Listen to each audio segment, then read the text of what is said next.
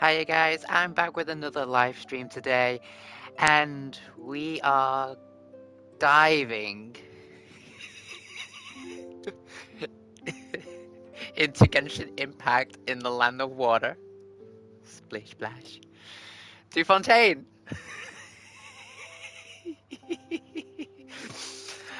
Oh,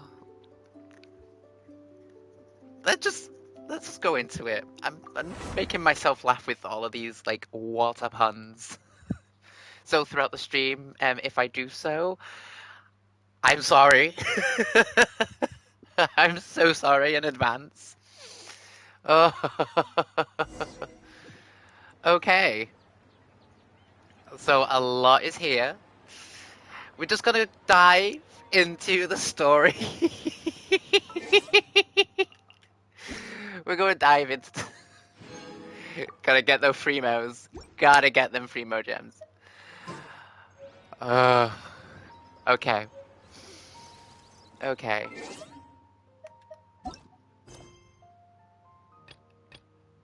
A prelude to Blanchard and okay. I mean, I still got the Yomiya's second quest to do. So we'll do that at a later date. I've still got other quests to do as well. I'm a little bit behind. I expected a little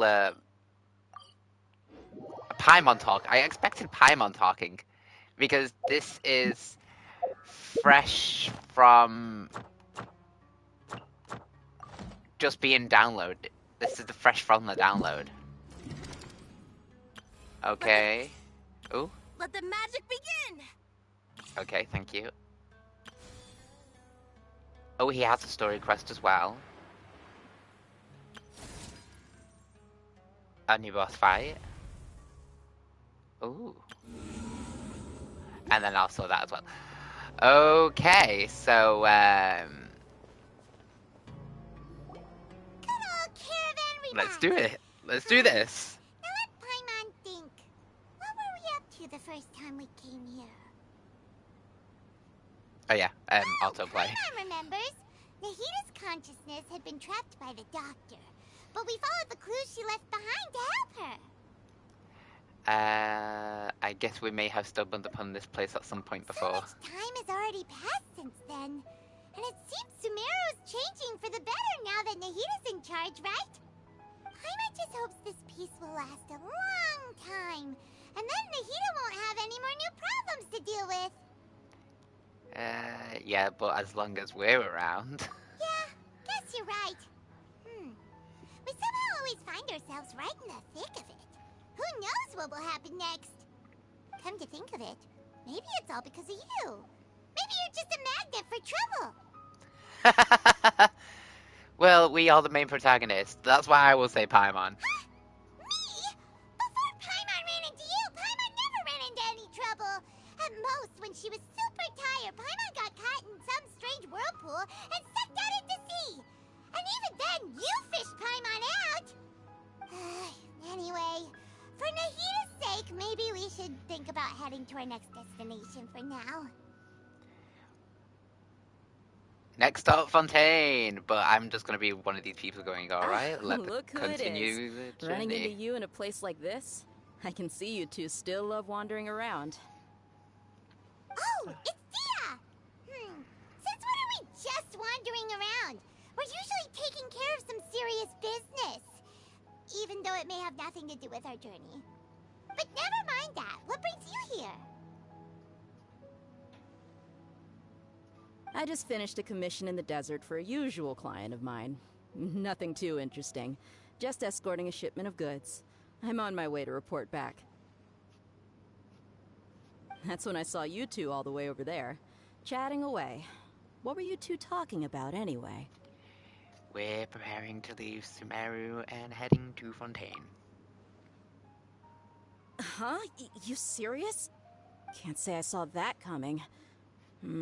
But you are travelers after all. I guess you'd never stay for too long in one place. Bumping into you like this will become a rarity. I'm starting to feel sad just thinking about it. Hey, how about I gather a few mercs to escort you two? What do you say? Thanks, but no need. Oh, Paimon had no clue you'd miss us so much. But don't worry, we'll come back to see everyone when we get a chance. Sounds good.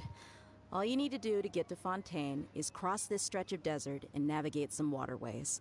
Knowing you two, I'm sure it won't be anything you can't handle. So, when are you leaving? We'll leave as soon as possible. We finished a few more preparations first. We don't. Oh, wait a sec. Paimon just remembered there are still a few dishes in Sumeru that Paimon hasn't tried yet. Now, where's that list Paimon made?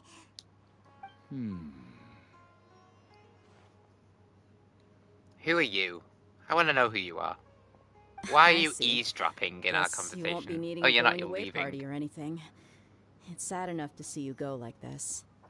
Though, now that I think about it, Sumeru wouldn't be what it is today without you. Seems true heroes always prefer leaving quietly. In a way, By yeah. the way, should we go say bye to Nahida? She'll know from our distant dreams anyway.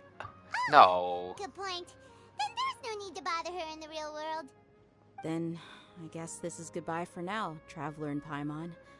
Whether as a client or a friend, you're always welcome to come find me. Goodbye, Dia. Bye-bye, Sumeru.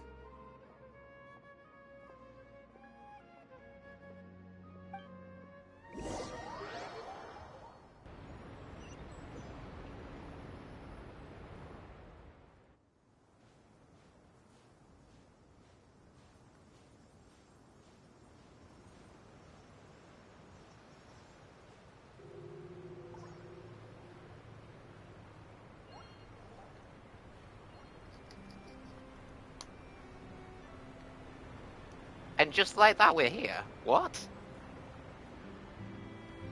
Usually we just wander.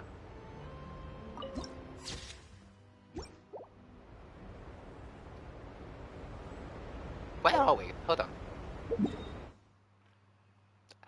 Oh! Oh! Oh, wow. That's long. Wait, can I zoom out? Yes, I can. Oh. I've been told that Fontaine was going to be big, which is going to be like all the way over here. So, oh, wow, that's actually really long. I didn't expect that. Oh, so we're here. I knew there was something there when we were doing in the previous, oh. I've not done this. Oh. Did I miss something? I missed something. I missed something.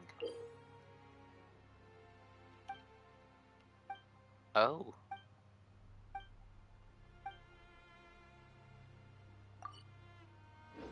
Wait, I'm gonna go back a little bit.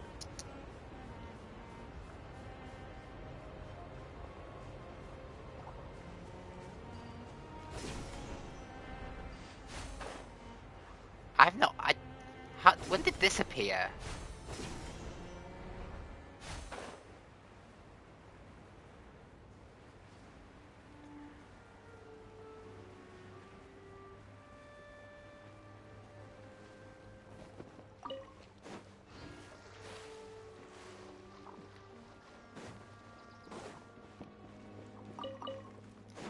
Just gonna backtrack again.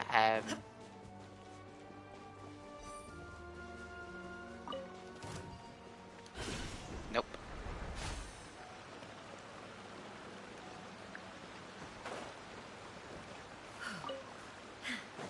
Get that dendro core.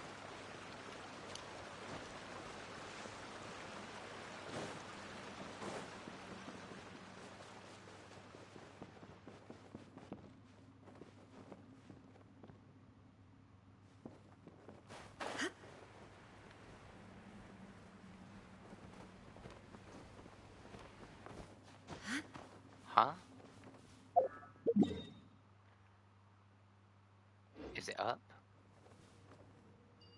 Yes.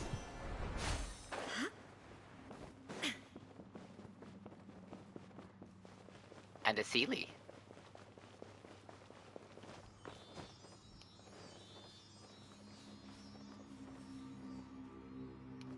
Yeah, no, hold on.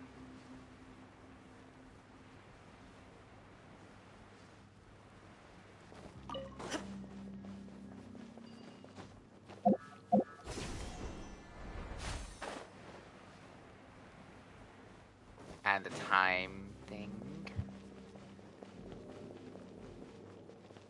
Oh.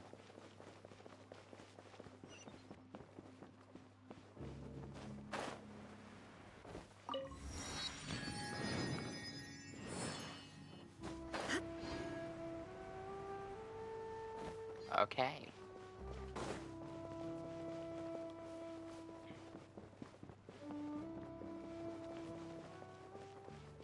I wondered when they put that in here.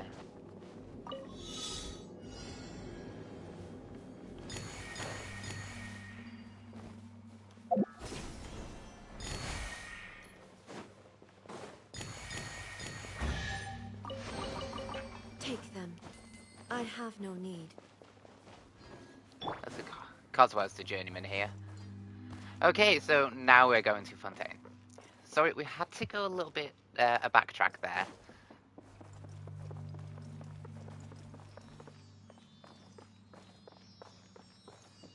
Did not know where they put that.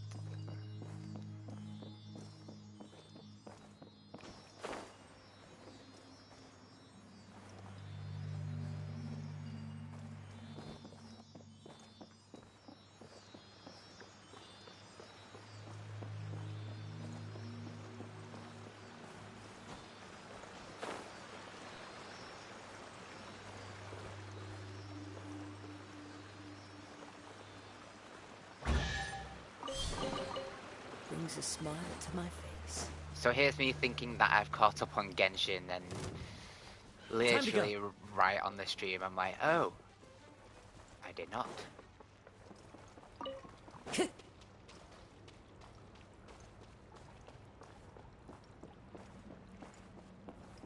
Wait, why is that not... Is that a new one? Yeah. You can. The wind knows me. Hold the line! There is no escape. One with the forest. I hear everything.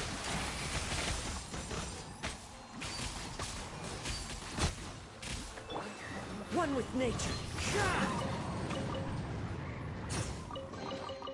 A fateful offering. Okay. Time to continue.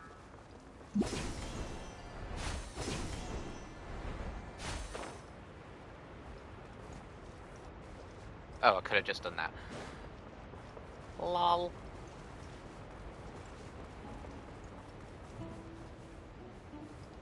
So do we just jump down?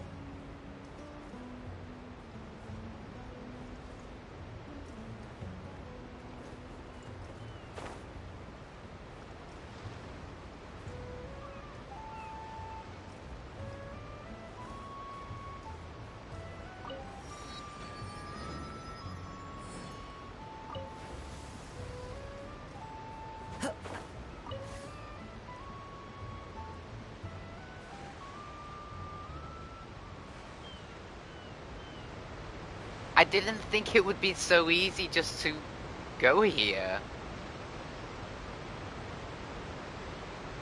But then again, when we came into Sumeru, we just went under rock through the chasm. Well, under a tunnel. Inazuma was the hardest.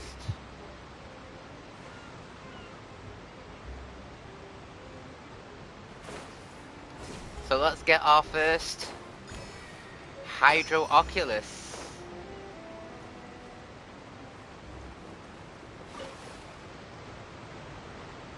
I just wanted it.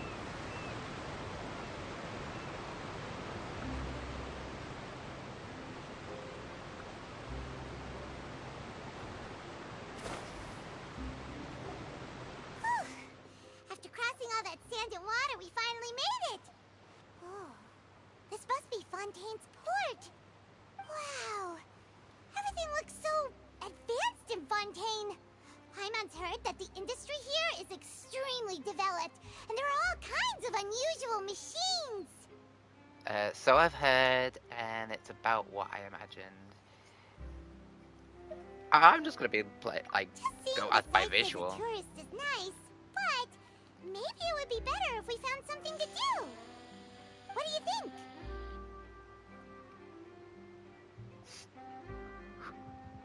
Good idea! Nahida gave us loads of useful information. Just straight up saying, oh yeah, let's just go meet the Hydro Archon. AR7 is probably still our best source for information at this point. Our journey is to find my sibling, and also find the truth. That's both of them! Oh my gosh. Yeah, the more we can learn, the better. So, what do you think the Hydro Archon's like? Will we get along? Nahida said that she has a very unique personality, whatever that means. To learn about a nation's god, start with the nation's people. There seems to be some locals talking over there. Let's go see if we can join the party. So far my appearance, they're proper people, but also scientists, but If also... you ask me, it's a tragedy how things ended for him. Clearly, he was a pretty decent person. Yeah, I didn't expect that kind of ending for him. I thought he would at least fight on a little longer for his family. I was expecting a sudden plot twist, but it's a pity that it never happened. Still, his story is quite the tearjerker.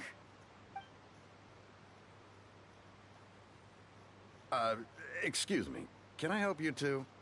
I couldn't help but notice you standing here listening. Hi.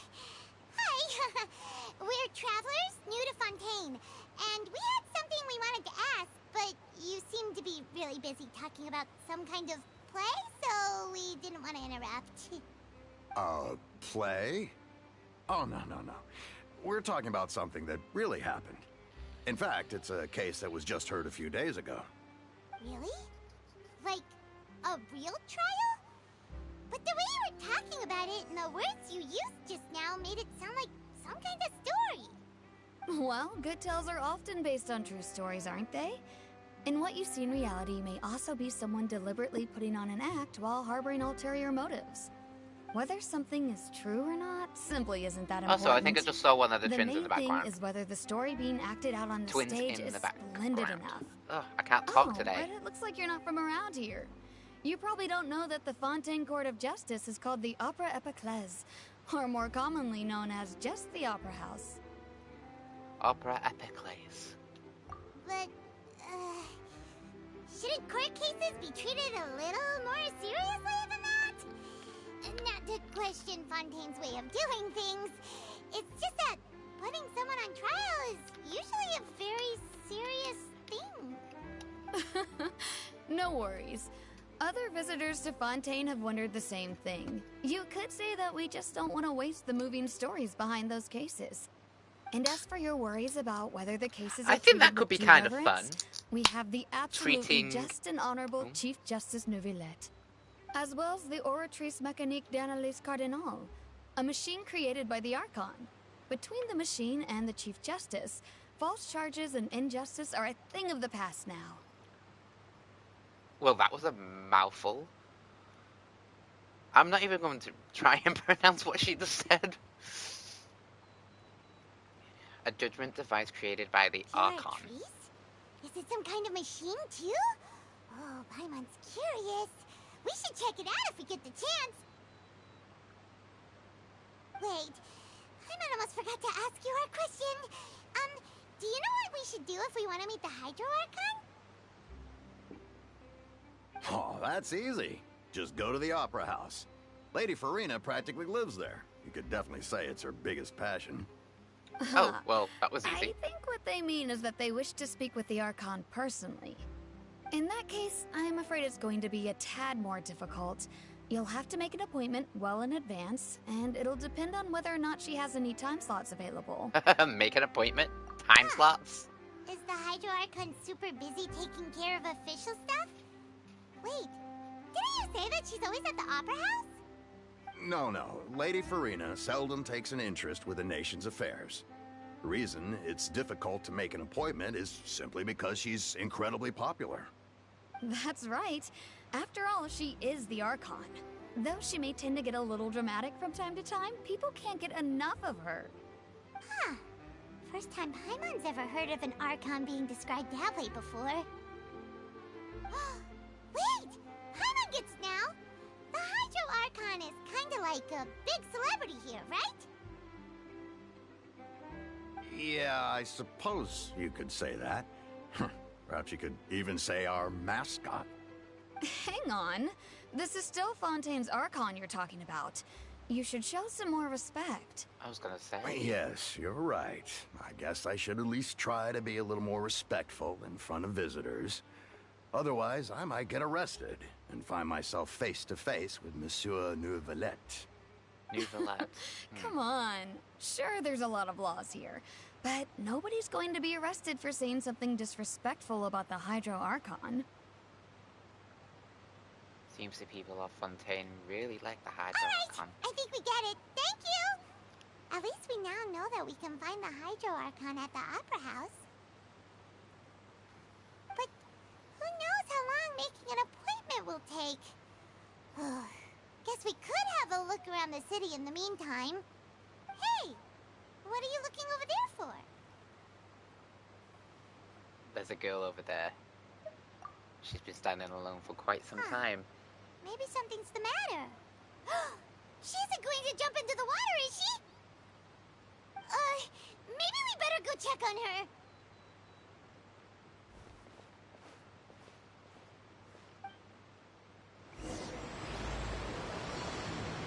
Prelude of Blancher and... That was quick. Hold on. Follow the wind.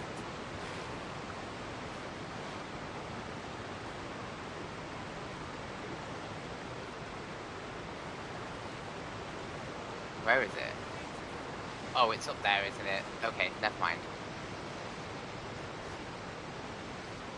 Into the wind.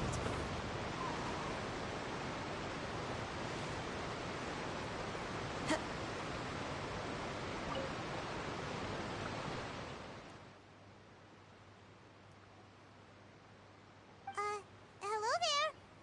Excuse me. Are you alright? Huh?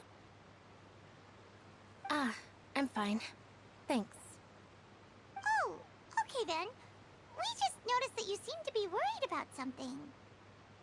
About many things, actually. But there's nothing I can do but just keep my troubles to myself. I was just reminiscing about a place my brother and I would play when we were kids. It was just atop that hill over there. See? You're pointing at the sea. Wait, are you saying that you and your brother lived in the water? Oh, a fantastical race from Fontaine. Though people call the waters around Fontaine a sea, it's actually just an inland lake that's filled with fresh water. And though I can still see that hill clearly in my memories, now it's been completely submerged. He would skip and jump, tossing sand in the wind. The sun shone brightly, and the air was filled with the scent of the sea. But now, the water is gradually swallowing our memories. How nice. It won't be long before it swallows us. Oh. Sorry. Paimon doesn't really get what you mean. I don't believe we've had the pleasure of meeting. Are you Lynette's new friends? Oh, and you are? Thanks for looking after my sister. She often comes here to reminisce about our childhood, that's all. There's no need for any concern. Oh, allow me to introduce myself. I'm Linny, and this is my sister Lynette. If I had to guess, I'd say you must be travelers from abroad. Nice to meet you. Paimon is Paimon, and this is the Traveler. We just arrived in Fontaine. We were just talking with your sister. Even though we didn't really get what she was saying. I see. It's unusual for Lynette to be so willing to talk with anyone. In fact, she seldom speaks at all. I'm usually the only one she ever talks to. Oh, really? Then you two are just like us! Paimon's always the one talking for some reason. There's hardly anything left for me to say with you around. So that's how you think it is? I also think my brother can be too talkative at times. Seems you were right, Paimon. We are quite similar. So, what did Lynette mean just now when she said that the water is engulfing your memories? And that it won't be long before it engulfs you too? Oh, that.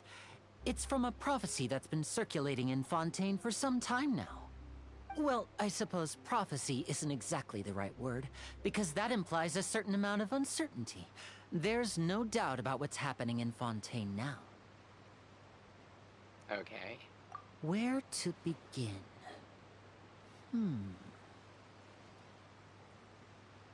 Let's put that question on hold for a moment. We still haven't formally greeted each other yet, have we? Did all the introductions earlier not count? Is there another Hello, introduction? traveler. Oh. Hi, Lenny.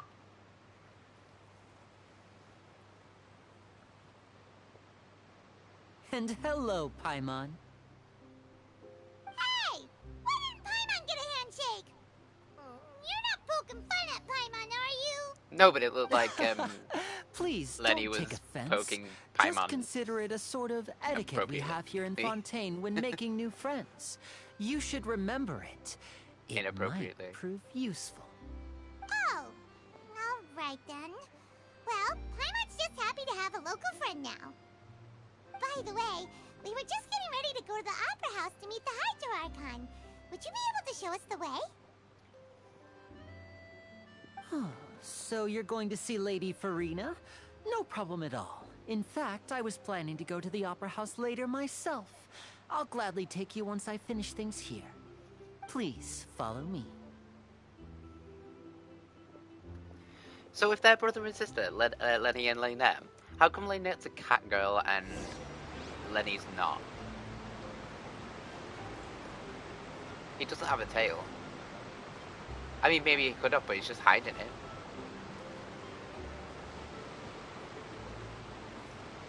Definitely not twins. Because initially, from the trailer, You they seem said to you were be- going to see Lady Farina? Well, it seems Lady Farina has come to see you. Oh.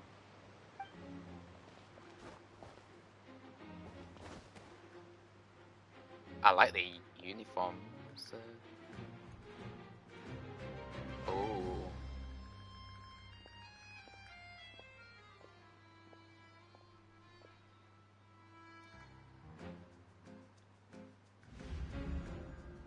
Oh.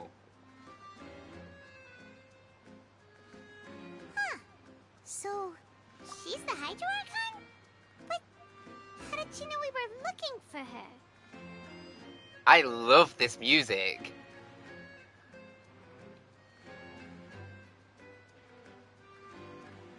My dear people, rich and poor, those with cup in hand and those with nothing at all, raise your glasses in celebration. If you don't have one, then just raise your hand in lieu.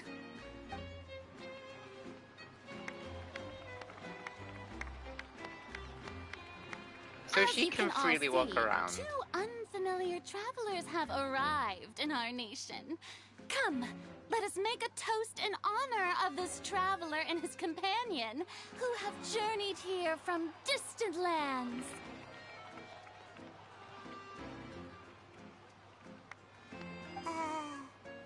Is she talking about us?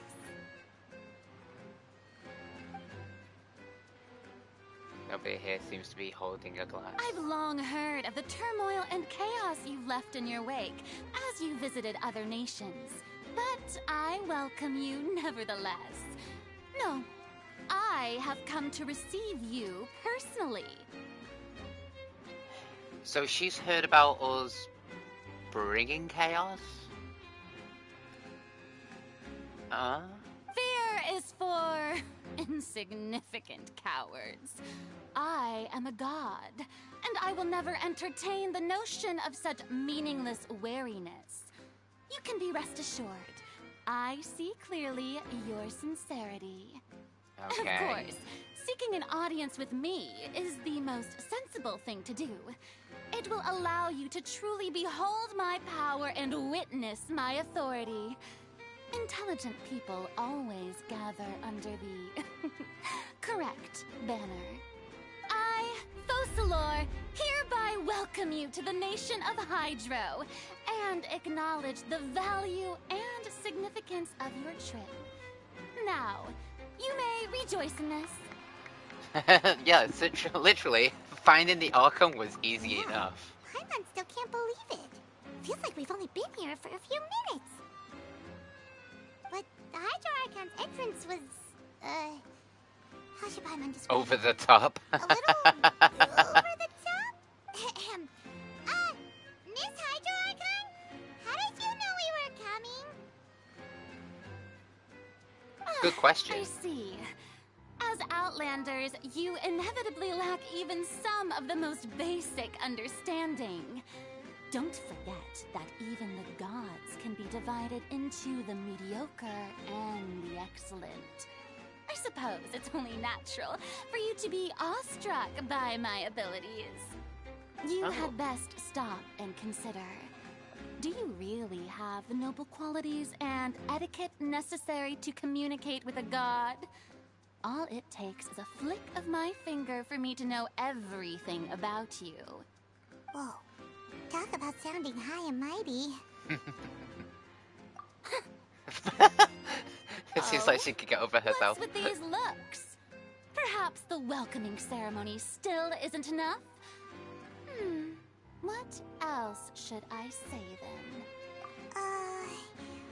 Is she waiting for us to start talking? Wow, I didn't expect to see Lady Farina here. What a surprise! Wait, does this mean they're the legendary blonde traveler? How did I not notice before? Hey, what's all the commotion? Oh, is that Lady Farina? Is there some kind of drama going on? Of course. That's the blonde traveler. The one all those stories are about. Lady Farina came here to personally see him. Oh, I bet this is gonna be the duel of the century. Duel? Oh, I've got to see this. I knew Lady Farina would never disappoint.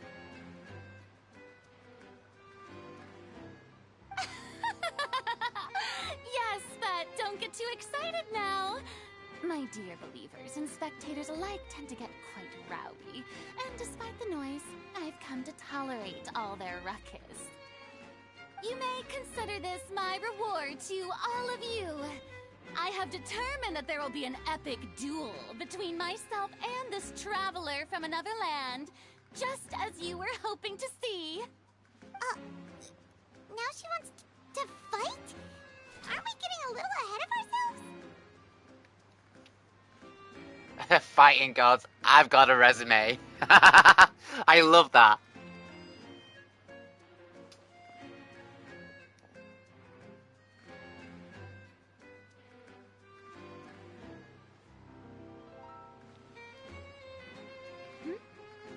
Are you not afraid?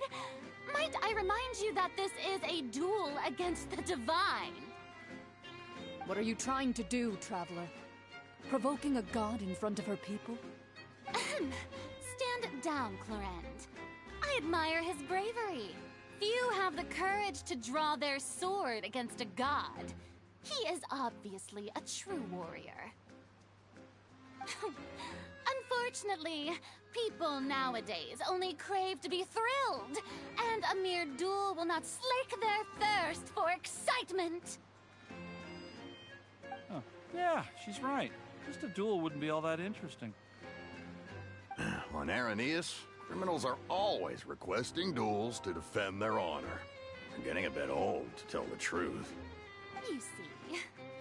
Then Then, as the god of justice, I shall face this traveler in another kind of duel. A duel in court! All right! Now that'll be worth seeing! Right. This is Fontaine, after all. Such a grand opera house, it would be a pity not to use it. Why do you care so much about the crowd's reactions? Seems you've spent a little too much time in the opera house. Besides, how exactly do you plan to have a duel in court? You mean you're going to put us on trial? We've literally just arrived here, yeah. Oh, we have reason to put you on trial. It's obvious, isn't it? Reason to be put on trial.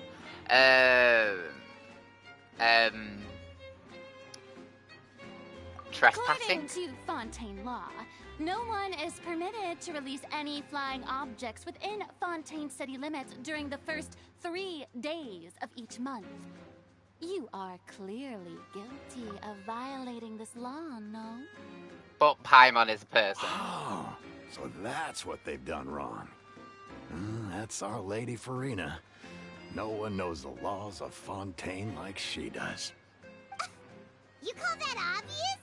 What kind of law is that? Wait, flying object? You mean Paimon? Precisely! Now, if you two have no objections, then in the name of the Hydro Archon, I order your arrest. Oh, so we're actually My being apologies, arrested. Lady Farina. I don't mean to spoil the fun, but if you would allow me to interject, I don't think that Paimon here meets the definition of a flying object. You tell her, Linny! Finally someone who's not crazy. How could anyone call Paimon a flying object?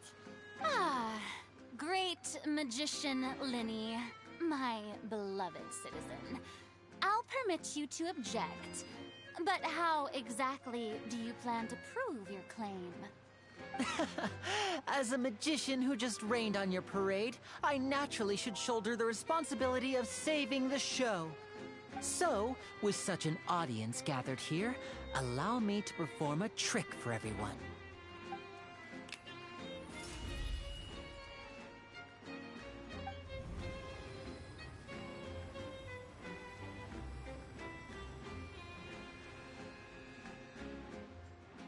Ta-da! What's that on Paimon's back? Hey, when did you do that? When Lenny patted you on the back. Ah. Oh, he planned this. There. As you can all clearly see, Paimon should be classified as, well, something like a balloon. This rope has been in the Traveler's hand all along. It was just that no one could see it before. Huh? You call that magic? You've got to be joking. I thought it was pretty good. Nice one. Huh. I'm not sure what to think. It seems Lady Farina's charges no longer hold water.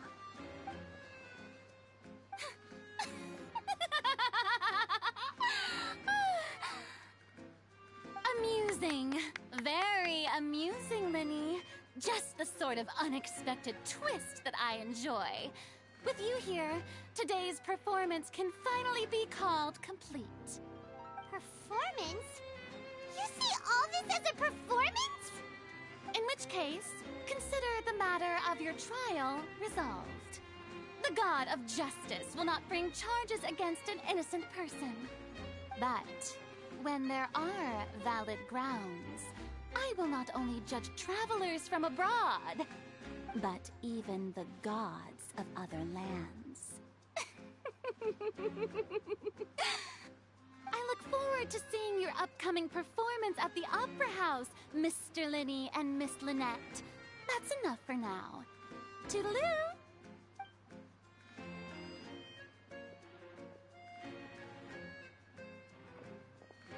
Well, that encounter was interesting. So they must have a weird judicial system. Ugh. And just like that, she's gone. Well, that's the most unpredictable Archon Paimon's ever seen. You never even had a chance to ask her anything. But that's a problem for future Paimon. That whole scene just now was really... Thank Don't you. mention it. I just happened to remember that there was such a law, so I did a little preparation, just in case. I didn't think it would actually come in handy. So, now do you see what kind of god Lady Farina is? She can be a bit confusing at times, but she is still amenable to reason. Confusing is a good way to put it. Yeah, definitely. Anyway, Paimon had no idea you were a magician, Linny. It sounded like you'll be performing at the Opera House, right? I just know a few simple tricks I use to make a living. Lynette is my assistant. But It also will sister. actually be my first time performing on the most prestigious stage in Fontaine, the Opera House.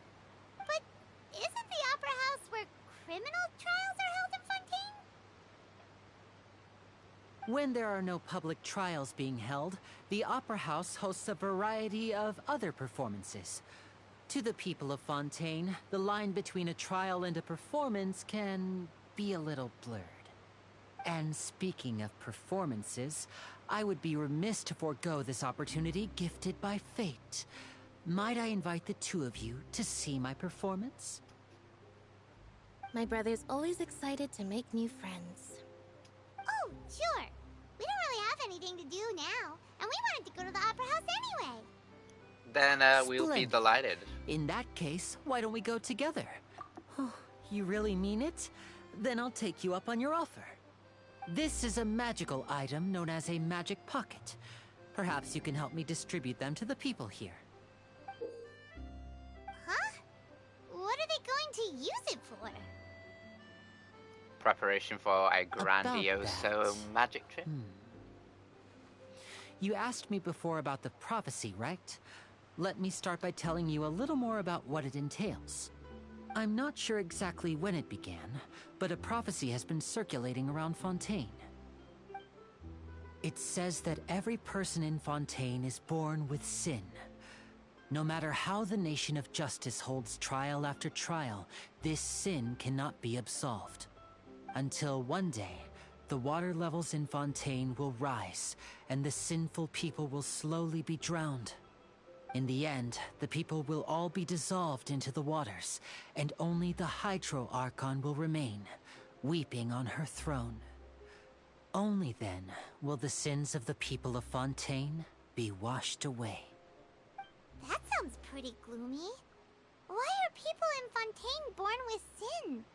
What is that supposed to mean? There are lots of guesses. Some say that the ancestors of Fontaine stole the power of the seas and stirred its wrath. Others say that the people of Fontaine never heeded the first Hydro Archon's warnings and offended Celestia. But here in Fontaine, evidence is what matters. There hasn't been concrete evidence for any of these claims, so they can only be regarded as conjecture. If even the people in Fontaine don't know what sin they committed, wouldn't it be better just to ignore the prophecy completely? Why bother feeling guilty all the time? That's exactly what the people did at first. But in the last few years, the water levels in Fontaine have actually started rising.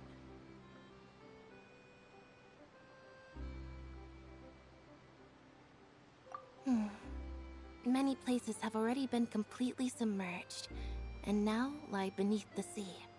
Many people carry on with their lives as before and shrug it off as a natural phenomenon. But my family and I think that the people of Fontaine shouldn't ignore the possibility, which would end up sentencing them to death. We hope that at least the people who reside near the waterfront can move away before it's too late. So, we've started distributing magic pockets to them. As a magical item, these magic pockets have astonishing capacity. I'm sure they will come in handy when people are moving their belongings. Oh, Paimon gets it! It's like preparing for a rainy day! But this is more than a bit of rain. If the prophecy is true, then there's no way to prevent the disaster. If it carries on raining. Perhaps only absolute power could ever contend with such a catastrophe. But who knows? We're just tiny specks in the grand scheme of things. Now, if you'd like to help, then please give these magic pockets to anyone nearby. Be sure to convince them to take it, regardless of what they say.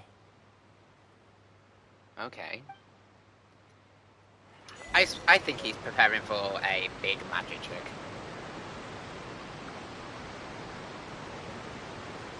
Hello to the people that has come to the stream today. We are first time in Fontaine. What's this? So you also believe in the prophecy. Keep it. I won't have any use for it. What? You mean you don't believe in the prophecy? No, I believe in the prophecy. But I also believe in another story.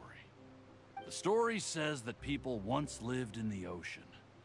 They were one with the ocean and couldn't live apart from it. But as time wore on, people desired to live on land and developed blood vessels, encapsulating the sea within their bodies. Thus could people set foot on land. So, if you ask me, when the water rises and takes us all, it'll be like we're going home. Oh, we hadn't heard that one before. But people can't live underwater. They'll die. You should probably still take it. All right, I'll take it. I guess I just feel that being dissolved into the water doesn't necessarily mean death. Do you also believe that it could be a rebirth in a way? Anything's a possibility in this game. We've seen it all. So you're the blonde traveler that everyone's been talking about. My apologies for not recognizing you earlier. Oh, a magic pocket? Seems you really thought of everything. I guess it's better to prepare for the worst and hope for the best. Thanks. Please, also thank the magician on my behalf when you get the chance. We will do, Etienne.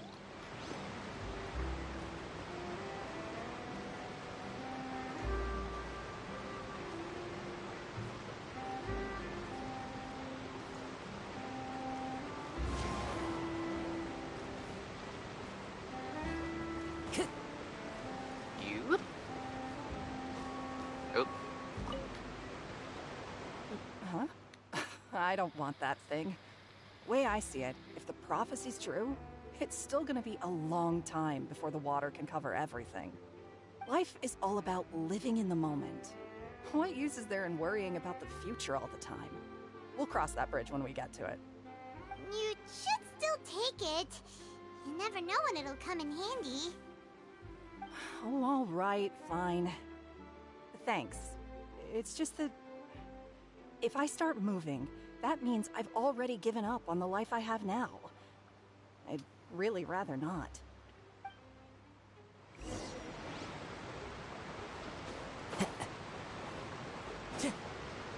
Oh, there you are. Oh? You already handed out all of the magic pockets? That was fast. So, what did people have to say? I bet you heard some... Many were quite stubborn. Interesting opinions. Yes, but that will change once disaster strikes. I know they'll change their minds, so it's only right to help them prepare. You know something's coming. Is there anything else you need to do before we leave? Yes, one last thing. I have the magic pockets made by a workshop in the court of Fontaine. Since we're out and about, I was thinking about bringing him some more materials. So, you want to collect materials? Just tell us what the materials look like and we'll help. Many hands make light work.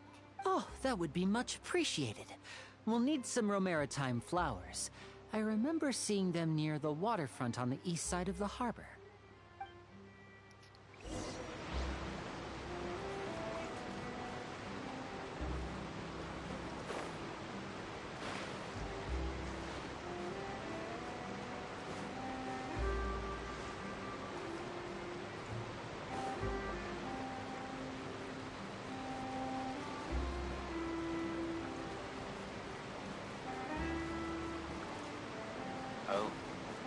Time to go.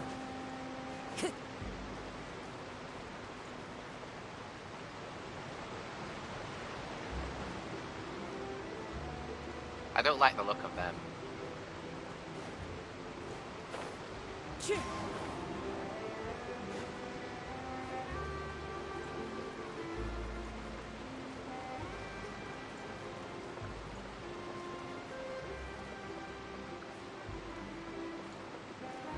I'm guessing these are. It seems we have to use Hydro to collect for maritime flowers.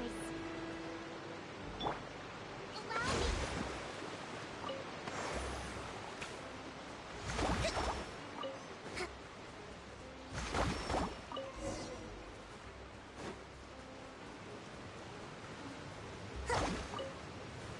And one for me.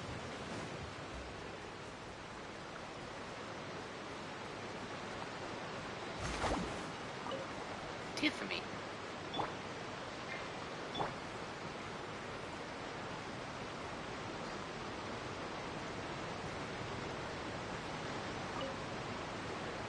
You made quick work of that. I can tell you're an experienced traveler. I've also finished collecting a few here. Maybe next time you'll feel like helping too, Lynette. No way. I'm in power-saving mode today. Otherwise, I fear I may not have any energy left for the performance at the Opera House. Fine. Though the performance is still a long way off. Now that we're finished here, we should get ready to head back to the court of Fontaine. So, we're going to the court of Fontaine before we head to the Opera House? Good. Paimon wants a tour of Fontaine's largest city and try...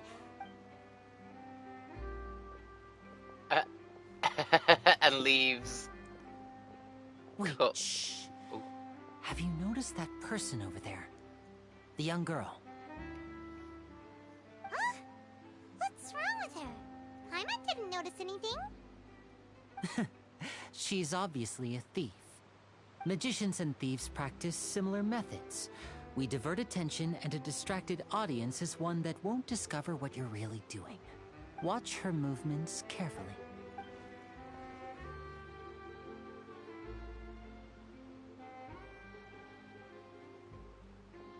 Oh, he's right! Shh, keep your voice down.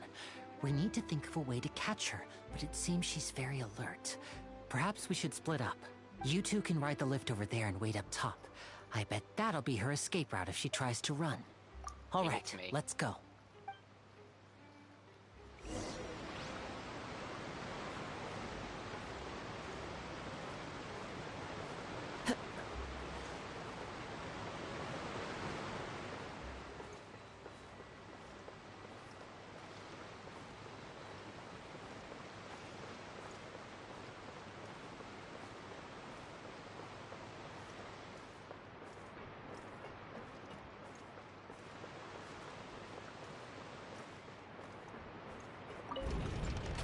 Finally. Ooh.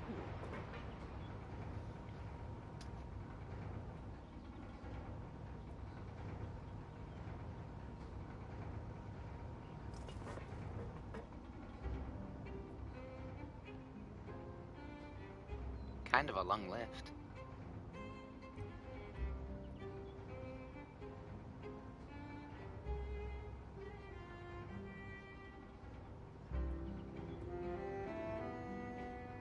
Really long.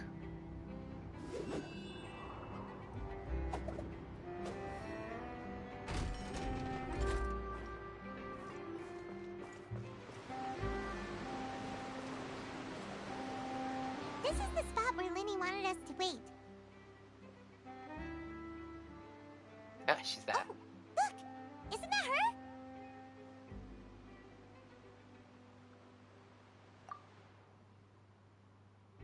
Oh no! Did she notice us? She started running the other direction! What should we do? Should we chase her?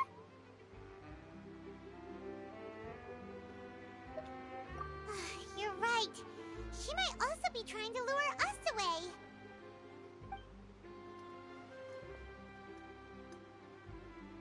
Nothing's happened for a while now. Paimon wonders if Linny caught the thief. Let's go find Lenny. Yeah, let's go.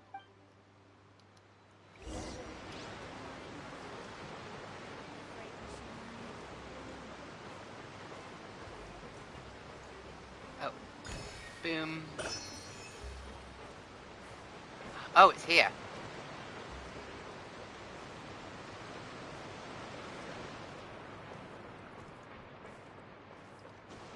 Well, there's Lenny. Oh. Are you sure that's all she took? You should check to make sure you're not missing anything else. No, that was all. Oh, I can't thank you enough. I didn't notice a thing earlier. Anyway, I should be going now. Thanks again.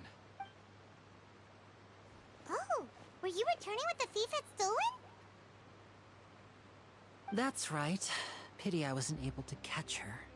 She distracted me by dropping the thing she stole on the ground. By the time I looked back, she was already gone. I saw the general direction she went, but Lenny twisted his ankle, and I needed to make sure he was okay.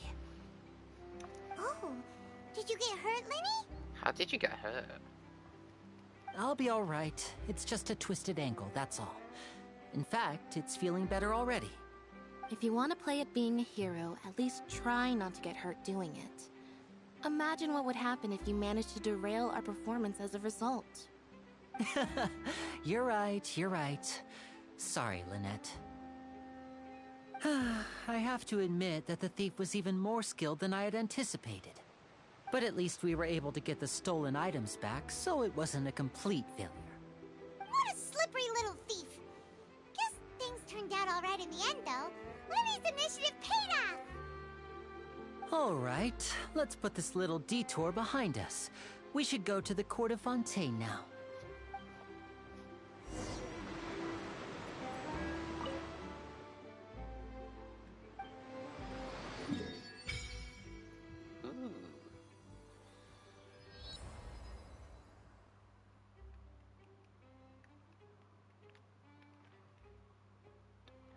Ooh, do we get to ride something?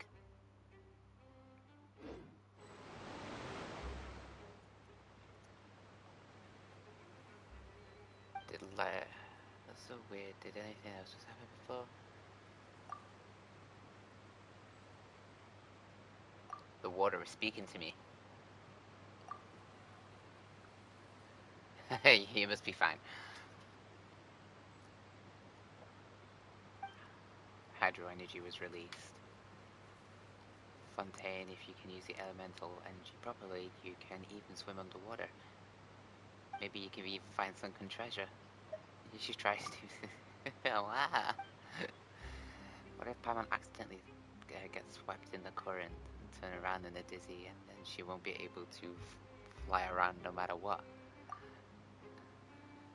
Paimon's gonna try underwater with you. You better not go back on your word.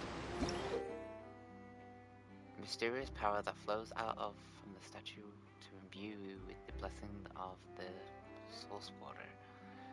Your progress will remain unhindered so long as you are moving through the lakes of Fontaine.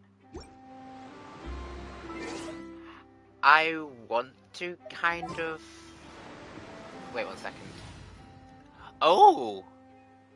Oh, they got new backgrounds! Oh, and idle animations. Oh, this is cool. Okay,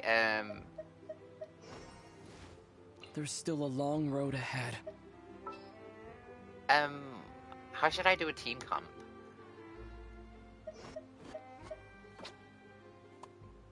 Wait. Oh, everyone's got little idle... Oh!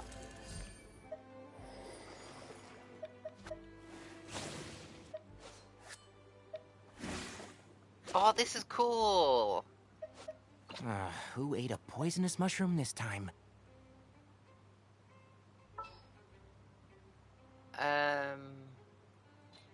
Wait, seek inspiration. Animo. And... Take heart. Victory will be ours. All right, let's head off. Oh, that's cool.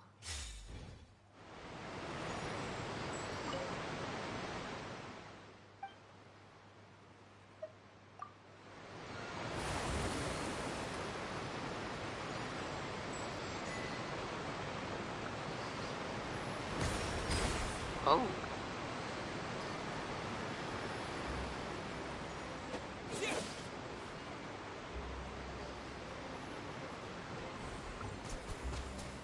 Oh, that is cool.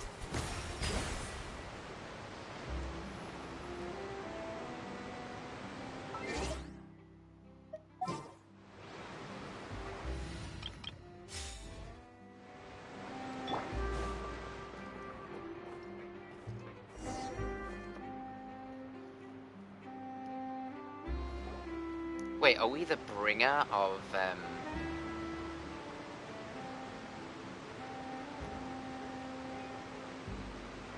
the ocean rising? So, we ride this thing to go into the city? What an ingenious way to get around! People in Fontaine really know how to use water! Of course, Paimon. They're the city of water. This is an aquabus. It allows people to travel between several key locations around Fontaine. It's pretty convenient, but the ride can become a little dull after a while. The scenery is always the same. That's why it's better to travel with friends. So you mean it's still boring even when I'm riding with you? That's what it sounds like. No, that's not what I meant. It's just that, well, you don't really talk that much. Besides, it doesn't really feel like a real trip when it's just the two of us. It's the same as being at home. Whatever. Guess that's what it's like to be an older brother. Lynette is really like, I'm so over you. It's about time for us to leave. Let's get on board.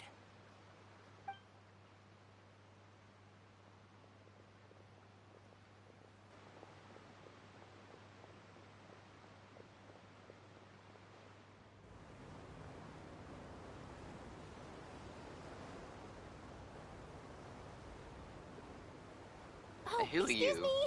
Aren't you the great magician Linny and his assistant Lynette? Hello. I don't believe we've...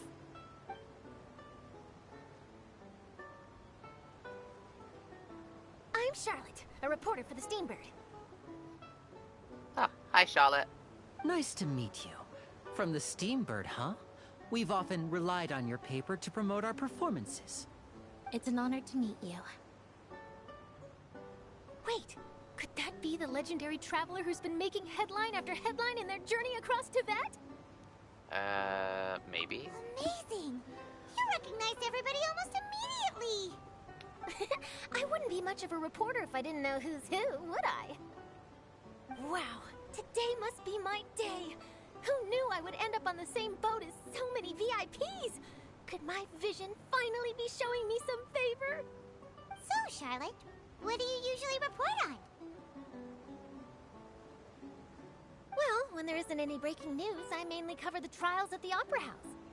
You can still manage to keep readers' attention as long as you tell things from a clever enough angle, even if it's the same old topics.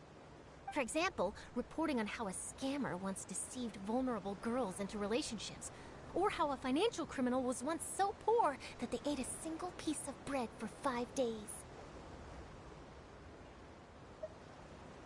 That's fine and all, but what I'm really after is exclusive, sensational news pieces that could shake the country. These smaller stories are a waste of my talents. Oh, I just remembered. I've been following a case lately. Well, a series of cases, actually. You mean the serial disappearances of young women case? That's right! These stories are the talk of the town right now, and it's probably the most mysterious case we've ever seen. If I'm the first with a draft ready to publish when the case is finally cracked, and it's the headline story in the Steambird, oh, when that happens, I bet all the other reporters will shed tears of envy. I've already gathered all kinds of materials. I just can't wait for the truth to be revealed. So, what is the serial disappearances of young women case? You mean the culprit hasn't been found? That's right. The first missing girl case happened almost 20 years ago.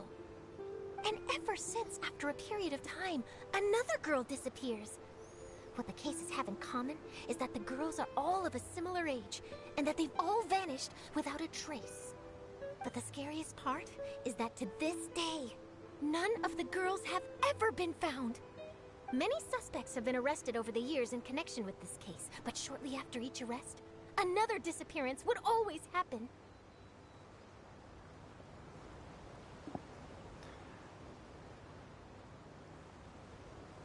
Copycat criminal, I would Yes, say. it's possible. But either way, I believe that every case has some precise truth behind it, waiting to be exposed. Yes, I agree. And at the very least, the family of those missing girls deserves some sort of explanation. I just imagined for a second what I would do if Lynette were to suddenly disappear. I'd pay any price to get her back, and then find a way to track down the culprit. Please don't imagine that, Lenny.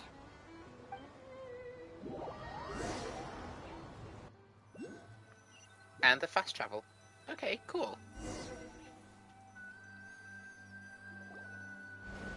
Hey, we're almost there! Look! Ooh.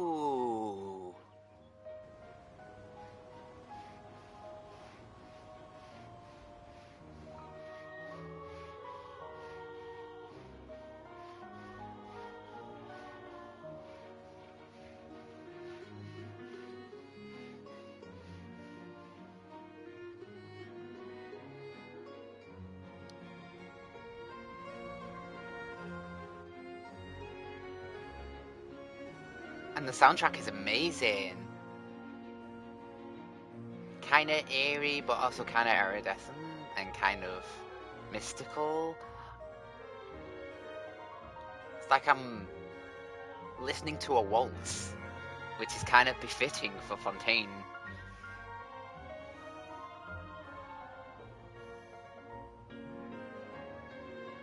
Well, I really enjoyed chatting with you. Life should be full of pleasant little surprises like this.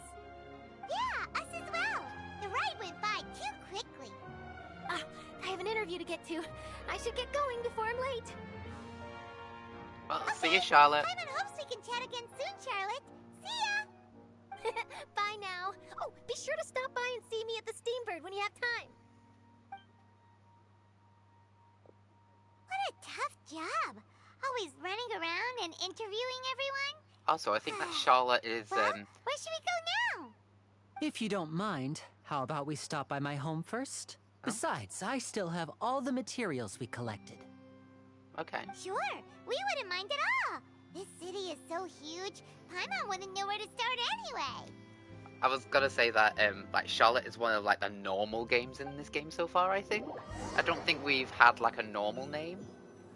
Because every name has been kind of, like, original. Oh, wow. Pretty statue. Ah.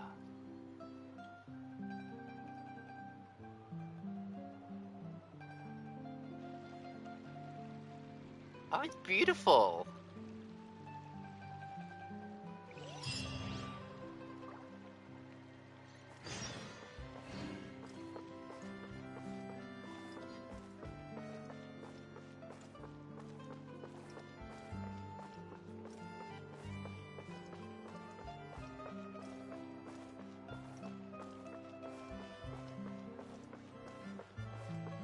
So this is the plaza, or the streets, or shopping district.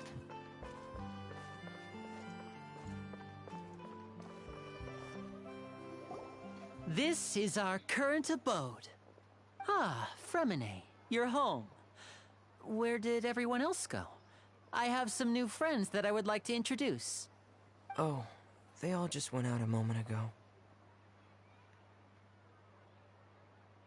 I see.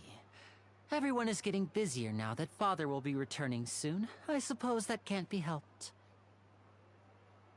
Father? Allow me to introduce you to my little brother, Fremine.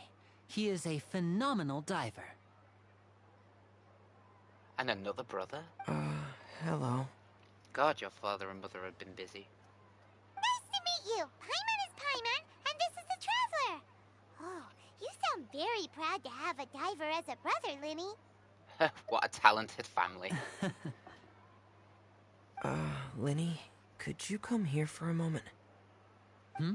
What is it, Fremine? Do you have something to tell me?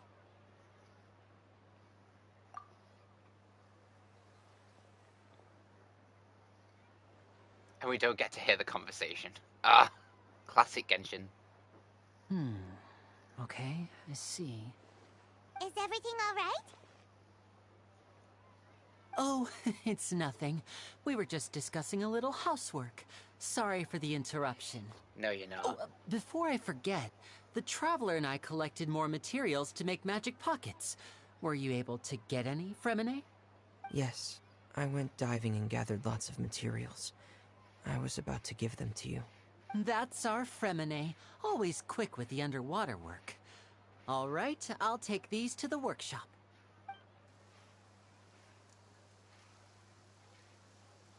And now it's raining.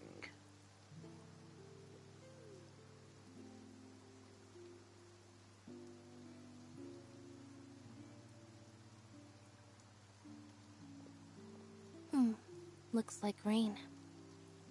Oh, you're right. But wasn't it clear and sunny just a moment ago? Fontaine's weather sure is weird. And quick. I'm afraid that's just how it is here. It often rains on days where there are trials being held in the Opera House, but don't worry, it'll clear up soon enough. So every time there's a trial, it rains? What's wrong, Fremine? There's a legend about the rain that I tend to believe. It's said that a dragon of water once resided in Fontaine.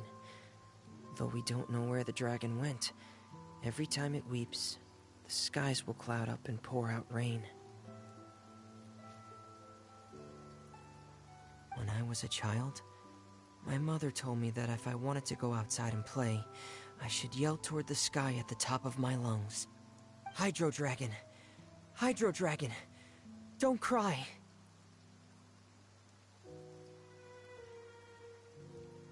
Could the Hydro Dragon be the elemental dragon of Fontaine? Another one of the elemental If it's an elemental dragon, then having the power to make it rain wouldn't be very unusual. Let Paimon try something. Hydro Dragon, don't cry!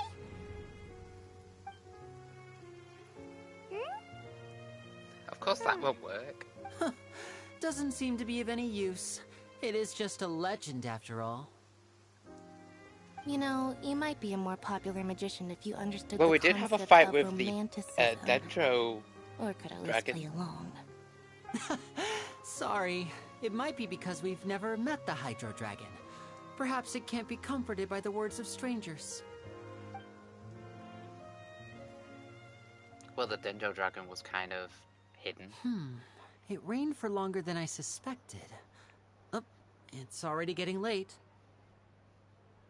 Was there something you needed to do, Linny? Yeah, some preparations for the show at the Opera House. I need to find a way to catch the last aqua bus of the day. On the day of the performance, just ride the aqua bus to the island of Araneus. I'll have Lynette meet you at the fountain in front of the Opera House. So, go ahead, Lenny. See you at the performance. Are you leaving now? What is it, Fremine? I'm in a hurry. Oh, I get it. You feel nervous delivering the materials for the magic pockets, is that it? Perhaps we could trouble the Traveler to help us take these materials to the Beaumont workshop and deliver them to the owner there? I'm afraid that Fremine can be quite introverted, and the boss there tends to be pretty talkative. Fremine has always been a little afraid of her. No trouble at all. Don't worry, we're on the case. Sorry for the inconvenience. I'm quite useless when it comes to such tasks. I'll think of a way to make it up to you. Oh, no need. This'll be a walk in the park for us. I feel like you're gonna be our diving instructor in a way, because I've seen the trailer and we do. Okay.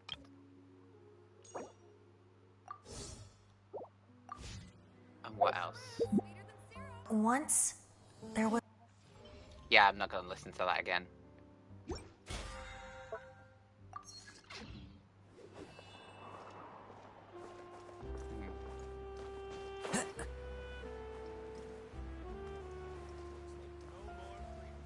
Ooh. Now it's kind of bluesy.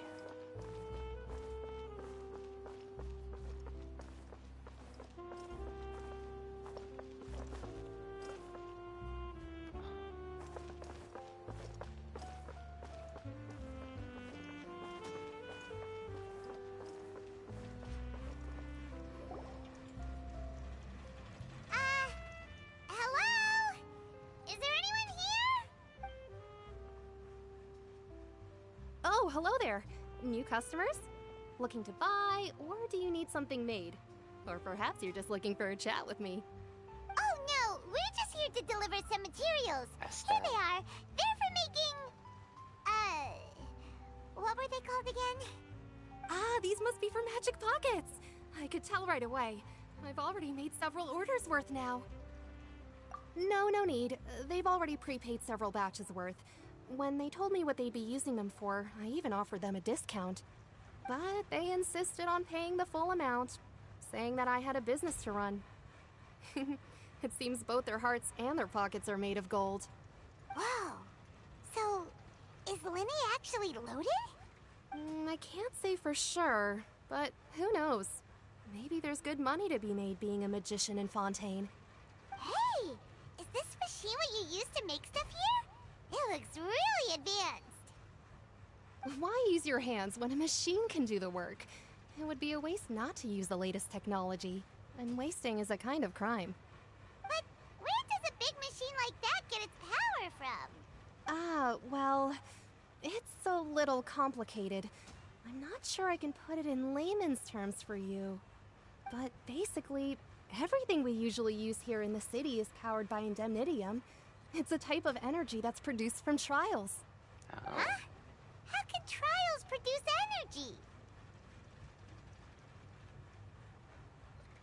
Well, I'm not completely sure of all the details myself, but basically, when a trial is in session, the Oratrice Mécanique d'Analyse Cardinale harvests people's belief in justice and converts it into energy to be used all around Fontaine.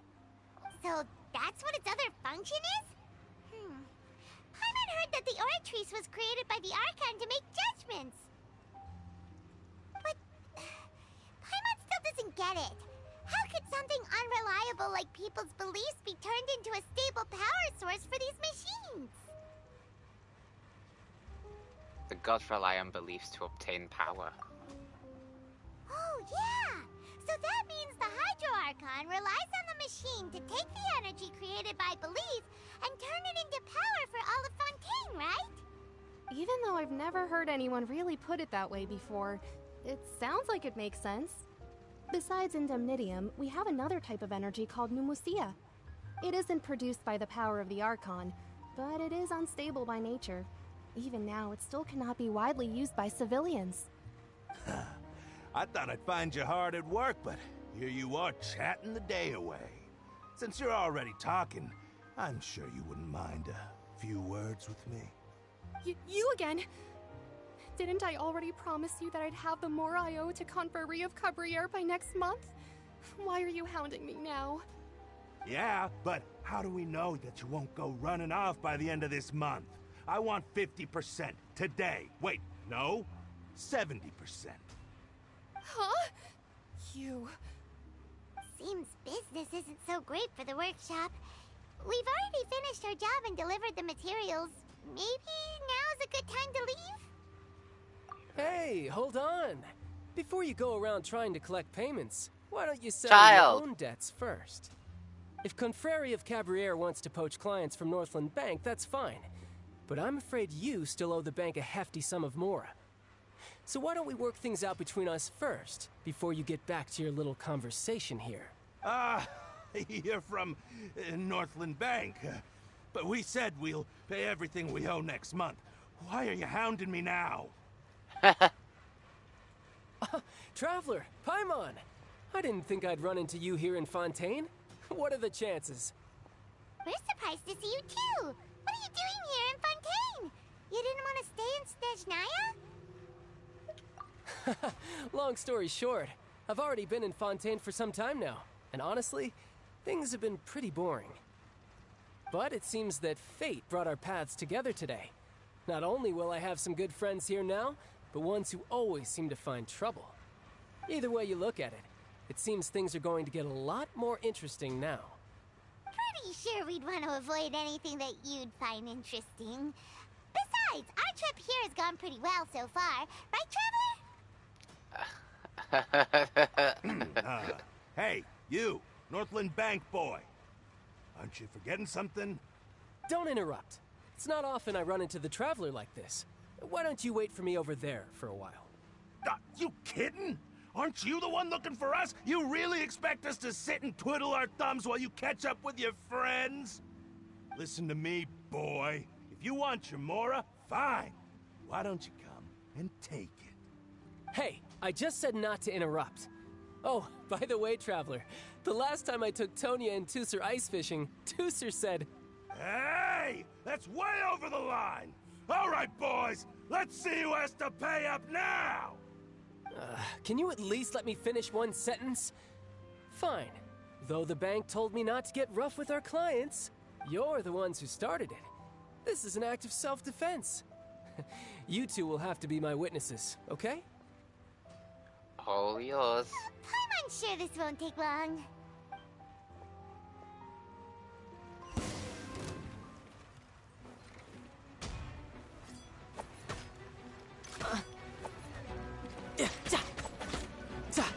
No time to lose.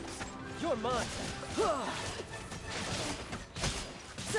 I was with the wrong button.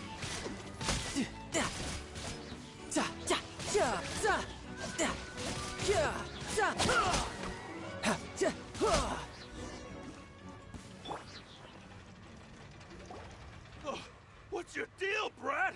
How are you so strong if you're just a staffer from Snezhnaya's Northland Bank?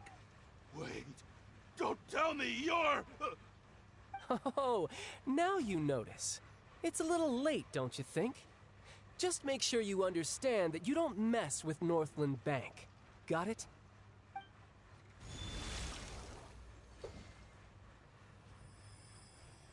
Huh? Now's my chance!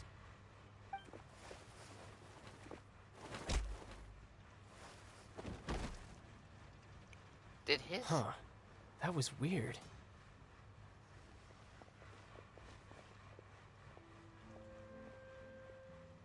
I'm not sure. It's as if I suddenly lost control of my hydro powers when I needed them. Maybe there's something wrong with my vision? Strange. How could that happen? First time Paimon's ever heard of someone losing control of their vision. Never mind. It doesn't matter. If I want to stay sharp, I shouldn't be relying too much on my vision anyway. Besides, I always have my delusion in case I need it. Yeah, you better not use your delusion too often. What are you doing in Fontaine, child? I don't see its work for Northland Bank. Well, I guess it's because I've been in a bad mood lately. Huh? What kind of reason is that? Wait, since when do you feel down about anything? I don't know. Maybe I still have a lot to learn about myself. But recently, there seems to be some sort of restless power stirring inside of me. And I don't know why, but every now and then I feel like I'm in a terrible mood. Maybe you losing control of your vision just now is connected with that power you're feeling inside. That is a possibility. And do you have any idea where it came from? I can't remember if I ever mentioned it before, but when I was 14, I fell into some unknown abyss. It was during that time I learned nearly all of my abilities. The one who took me under her wing and taught me was named Skirk. She was always quiet and very mysterious. Nobody knew where she came from or what she had been through, and she was always very strict when teaching me combat techniques. One time, I asked her why she was willing to take me on as an apprentice. From what I could make of her answer, it was because I had awakened it, and traces of it remained on me. She said that all my combat training would be useful in the future. But what is it? What did you awaken? She never explained that, but my Maybe you guess is that it's awakened your related to a vision? dream I saw when I had just fallen into that abyss. In my dream, I was in the deepest depths of the sea, and the boundless seabed was all around me. But in front of me appeared a whale that was so massive, I felt like I couldn't breathe. A whale? Oh, that sounds familiar! When we fought against you before, you summoned a huge whale that seemed to leap at us. Is that the one? That That's just an abstract form of a whale that I create using my elemental powers. It takes that shape because the scene I dreamt of the whale has always been stuck in my mind. I'll never forget it. So you used the whale as inspiration for one of your moves? Huh. Seems a little twisted to Paimon. The power inside of you is connected to your incident So in the why don't abyss. you just go ask your master? Maybe she knows the answer. You make it sound so easy. Ever since the incident I experienced there, I've never stopped searching for Master Skirk and that unknown abyss. But it's been years now, and I've still found nothing. There isn't even a trace of the place where I remember falling into the abyss. Oh, it sounds like some kind of ghost story. Just a little bit. But it makes sense I'm out because of leads of the whale. at this point, but there's nothing more I can do. I think I've wondered it about seems 2 that years. strange encounters Like, in why this did world tend to be elusive like child that. summon a whale when we were fighting in that chamber? Seems the time really flies when I'm talking with you. I just remembered I have somewhere else I need to be, so I should get going. What? More work for the Northland Bank? And no, it's more of a personal appointment. Lately, I've been sparring with some of Fontaine's official champion duelists whenever I'm feeling bored. Official champion duelists? You mean it's their job to duel? Yep, in Fontaine, before a criminal goes to court, they're given one chance to defend their honor by requesting a duel with an official champion duelist. The champion duelists are all powerful fighters selected from among the nation's best. And the duel itself is a no-holds-barred fight with no specified stopping point. So engaging in such a duel is regarded as a symbol of defending your honor. If a criminal manages to win the duel, they'll be acquitted. But if they lose, they'll have no choice but to stand trial. And the worst-case scenario is that you're simply killed in the duel. Though it's rumored that Fontaine has a death penalty, from what I can tell, no one has ever been officially sentenced to death. Ooh. So really, the only people who opt to duel are those who have suffered a grave injustice in being accused, or those who greatly value their honor. Otherwise, why gamble with your life? So, do many people actually get out of their trials by winning the duel?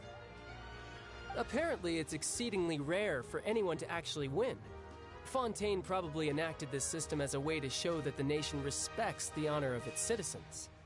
Besides, none of the champion duelists are to be trifled with, which is exactly why I was itching to face them as soon as I got to Fontaine. Apparently, the one I'm meeting today, Clorinde, is the strongest of the champion duelists. I had been asking her for some time before she finally agreed to face me today. Well, that's child for ya. Paimon feels like we heard that name somewhere before. Oh, before I forget, I want you to have this. Huh? Your vision? You're seriously just giving it away? I'm just worried that it could become uncontrollable again. I'd be pretty upset if it got in the way of my duel, so I think I'll be better off without it for now. Besides, I just need you to hold on to it for a short while. I'll come retrieve it when I have some time later. Paimon knows what you're up to. You just want an excuse to come talk to us again, don't you? You have a soft spot for us. Whatever gave you that idea? I'll be in touch later. I just can't believe he gave us his vision. That sneaky guy. He said he's been feeling down lately, but he seemed the same as ever to Paimon. Well, since we don't have much to do for now, we might as well walk around and see the city before Lenny's performance.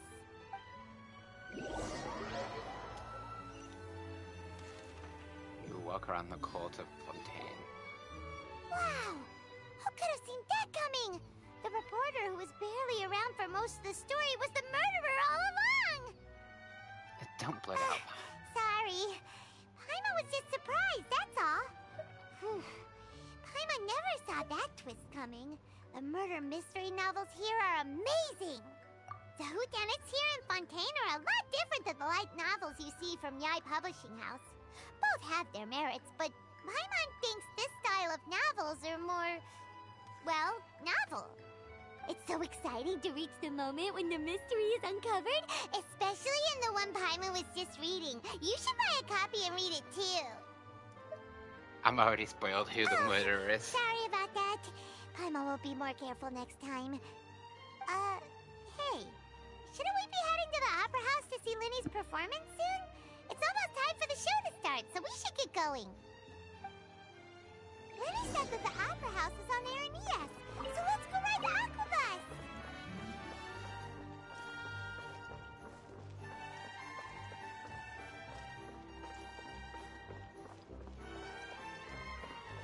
Ah, there it is.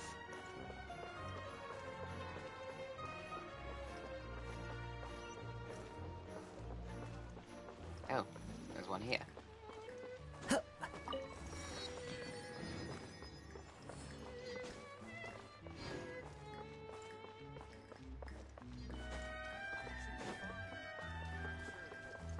Oh.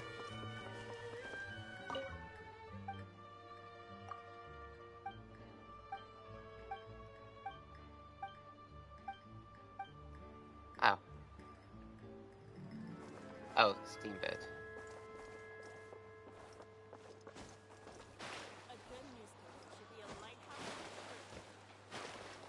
Ah, Follow the wind. fine.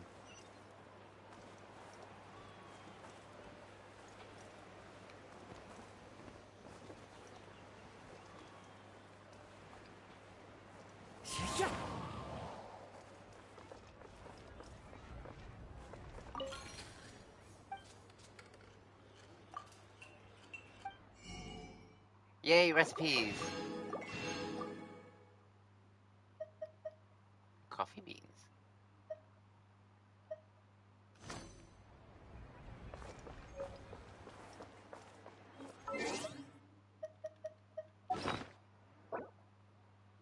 Oh.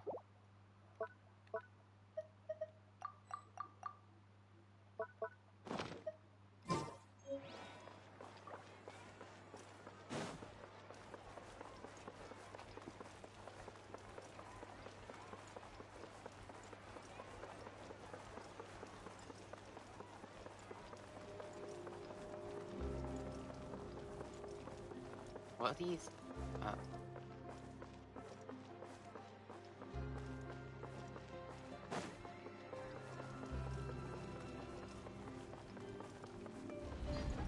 Oh.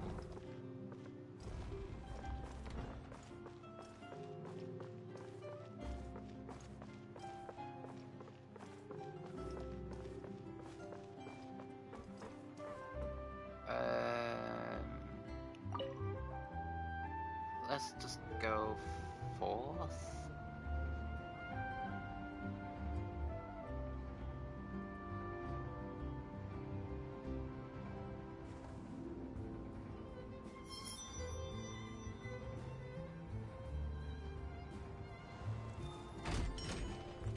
Okay.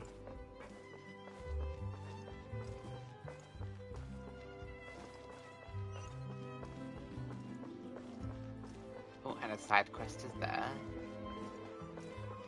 Ah.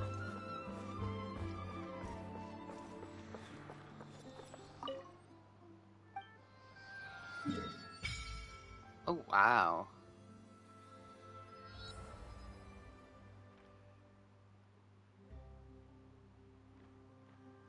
Opera Epic Plays, there it is. Ooh. I can't wait to go wandering around.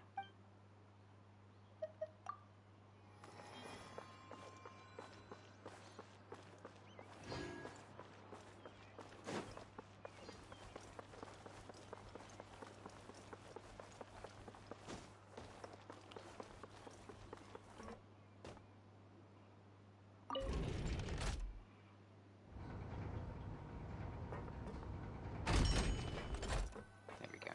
Ah. Wait for the Aquabus. Welcome to the court of Fontaine. Please watch your step. Oh.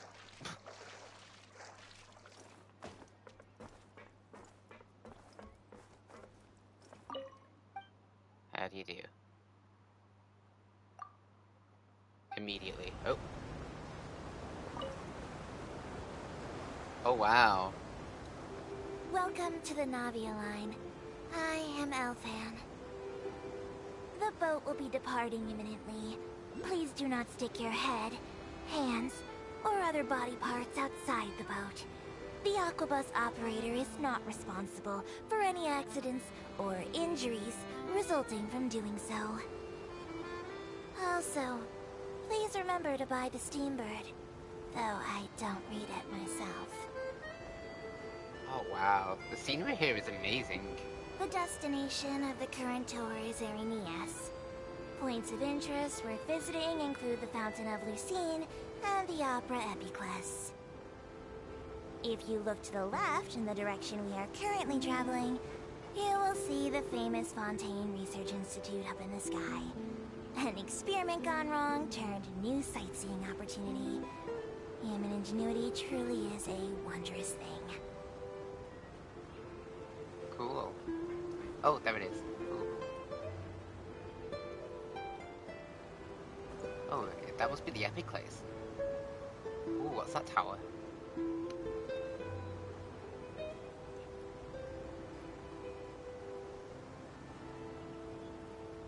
We are now approaching our final destination.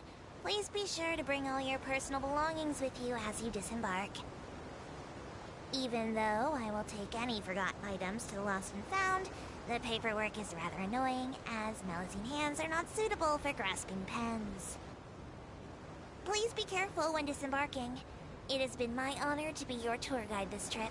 Thank you.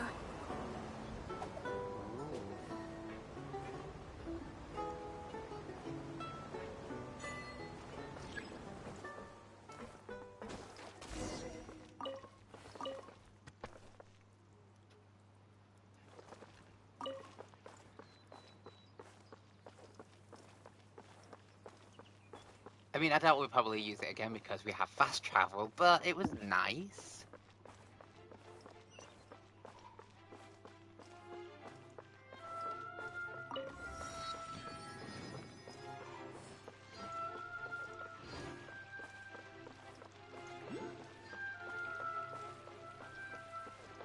On top of the fountain.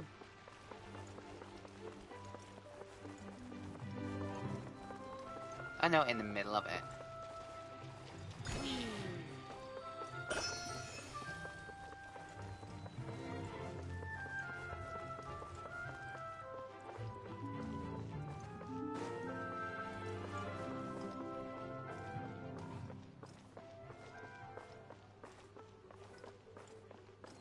Wait, there's casual hilly chills here.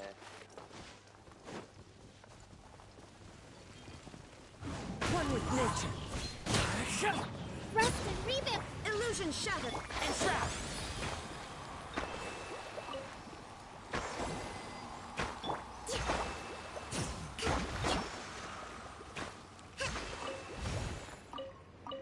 Hydrokiss crew.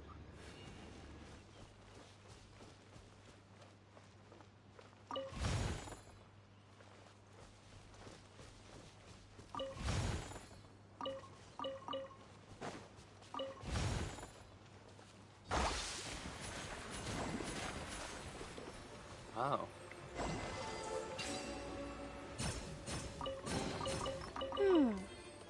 So this is the thrill of adventure. Shine down! A hydro sigil. Okay. Interesting, interesting. Follow the wind.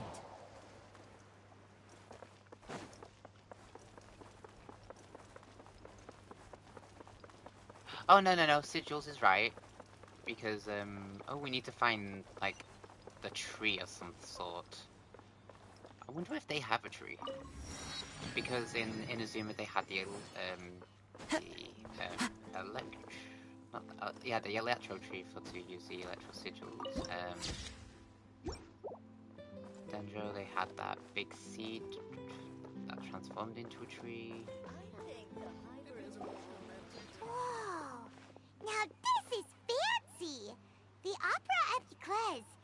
What a place to hold a performance! No wonder Linny and Lynette were looking forward to it. Huh. Looks like there's a lot of people standing around the fountain up ahead. Oh, Archon, please bless us with a bright and healthy child. We pray. I don't know why you always feel the need to ask so much. I'll be happy as long as our child is healthy and lives a peaceful life. I guess if they're our kid, then there's no doubt they'll turn out smart. Maybe this is one of the customs in Fontaine. There sure are a lot of couples here. Vache.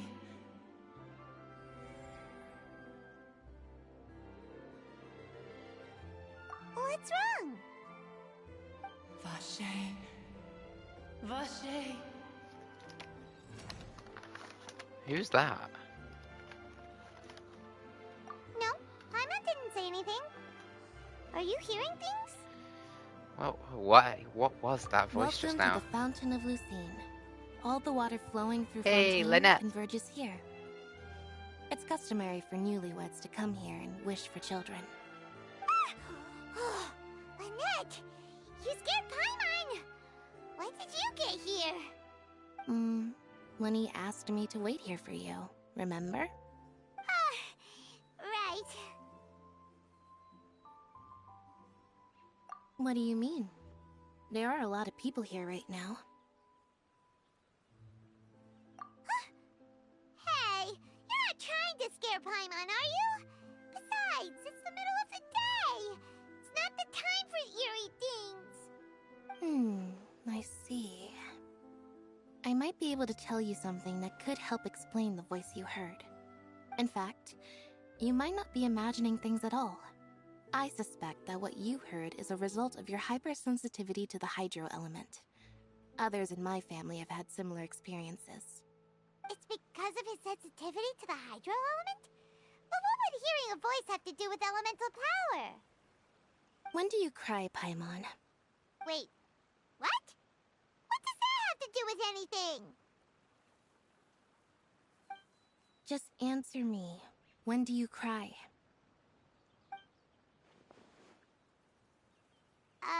When Paimon's really sad? Oh, and when Paimon's super happy. Oh, and also when Paimon's really, really scared. Then you should understand that tears contain your most intense emotions. Like I just mentioned, the Fountain of Lucine is where all the flowing water in Fontaine converges. Even the tears that fall to the ground will eventually gather here. So maybe what you heard was the intense emotion coming from someone's tears. So, what did the voice say?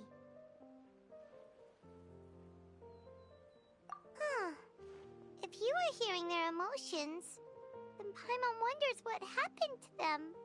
Rather than worrying about them, we should worry about my brother first. Don't let that calm look of his fool you. He tends to get pretty nervous just before a performance. So chatting with Lenny might help him relax a little before he goes on stage. Oh, right. That makes sense. Let's go in and see Lenny.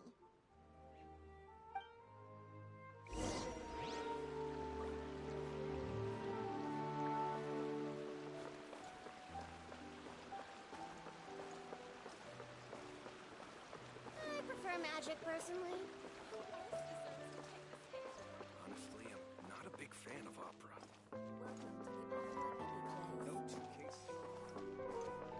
That guy was like, I'm not a big fan of opera.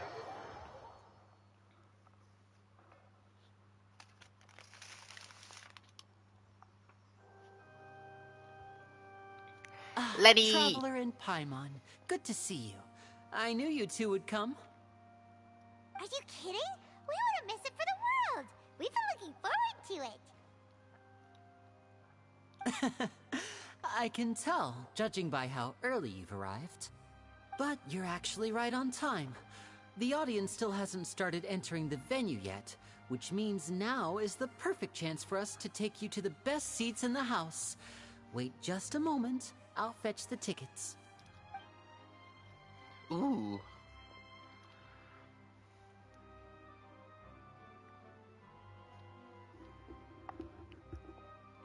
The Opera House has assigned seating, so you always have to make reservations. I've already reserved your seats, and here are your tickets. Ooh, front row Linny? Don't mention it. There's no need to keep thanking me. Hey, Linny! Could you come over here and take a look at this? Oh, I'll be right there. Seems there's an issue with the stage props over there. That's Cal, my assistant, calling me. I'll go lend him a hand. Okay, sure. Yeah, we'll just go to our seats. You go ahead, Linny. I think something spicy is going to happen. Haha, yeah.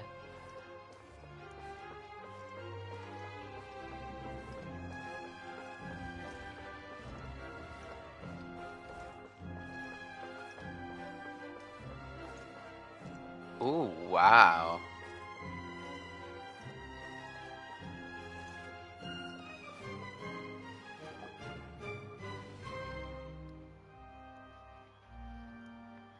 Oh, these should be our seats. Come on, let's sit down.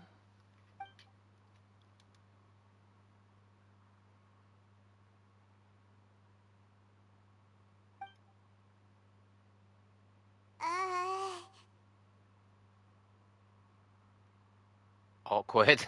Uh... Are you not going to sit, Paimon? Hey, Traveler. Maybe we should strike up a conversation with the person next to us. Since we're sitting together and the rest of the place is practically empty still. It's kinda awkward if we don't say anything. Isn't that your useless? Little... Of course you put this on Paimon. Excuse me, I did not realize you felt awkward. I am terribly sorry. I would be perfectly happy to chat with you if that is what you would like. Oh, so you heard all of that, did ya? Boy, you sure have good ears. Paimon thought she was keeping her voice down. Wait, that's not it. Paimon's sorry. Paimon's the one who was being rude, talking under her breath like that.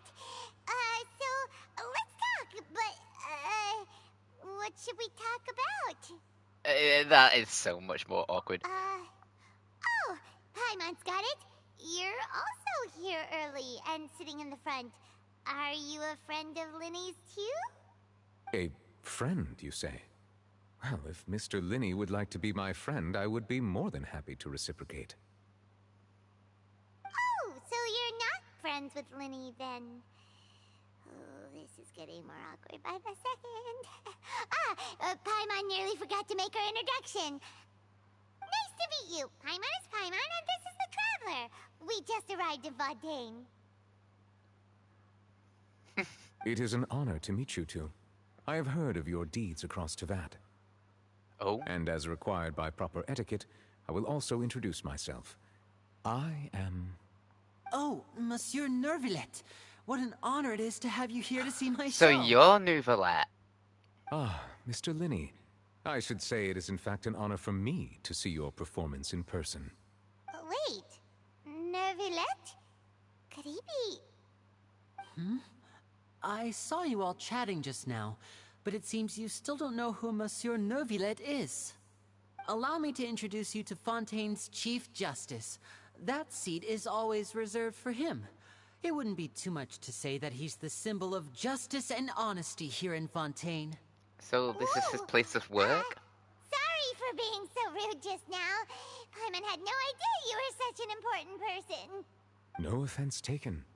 Being Chief Justice is merely what I do for work. Nearly every person has their usual reserved seat, so I'm not so special, really. And by the way, I should probably let you know, even though I would prefer not to. There's someone sitting up there in the VIP seats that has been striking a pose for quite a while now. I believe she is trying to give you a most elegant and impressive first impression. So I think you should take notice of her sooner rather than later.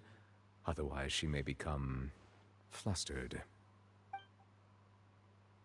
False law. Of Farina. Huh? Oh, it's Farina, the Hydro Archon. Huh. She sure has a smug and satisfied look on her face. Guess she has no idea that you saw right through her act. Very good. That is for the best. No need to pay her any more attention. We may now enjoy the show. Huh? So is this what things are like between the Chief Justice and the Hydro Archon? I kinda low-key like Nouvelet. I kinda dig him. But I don't like Farina or Focalor. I find her a bit too childish. All right, please wait just a moment longer. I've pretty much finished my preparations, and the performance will start as soon as the audience has made their way to their seats. Yay! The show's finally about to start! Paimon can hardly wait! Paimon's never seen a real live magic show before! The crowd enters the venue and opens the door. Oh, full house. Oh, here we go, guys. They're dimming the lights! The show must be starting!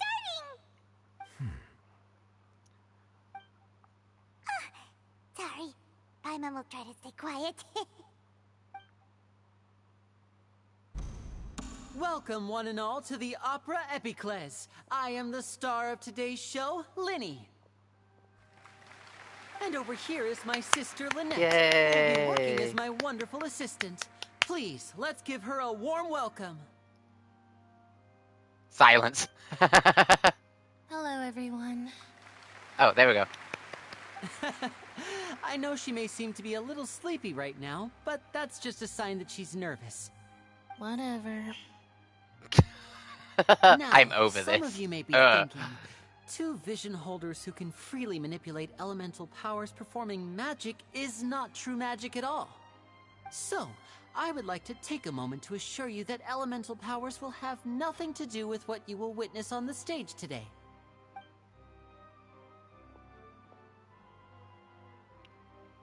Both Lynette and myself have removed our visions for the show. That way, even the gods won't be able to help us. Oh, good point. That's what makes the show real magic. Now, without further ado, let the show begin. Lynette will now exit the stage to make some preparations. I know you might miss her, but don't worry. She'll be coming right back on stage momentarily. Perhaps in an unexpected way. I'm sure she'll be stealing the spotlight soon enough. Oh, and before I forget, there's one more thing I should say. You never know what can happen in the blink of an eye. A magician's greatest skill is making things disappear. Ooh, yay, I was hoping appear. for this. The possibilities are endless. Ooh, the echo. Huh?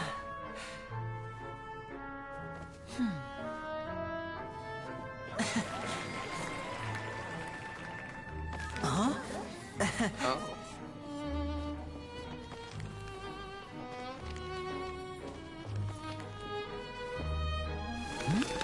Oh.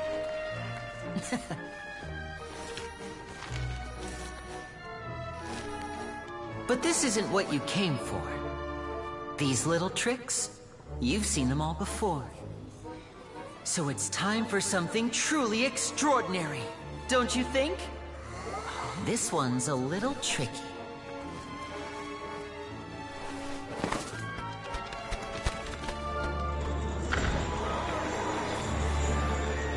Using this water tank, I shall make my sister vanish completely, right before your very eyes.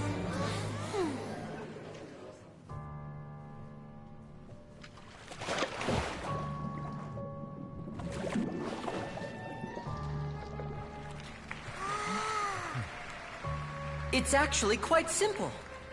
She'll just turn into air bubbles and float right out of the top.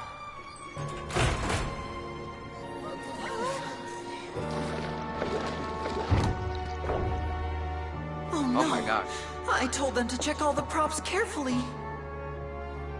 With the lid on, even air can't escape. An amateur magician would be getting very nervous right around now.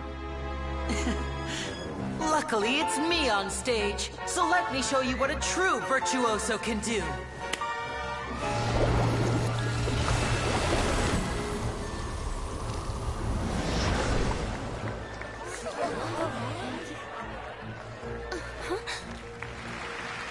Lynette, are you still there? Don't go too far. We don't want to use up all our magic. Hi, I'm back. Uh-huh. Oh.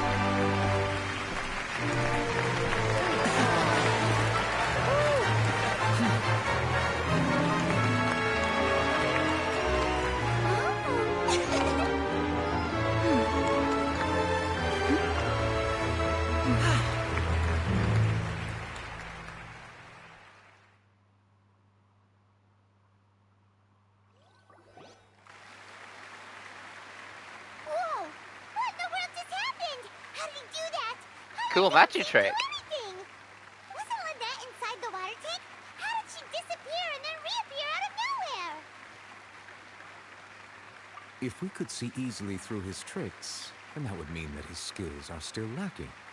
To appreciate magic, you should focus on the show happening on stage, rather than getting caught up in trying to see that which has been intentionally hidden. Guess you're right. Paimon couldn't believe her eyes when Lynette reappeared. Amazing! Thank you everyone. I'm glad you enjoyed that performance. But our magical journey has only just begun. I've prepared even more astonishing surprises for everyone here. The magic of transformation and disappearance can go far beyond what you've just seen. That's cool. I'm sure many of you are thinking that escaping the water tank was impressive enough. But Lynette is still my assistant after all. In which case, I have ample time to make all necessary preparations. So, for my next trick, I will require the participation of one lucky audience member. Please, if my assistants could bring out the magical boxes now. There are 2 boxes and only 2 boxes. One is here, and one is there in the aisle among the audience. Okay. I'm sure many of our clever audience members have already guessed our next magic trick. A swap! Our lucky audience member and I will each enter a magic box. After 1 minute, we will each emerge from the opposite box. Now please, everyone pay very close attention to the box you see here. Don't give me any chance to make a move. Wow! How's he gonna do this? Hey, do you think this is all magic tricks, or does Lenny have actual superpowers? Just watch and see Paimon. The lucky audience member will be generated by this random number selector. It selects numbers entirely at random. Even I don't know who will be chosen to participate. Now then, let's begin. Let me see. Oh, row 7, seat 3. Congratulations! You now have the chance to experience magic firsthand for an entire minute. Please, come forward. My assistant will take you beside the magic box. I'm sorry, it might be a little cramped inside, but no need to feel nervous. We've carefully arranged everything for you to be as comfortable as possible. You don't need to do anything, but no matter what strange things may happen, don't come out of the box. If the magic is interrupted, who knows where you might end up? You might even find yourself in the Fortress of Meripede. Oh, okay. Yeah, she's nervous. All right. Before I enter the magic box, there is one more thing I need to ask the audience to do. Could you all give me a countdown? Like this. 60, 59, 58. Just keep counting down. You can go a little faster or slower if you like. I won't be able to see anything in the pitch black box, so I'll be relying on your voices to know when time is up. Oh, and no tricks now. If you quickly count from 60 in just 30 seconds, then I'll be in a tough spot. Ooh! Paimon kinda wants to count faster after hearing him say that! I'm sure Lenny's prepared. No, that won't do. I can see it in your eyes. You still can't be trusted. Let's practice together. Come on, repeat after me. 60, 59, 58. 60, 59, 58! That's right, perfect. Keep it going. All right, I'll see you all on the other side once you've finished counting.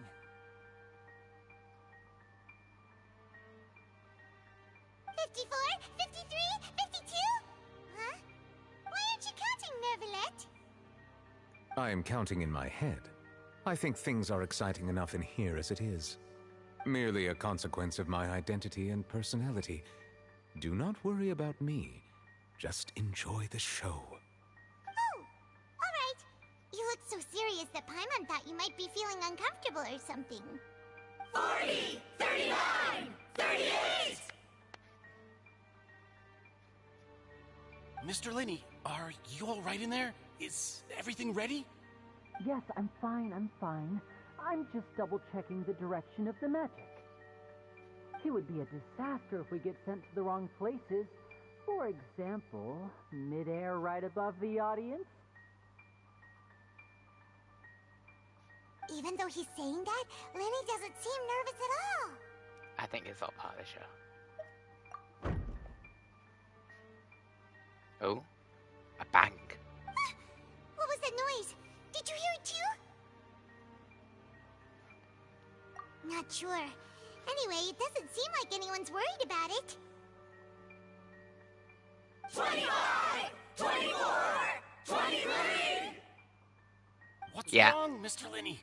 I can still hear you moving in there. I seem to have accidentally knocked over a decoration. I'm trying to fix it, but it's pitch black in here.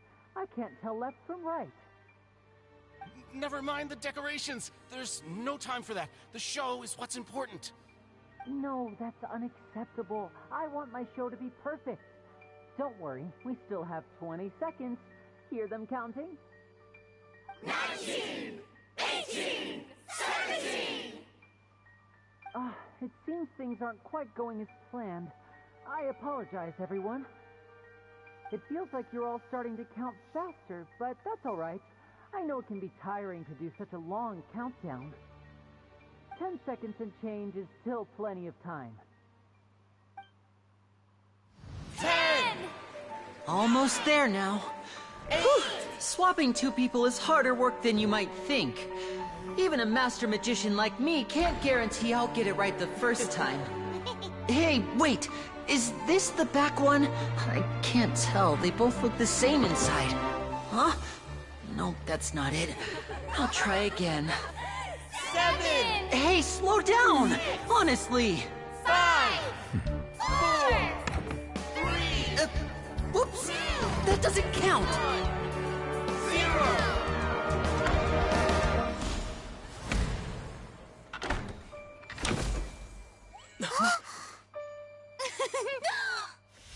Ta-da!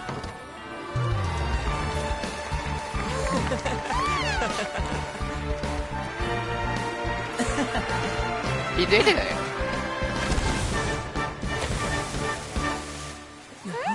Oh yeah, the audience member.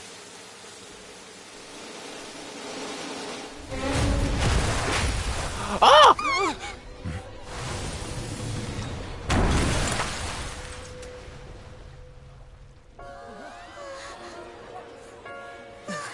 What happened?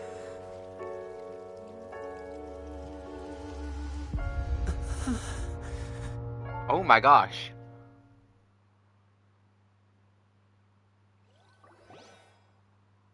Huh? Is this part of the show? Mr. Lenny, you're going to use magic to fix the stage now, right? What happened? Oh no. Maybe this isn't part of the show. The girl was still in that box, right? This performance is over. Medical staff with me. Guards, secure the scene and detain all the performers. Seal the exits. No one is allowed in or out at this time. Yes, that's right. If this was just an accident, then we must investigate the cause. But if this was all part of some scheme, then those accountable will not escape the judgment of the God of Justice. No need to be alarmed, you two. We'll get to the bottom of this soon enough.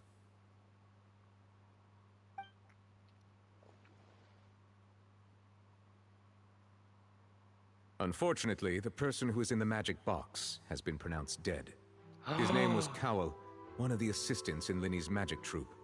Apparently, the fireworks on stage ignited the ropes that were suspending the water tank, which then caused the tank to fall onto the stage. As of now, we are still not sure why we found Cowell in the box, rather than the guest from the audience. And after an initial search of the area, the guards have confirmed that the girl is nowhere to be found. It appears that this incident was not merely some mishap with the performance. And there are many indications that it is connected with the case of the serial disappearances of young women. The serial disappearances case? That's the case that Charlotte mentioned before! In front of an audience, including the Archon and Chief of Justice. I know the truth. I can see through the whole thing. Really, using such a shallow and obvious mystery as his finale. Did he really underestimate us that badly? Is the Lenny the I say culprit? that our powerful magician, Mr. Lenny, is now the prime suspect for the serial disappearances case. Huh? Why me? This whole thing was an accident. No, this all occurred during your magic show, did it not? The missing girl disappeared after being chosen, did she not? The deceased is one of your assistants, is he not? Now that I think about it, that whole speech about magicians making things disappear was nothing more than a provocation, a bald-faced challenge. That can't be right! How can Lenny do this? He was in the box on the stage the entire time! We can even hear his voice! Besides, before the show, he told us that he would like to catch the criminal behind the disappearances! He couldn't possibly mean catching himself! He's a suspect at cast. It's hard to believe all this happened during the show. Save discussion for a later time, please. Lady Farina, may I assume that your comments just now constitute an accusation against Mr. Lenny and his associates, and that you are pressing charges? Huh? I just think that he... Well, I think it might be a little early to talk about formally pressing charges. But what Lady Farina said just now makes perfect sense. Looks like she's gonna personally deliver justice. A kidnapping and murder carried out under the cover of a magic show. Lady Farina said it all. I mean, of course, my dear people. But what excites me even more than the obvious truth before our eyes is the opponent I'll be facing. That's right. I mean you, Traveler. You'll support Lenny, won't you? After all, he was the one who helped you the first time we met. You trust Lenny? Then there's no problem at all. You know, the Traveler and I already had a duel the first time we met. Did we now? But with Lenny's help, our little duel ended in a draw. But draws really are the most boring possible outcome. So, no more draws. Between the two of us, there must be a clear winner and loser. And what better place to hold such a riveting showdown and decide the true victor than here, on the grandest of stages, the Opera Epiclese. Huh? It wasn't a draw. She obviously lost last time. I understand. Charges have now been pressed, and as such, a trial is in order. Well, Traveler, seems Lady Farina has set you in her sights. But putting her dramatic rhetoric aside for a moment, I would like to ask you, are you willing to act as Mr. Lenny's attorney and defend him in this case? I guess we are. Very well.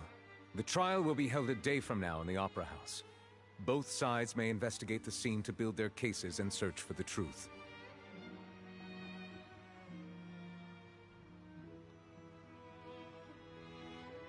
Lenny and his troupe are all potential suspects and shall remain within the Opera House. The audience may begin to leave in an orderly fashion once they have been cleared by the guards. A day isn't that long. Let's see what kind of case this big shot outlander can build in such a short amount of time. I'm really quite looking forward to hearing it. Ooh. Lenny!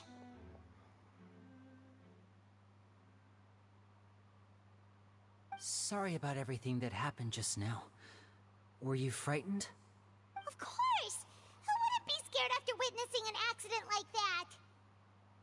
Or a death, for that matter. Yeah, I'm a little shaken up myself. How could this happen? And poor Cal. I know you already claimed that you would defend me, but now it's just us talking. Tell me, do you think I could possibly be the murderer? No. Good to hear. Thank you so much for trusting me. I'm sure Well, we all know everyone that sees there me as is the biggest accidents in suspect at this magic point. shows. There's been several But if over you the ask years. me, the whole IRL. thing is mysteries layered upon mysteries, such that all that's left is confusion. I don't know whether what happened there on the stage was purely an accident or not, and I don't know why poor Cal was in the box. As for how that girl chosen from the audience could suddenly disappear, I'm afraid I don't have any answers either. If someone tampered with my performance, then we need to figure out what they did. Even a skilled and knowledgeable magician like myself couldn't pull all that off in just 1 minute. But there's no denying about what happened. Which is precisely why we need to investigate. As this book says, the impossible could not have happened. Whatever happened must have been that which is possible. Where did you get those glasses from, Paimon? Paimon bought them when we were reading at the bookshop in the city earlier. Pretty cool, huh? You have Don't money. worry. Paimon used her own savings to buy them. It wasn't from our travel funds. I think they look cute on you, Paimon. You have good taste, Lynette.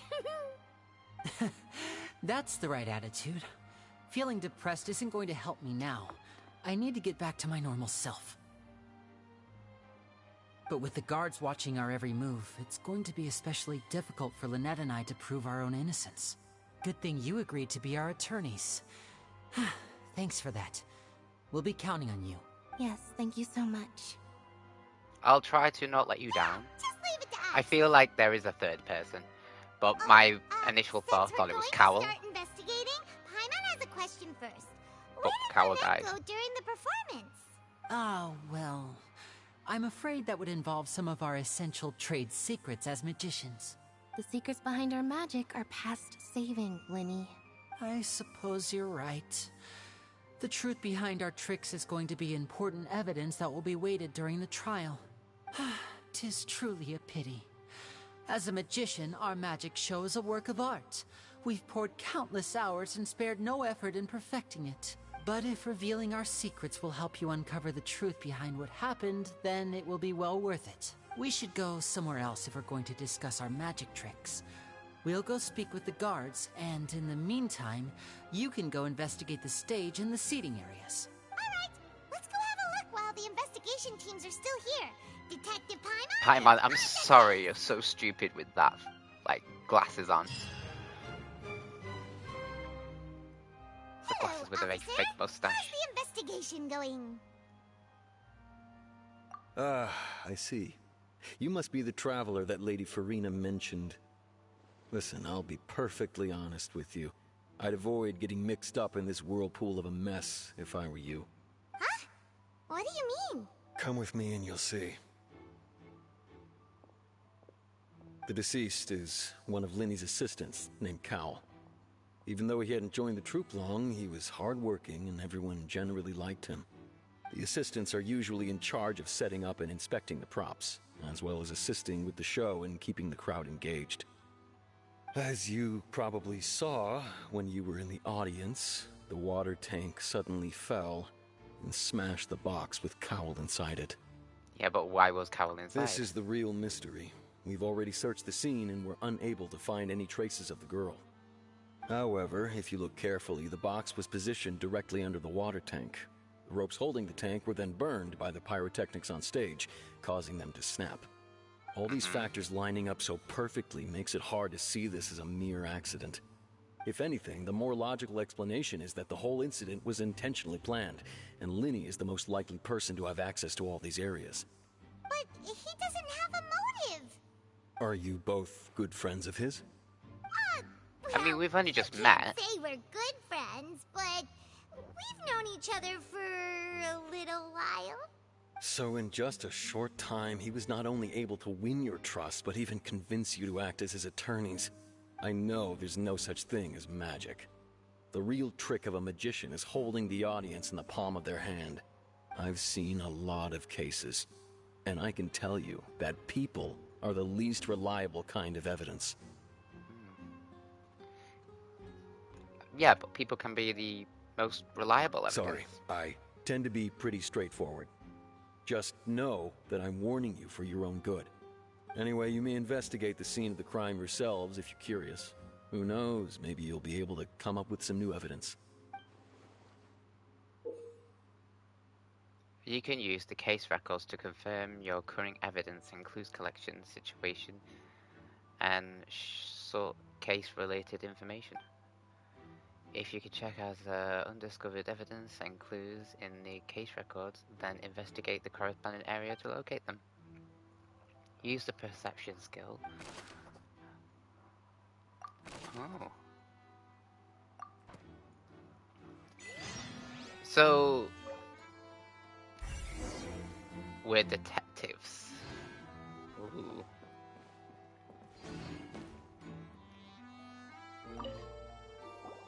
So this is the rope that broke and caused the water tank to fall. Interesting. The rope looks pretty durable. How can it be burned through so quickly by fireworks? Why are you suddenly so serious, Traveler?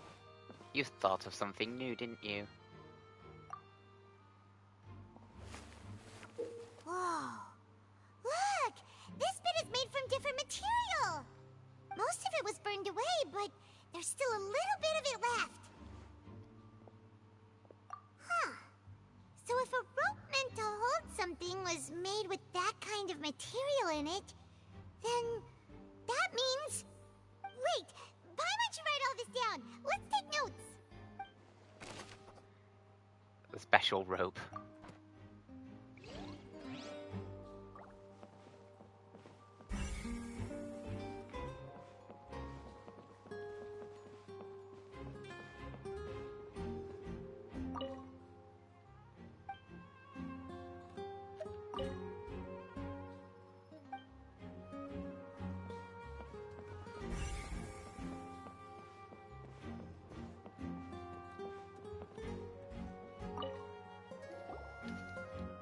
The investigation team has some new findings.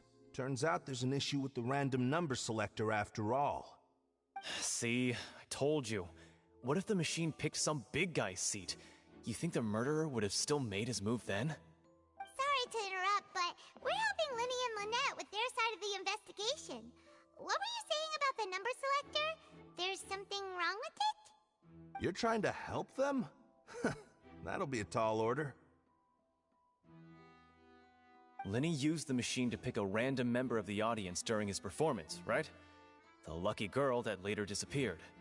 Well, we thought there might be a serious problem with the machine, so we had it taken away for further inspection. It turns out that the seat number it picked wasn't random at all. The machine picks that same number every time. I'm sure you already know that you have to make a reservation in advance to get a seat, regardless of whether it's a trial or some performance. In other words, Linny knew who would be sitting where from the very beginning. That much checks out.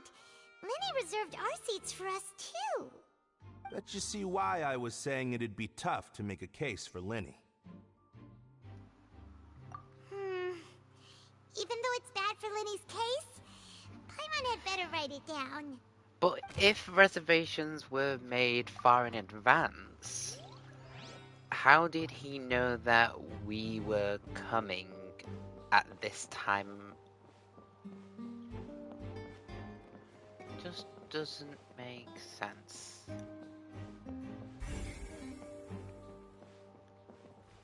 Hello there! What are you investigating? Oh, this location has also been cordoned off because the Magic Troop members are currently considered prime suspects. The investigation team is still collecting evidence.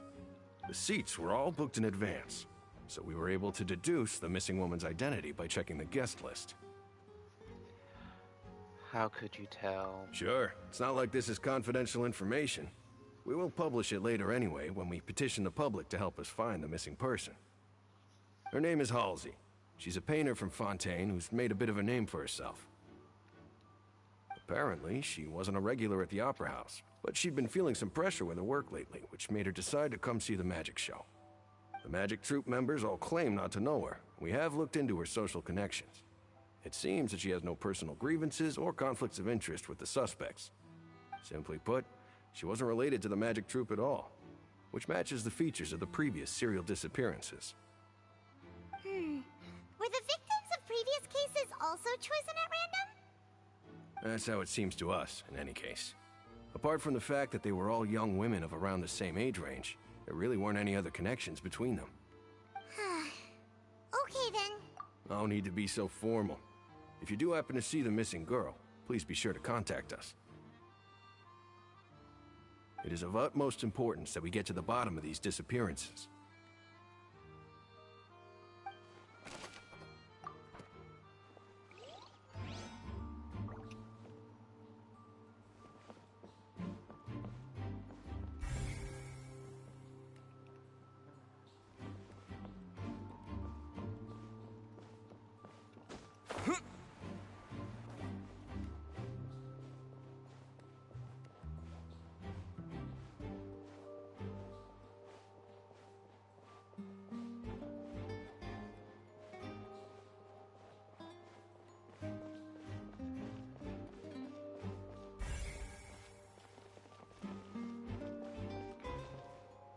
Lenny's still talking to the guards. It seems he'll have a lot of explaining to do. I think someone will be assigned to monitor us later, but that's alright.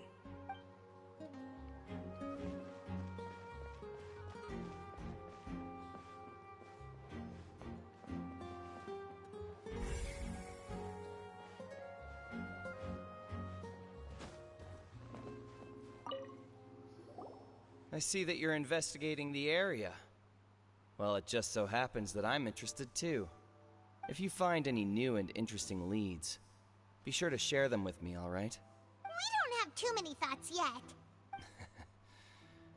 Then why don't I tell you my hypothesis first? The way I see it. And I'll start it with that loud thud. The thud? Oh, you mean the sound that happened during the countdown? Yes, exactly. It wasn't terribly loud, but I suspect that most people heard it. It's just that everyone was awaiting the results of Lenny's trick with bated breath, so no one paid it much mind. But now that the incident has happened, the thud has become an important clue. That makes sense. So, what do you make of it? I'm of the opinion that it may have been the sound of Lenny's accomplice. Lynette, perhaps. Jumping atop the water tank, or something like that. And when the pyrotechnics went off, she cut the rope, sending the water tank crashing down. But wasn't the noise we heard too loud for that? Perhaps the balance wasn't right, leading to a particularly rough landing.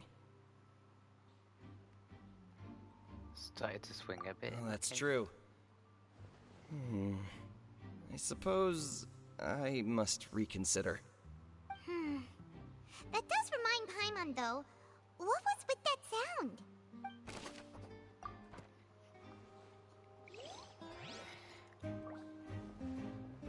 Lenny said it was just a prop inside the casket.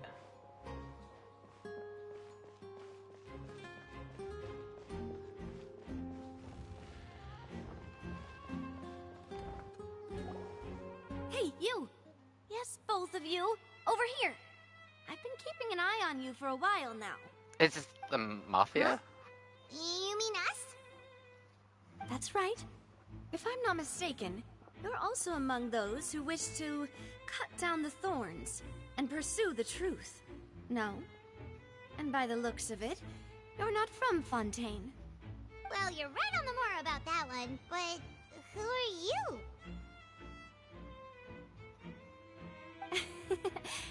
Have you never heard of the Spina di Rosula? No. From mediating disputes and providing protection to solving conundrums, you name it, Spina di Rosula does it. And I, Navia, have the honor of being its renowned president. Okay. Hi, Navia. Though those who play by our rules call me boss. I'm Silver, her attendant. Pleased to meet you. And I'm Melus. Demoiselle's various daily needs and affairs are under my purview. Huh? Boss? Demoiselle? What gives with the names? Well, I am the second generation president. Malus and the others are still used to my previous title. My apologies, Demoiselle. Should you prefer, boss, I will endeavor to use that instead. No, no need. You don't have to call me boss. Just Navia is fine. Okay, if you say so. Not that we're members of Spina di Rosula anyway. All merely trifling details. Never mind. Now, back to the situation at hand. So you want to investigate as well? That's right. I've always kept an eye on the serial disappearance cases. My interest stems from a matter back from my father's time. Judging from the look of things, I find Linny an unlikely mastermind. Really? We think so too! That's why we're looking for clues now.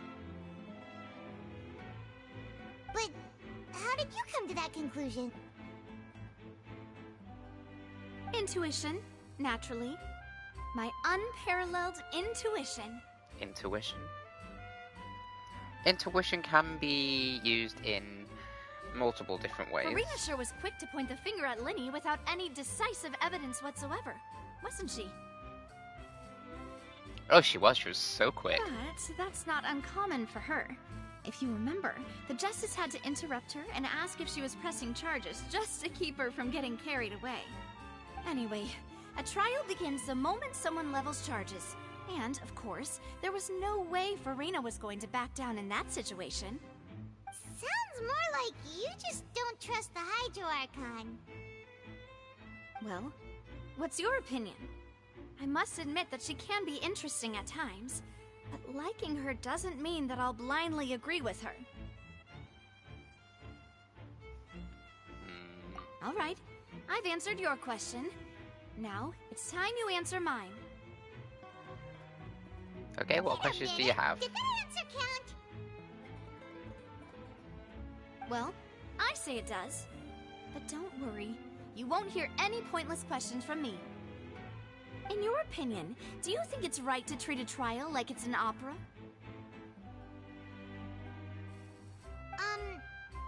Well? Not really. And why would that be? Because during it was...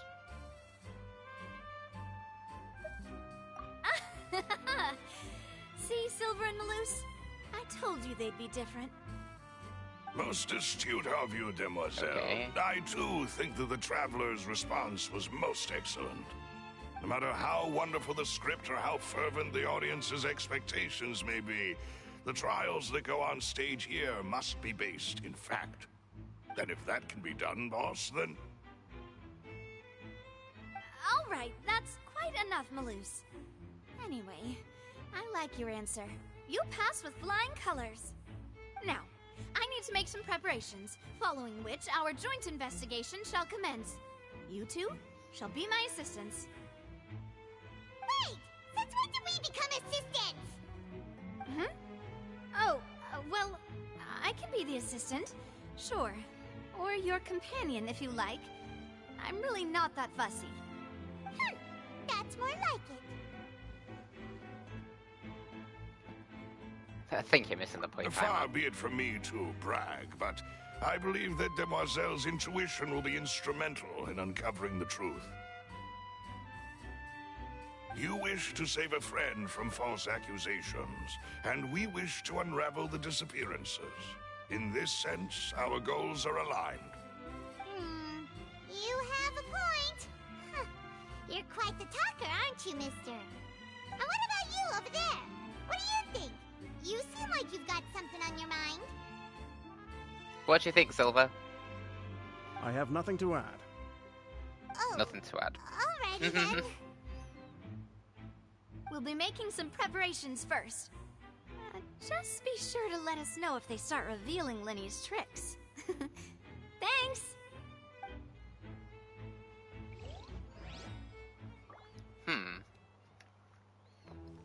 Interesting conversation that we just had. You. Sorry, but no one can freely enter or exit the Opera House at the moment. If you wish to leave, you must register your identity with us first. No, we're not leaving. We're representing Linny and Lynette as attorneys, so we're investigating the case. Were you always guarding this entrance? Yes. After the Chief Justice gave the order, everyone coming in or out must undergo a strict inspection. So, the missing girl couldn't have left from here. At least, not from that point on.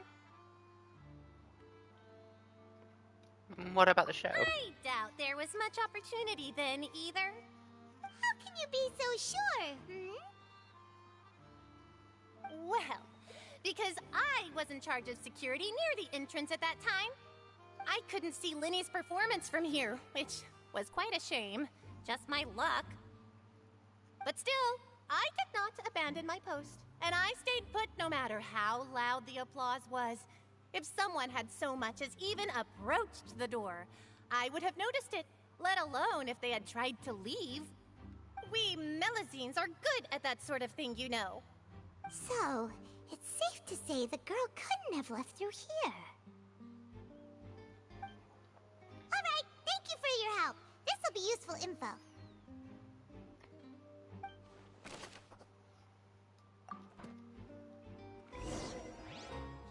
We've checked everything of note here at the performance venue.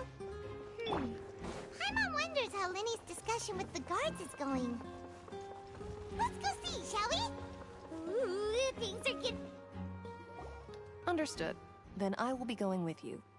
Just so you're aware, I will be monitoring your actions and making notes as necessary. Very good. Thanks for being so agreeable. I'd pull a rose out of my hat as a gift for you if I could. You may spare the pleasantries. I'm just doing my job. You've arrived. Who's this? Me?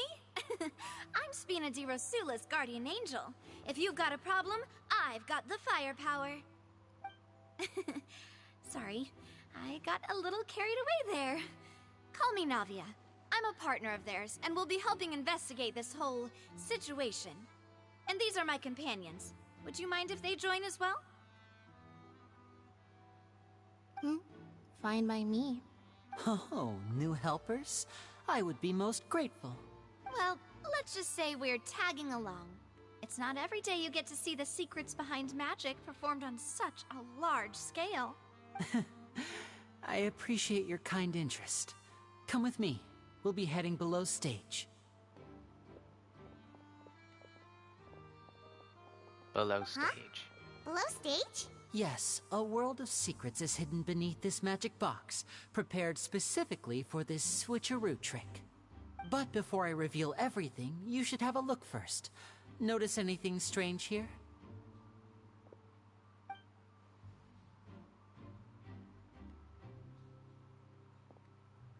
I'm not trying to be dramatic. Remembering the details of a trick will help you understand the methods used to perform it more easily.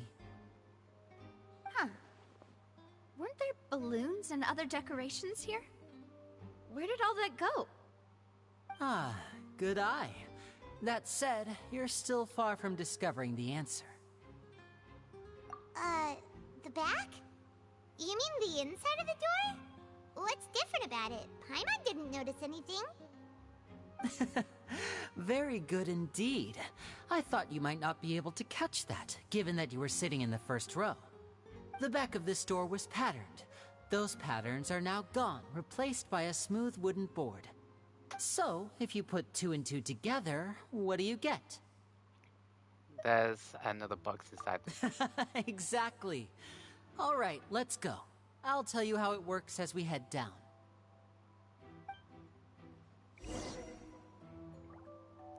Oh, so there was a passageway under the magic box! I thought as much. I knew you'd figure out most of it as soon as you saw this place.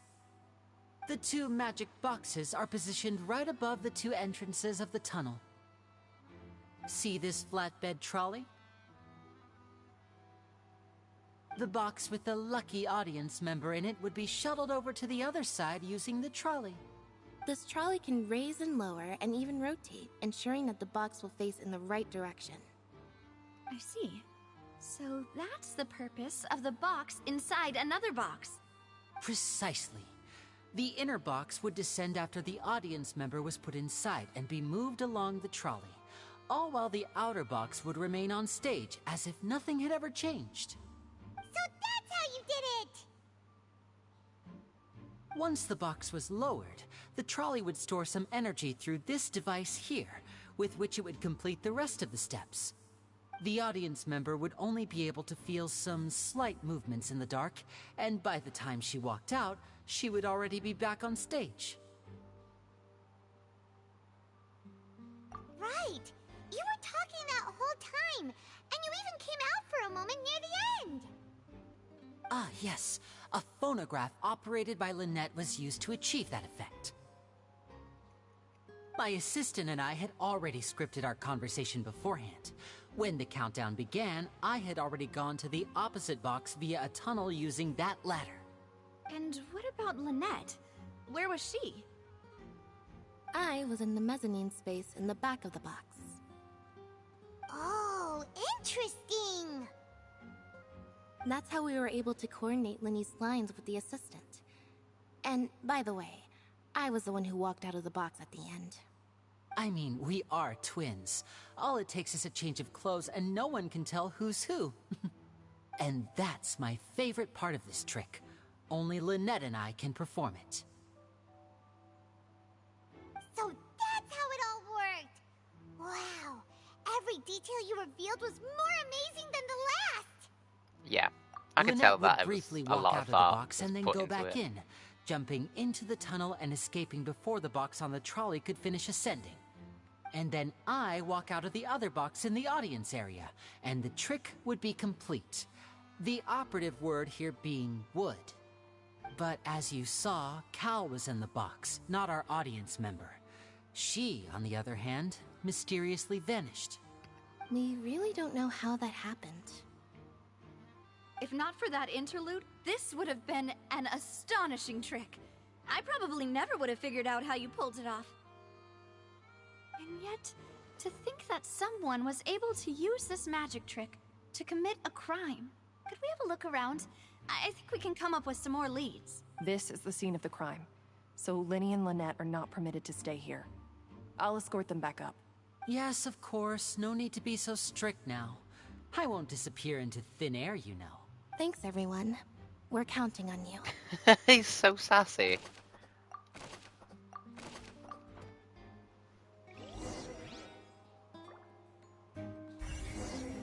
Ooh, there's plenty here.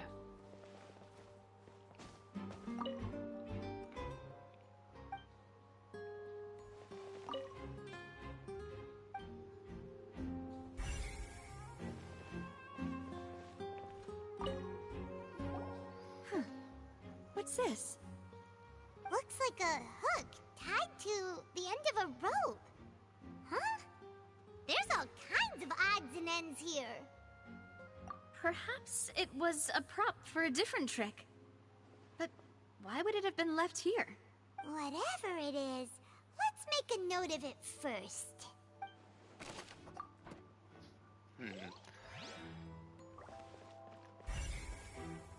Seems like a fight happened here. The floor is wet. Please be careful not to slip. Speaking of which, why would there be water here? Oh, Paimon knows! It's one of those tricks where you pour water into a jug and then flip the jug over only for the water to disappear? And here's a broken vase. Huh. Did the trolley knock it down while moving? That can't be. The trolley moves along tracks from start to finish. It couldn't have hit the vase at this distance. Let's note this down too and...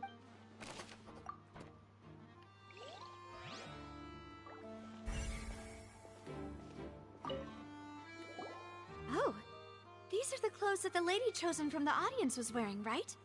Her clothes are here, but she's nowhere to be found. Right. And do you really need to do that if you're kidnapping them? Ugh, this is so confusing. Paimon doesn't want to be a detective anymore.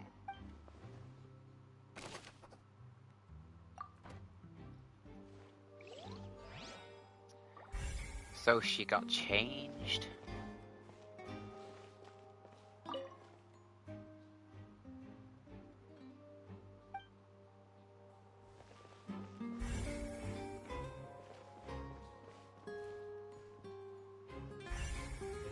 And there's more magical.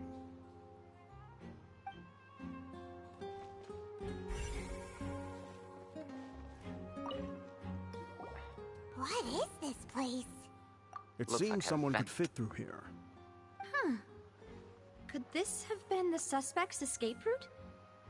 Alone, I'm perhaps. guessing that's the case. But if they had to pull another person with them, the space would be too narrow. But there are no other ways in or out of here. Other than those get through the box. Oh, you're right. Let Paimon write that down.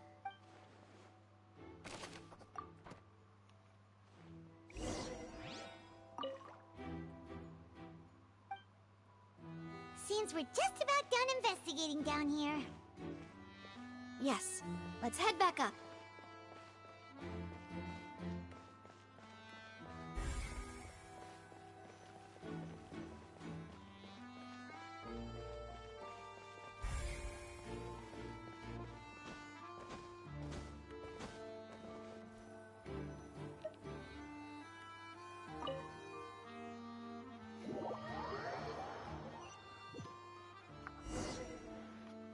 Well, we've ascertained the state of the crime scene. Let's find a place to sort out our findings once Malus returns. Seems to me that there are several things that don't add up here. Apologies for the wait, demoiselle. I So, have what did the I guards have say? a Did the suspicion. criminal escape through the vent?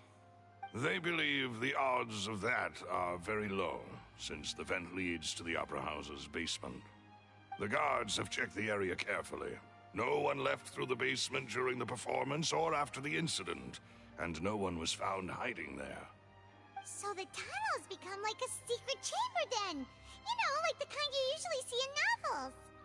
As I was saying, there must have been a fight of some altercation, which is why the vase broke.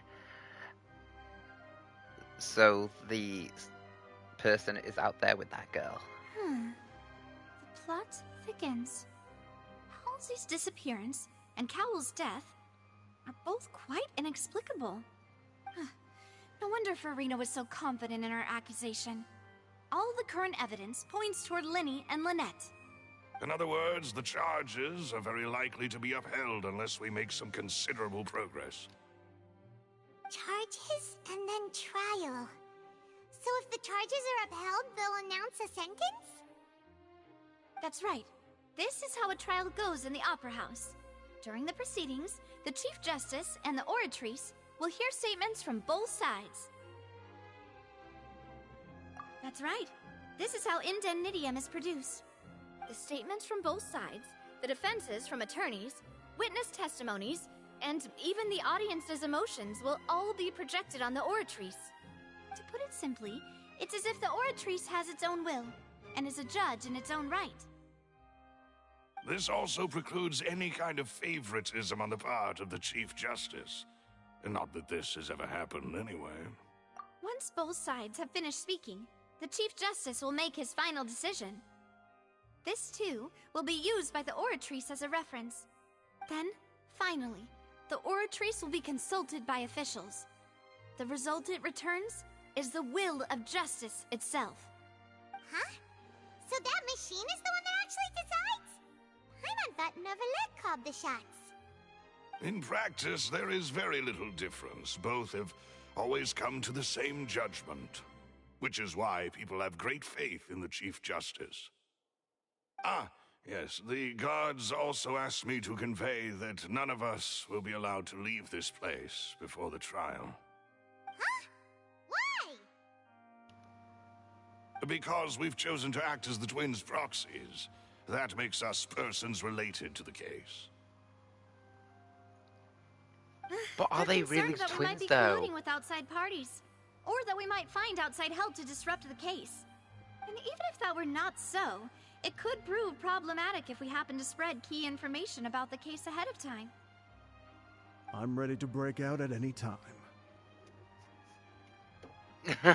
There's no need for that! Paimon thinks they have a point. That said, are they providing food? Paimon's always thinking Of about course. food. I just hope you don't mind the lack of options. I'm afraid that catering to all tastes is not in the cards, nor is any guarantee of balanced nutrition. In that case, let's just sort out our findings together here. Pity. I was hoping to take you to try some of Fontaine's famous desserts, too. I mean, what better way to properly think through our findings than over some tea and sweets? Oh, yes, that'd be lovely. Breaking out suddenly doesn't seem like such a bad idea after all. Paimon. Just kidding, just kidding. Paimon will still do her best, even if there are no snacks. We'll be fine. What do you mean, no snacks? Of course we'll have snacks. If we cannot buy some, then we'll simply make some. Huh? Here? But how? Understood, demoiselle. Everyone, please come with me. Do you have an oven? Wait, you're carrying a portable stove with you? No way. Yes, I must be prepared to meet the demoiselle's baking needs whenever the fancy strikes her. I have eggs, sugar, and almonds at the ready. Good work, you two. Then I'll get to it. Please sit tight for a moment. You'll get to taste my awesome snacks soon enough. How do you even carry that with you? Must be a thing.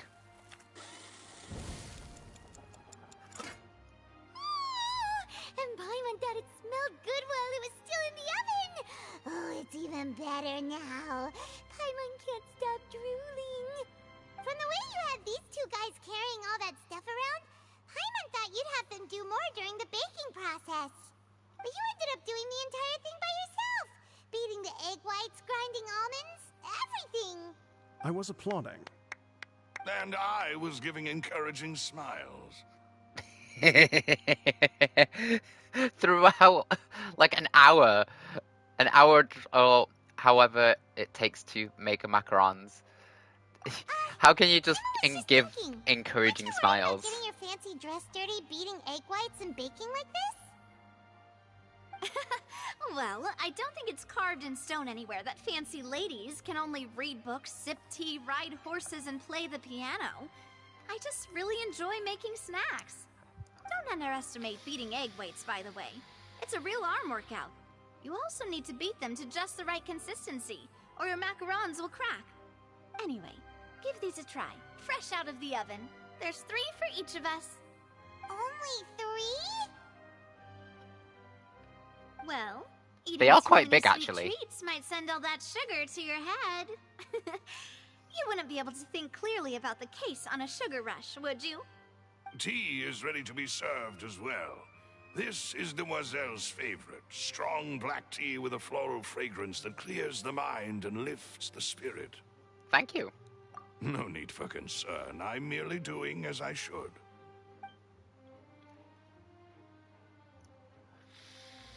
All right then. Down to business. As Paimon mentioned previously, the tunnel seems to be something of a secret chamber.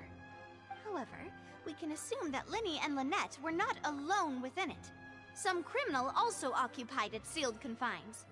The magician twins could have committed the crimes, of course, but they lack any logical motive. Exactly! Why would they do such a thing right when everyone was watching? We're left with the other two people, the missing girl and the The deceased. flower vase and the thud we heard during the performance could indicate some altercation between Halsey and the criminal in the tunnel, resulting in the shattering of the vase, the discarding of her clothes, and her abduction. Perhaps the criminal thought that since she was chosen from the crowd, she would be too easy to identify if she was still wearing the same clothes. Paimon thinks that makes sense, but the real trouble is... Yeah, there's no evidence that the third person True. exists. None of the clues we found thus far support the existence of this third person. But the only people left to consider are both technically victims, whether it's the missing girl, Halsey, or poor Cowl. Huh. Could Halsey have secretly made modifications to the magic props in order to murder Cowl before making her escape? That's right. And even if she had tampered with the setup, she would need to understand the entire trick to pull it off. Nor does she have any motive. The guard said that she has never had any dealings with the magic troop's members. Were we not thorough enough in our search? From the sound of things, this is turning into an impossible case. Your macarons are amazing though, Navia. They smell great! They're nice and crisp and super sweet! They are my specialty after all. And Paimon's I already see ate hers. You've already had 5 of them. What? 5? Oh, that can't be right. Paimon only counted 3, honest! Please don't worry about it. At my age, a few less sweets might actually be a good thing. No! Being greedy is one thing, but Paimon knows how to count. Besides, Paimon knows that if she ate too many, then others wouldn't have enough. Hey, it's fine. You ate them. Wait, even you don't believe Paimon? How could you? If Paimon ate those 2 extra macarons, then may they turn into stone in her stomach! All right, we get it. Well, I suppose one of us might have gotten too engrossed in our chat and eaten them by mistake. No big deal. Maloose, set up the stove again if you would. Huh? What are you doing? Making sure everyone gets 3 macarons, of course. Exactly. We don't want to trouble you. As you wish, demoiselle. And I have the egg, sugar, and almonds. At the ready. Well, this really is your hobby, huh?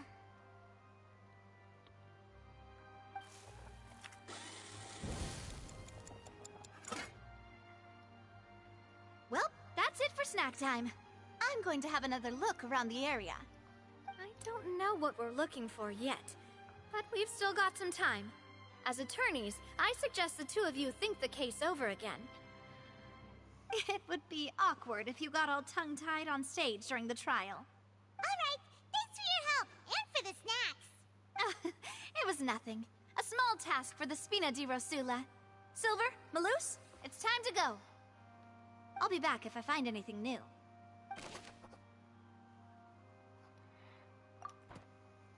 What would you think about the possible third person? Alright, it's time to put our heads together. We've got to get our defense ready for the trial.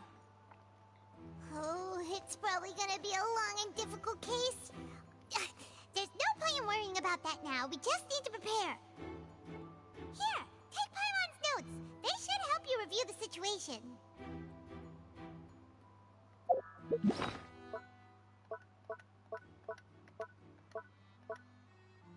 Where's the book? Ah, there it is. Whoever the murderer was, this is probably a prop too. Oh, look. Why would it be him? Gosh, no wonder the serial disappearances never got solved. Gosh. We are the poor and their kid. That's We're missing one thing. digging a tunnel just for a magic trick? Whew, that must have been a lot of work. We're missing one. Can I still do the clues? No, I can't.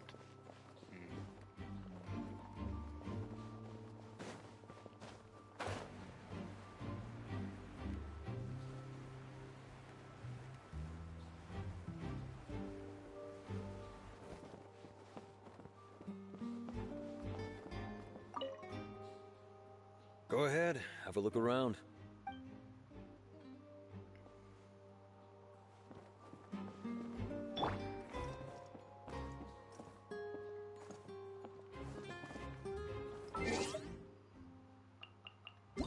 Got another mail.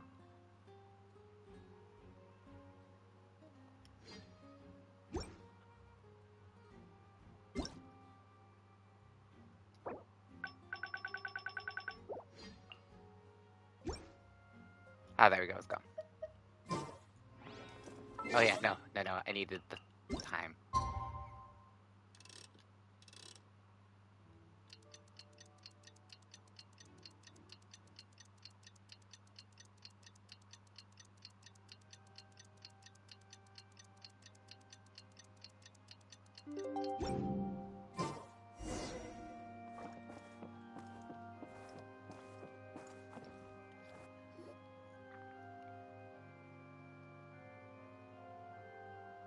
Do? The whole situation is so confusing. Good plan. Impossible things don't just happen. We'll get to the truth one way or another. Just relax. Even if everyone else suspects Lenny and Lynette, at least we will be supporting them from the stands. Besides, I doubt Farina understands any more about what happened than we do. Thanks, Navia. Well, we'll be going then. Best of luck to you.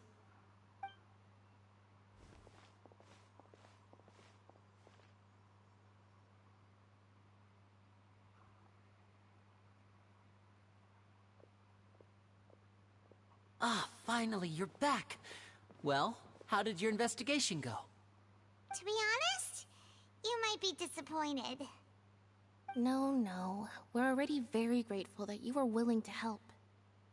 Well now, don't you all look disappointed. Don't tell me that your investigation came up empty-handed.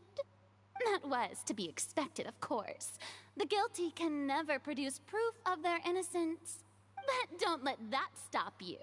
I shall be terribly disappointed should you, my most anticipated foe, concede so easily. Since both parties are present, I declare that the trial regarding the magic show incident is now in session. Firstly, in order for the audience to understand the causes and results of the incident, could we please have Mr. Linney explain the trick? Yes, of course. I will explain while Lynette demonstrates on stage. All the necessary items have been prepared.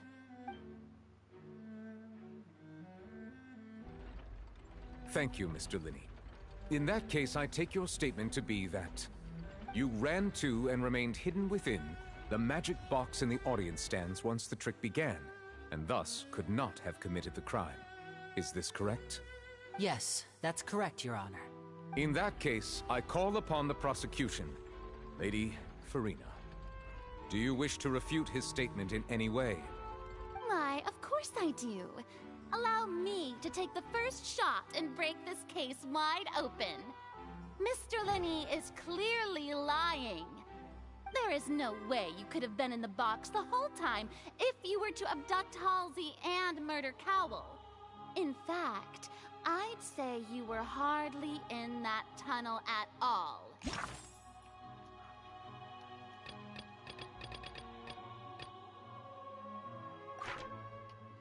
That is simply your hypothesis based on the presumption that I'm guilty.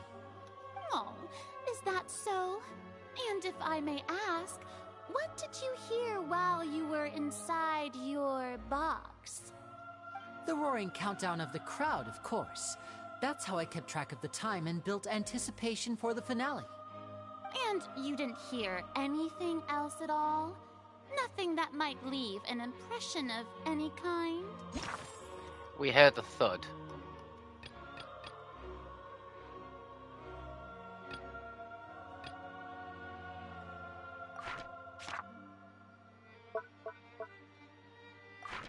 No, nothing. I see. But when the count reached 30 seconds or so, there was a thud. One so loud that I believe practically everyone heard it. Huh? Hey, hang on. Something's not right here.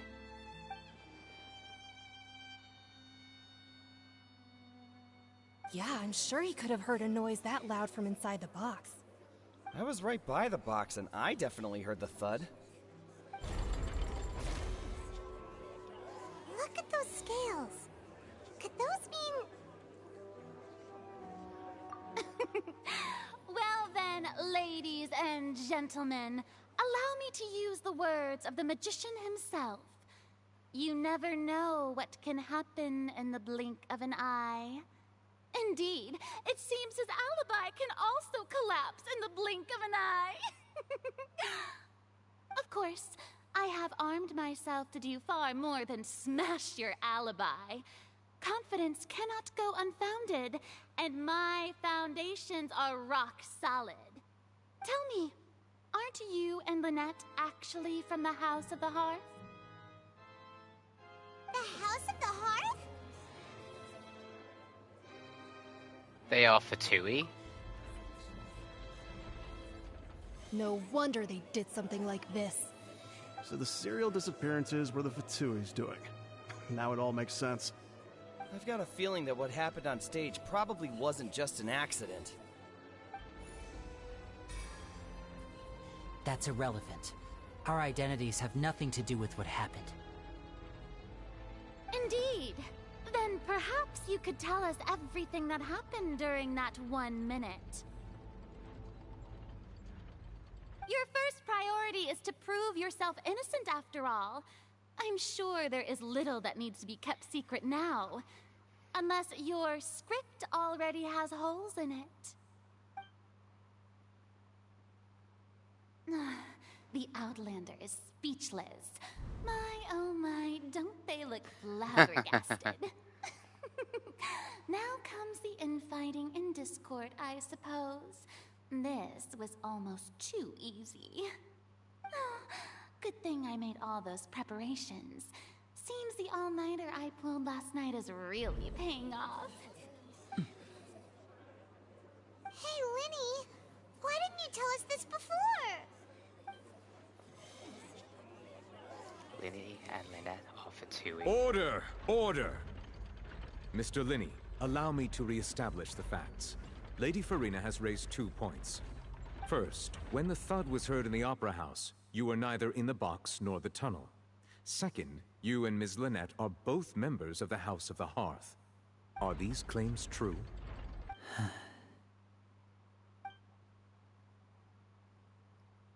There's no doubt about a magician's ability to con others, given how Linny has concealed his identity. This could all have been a setup beforehand.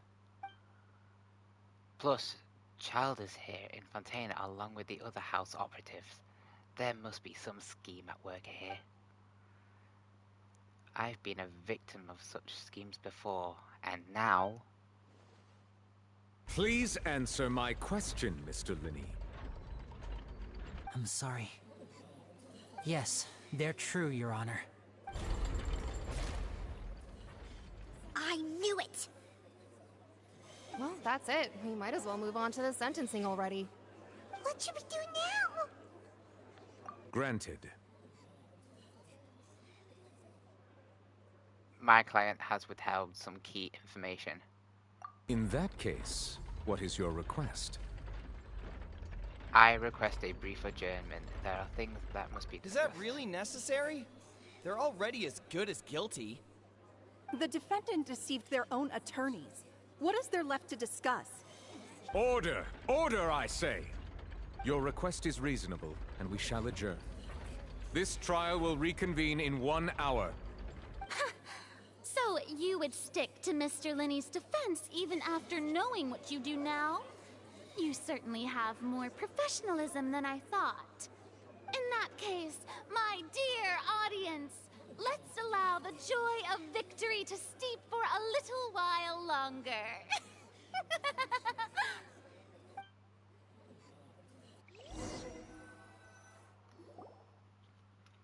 While the court is adjourned, you meet Lenny and Lynette.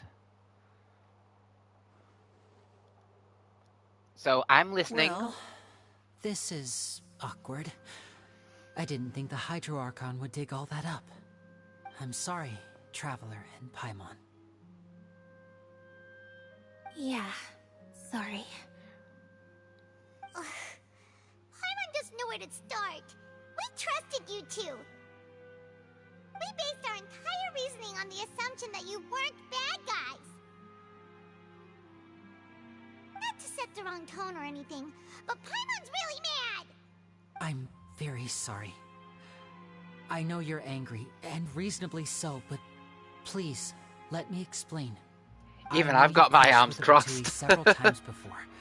I wouldn't be surprised if just hearing the word is enough to make you upset. But our organization is very, very large, and the Harbingers have very different personalities and goals. Right now, we want to save people. As many as we can. That's right. I'm sure we're on the same page when it comes to this nation and the disaster that its people might face. I knew if it weren't for our respective identities, we could become good friends.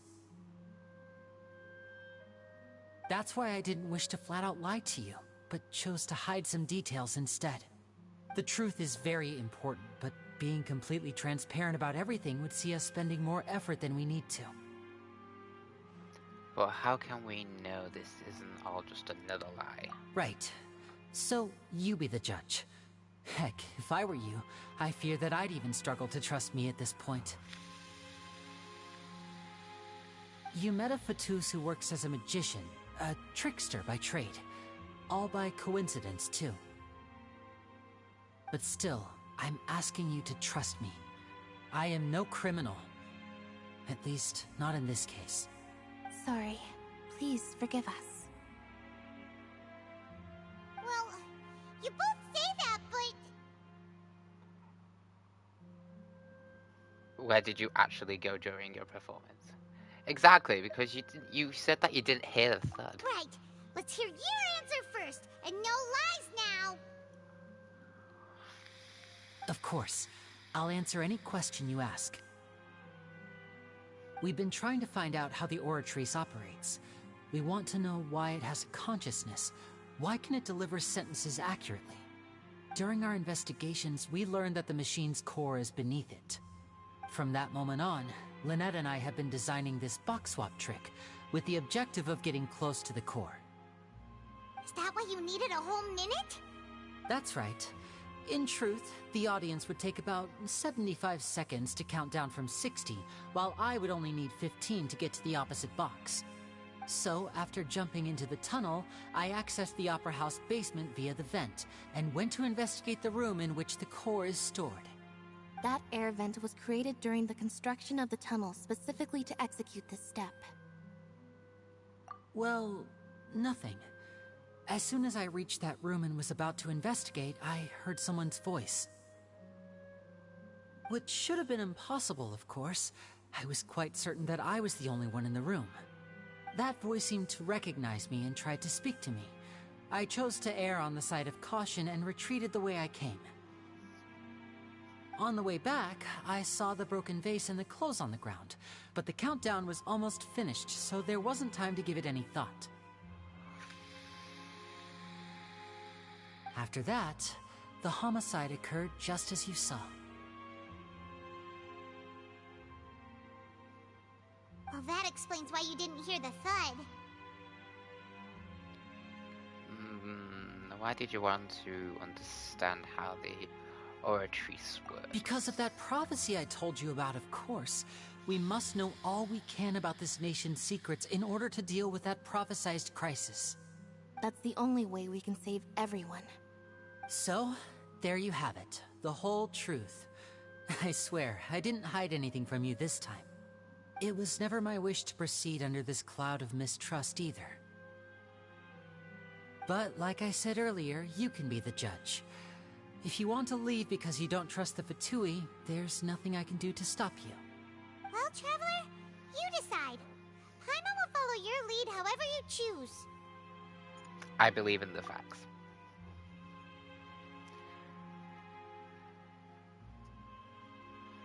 I will defend you from these charges. I believe that the judgment will be dispensed as it should. Okay, thank you. Thanks for giving us a chance. The current problem is that the scales are tipped pretty badly against you two. If we want to refute the Hydro Archon's accusations, we're gonna need a seriously watertight defense. Actually, we already have the key evidence we need. The adjournment's almost over. Let's go back. Oh, Paimon thinks she gets what you mean. Lenny's statement.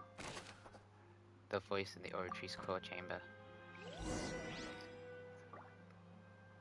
Are you saying it's Focalor? No, because she was there.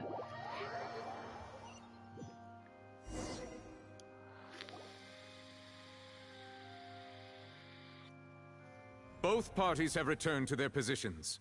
Let us continue the trial. When last we left off, Mr. Linney acknowledged the new evidence presented by Lady Farina as fact.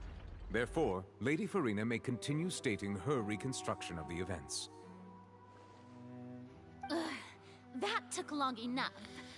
Now then, if everyone would lend me their attention. At this stage, let's revisit that scene from Linney's perspective.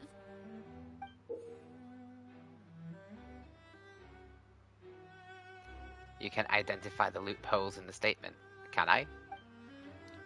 Use evidence and clues obtained during the investigation to refute any erroneous assertions of fact and replace them with the new inferences.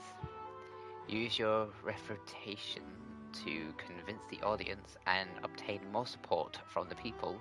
The oratories will display such swift... Oh... When you find and refute all incorrect content, you can complete the circle of refutation and unveil the truth. Ooh. As the countdown began, he entered the tunnel. Oh gosh. When the flatbed trolley passed, he opened the box and got into an altercation with Halsey, which caused the loud thud.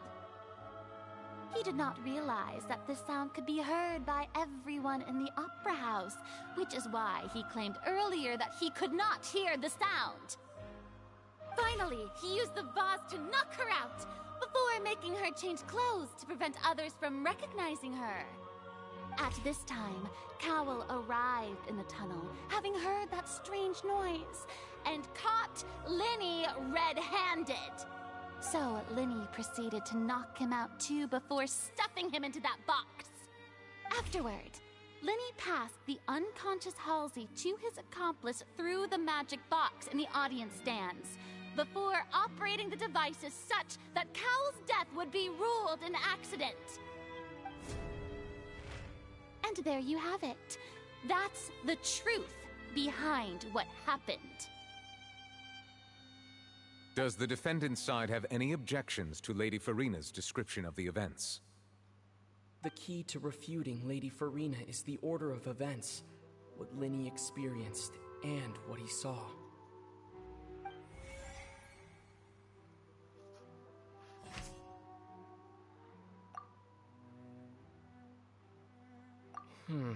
Seems this won't produce a particularly effective rebuttal.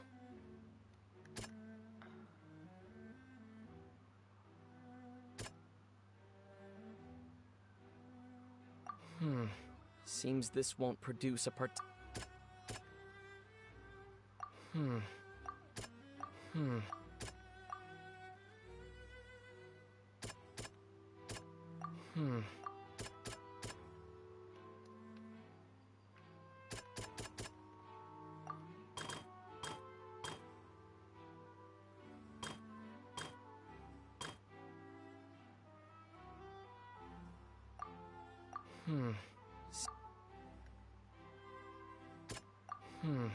Seems this one.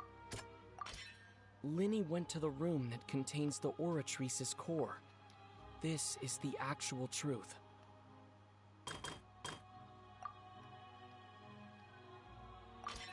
According to Linny, he left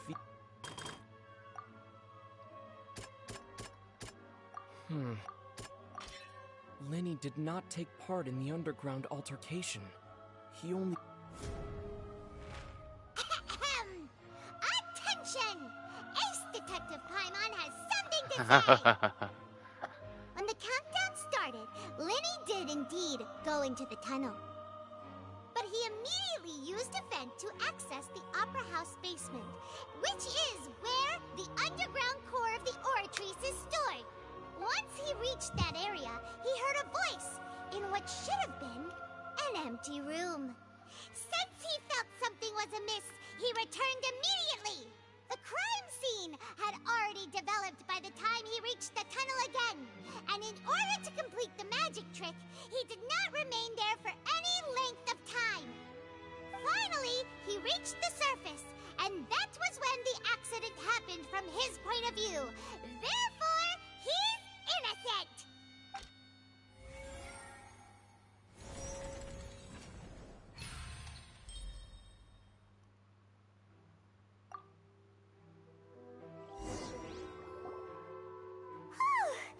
Paimon did it! Paimon actually managed to say all that! Wasn't it awesome? In other words, you believe that he knew nothing of the incident?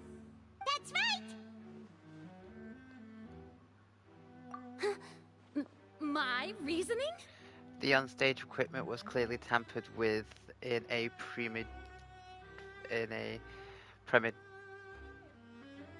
premeditated fashion. I almost couldn't read that word then.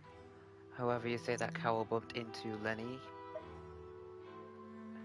If that's the case, then if Cowell hadn't entered the tunnel, who was the entire setup meant to kill? Assuming that what you say is true, Linny only needed to kidnap the young girl to cause a new disappearance case. What would the point of killing someone on stage be? Oh, they have a point. That's right, you tell them!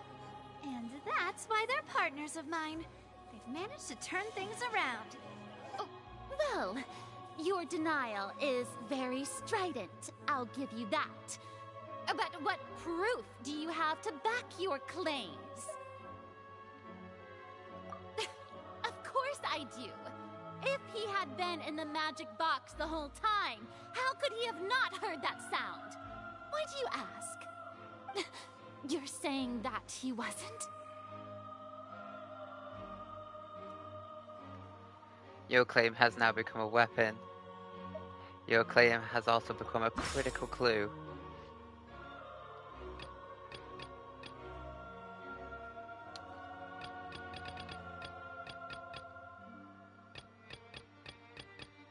Are you sure we don't need to give this more thought? Paimon thinks there's something off here.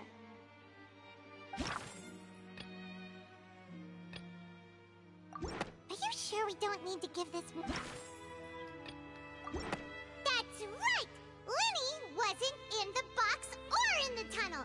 That's why he didn't hear anything strange during the performance. This means that when the crime happened, Linny had already entered the basement via the vent. The same clue you used to disprove his alibi has now become the best proof! How do you like that? Well played. To think you'd use such logic. Well then, if it wasn't Linny who committed the crimes, then who was it?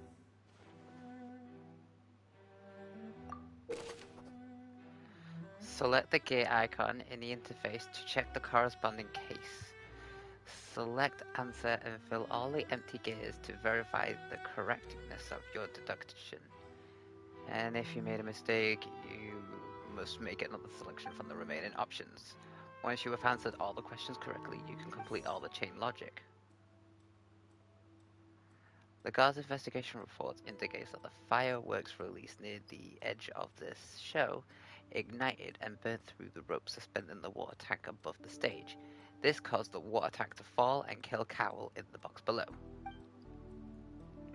If Lenny is no longer under suspicion, only the other members of the troupe have been able to tamper with the props.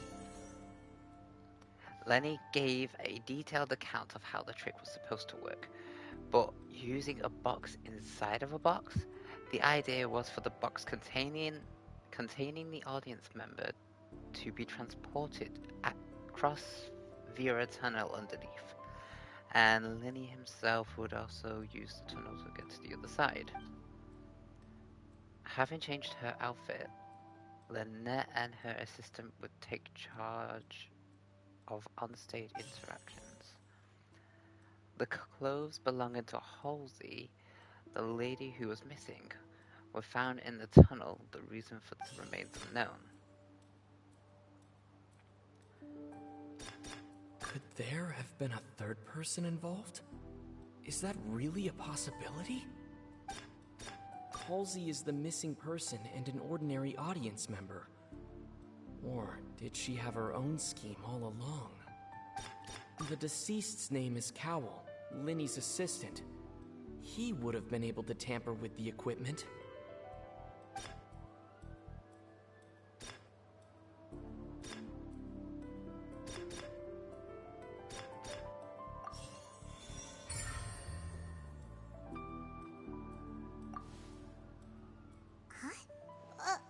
That can't be right. Are you serious? The killer was, in fact, Cowell, the deceased!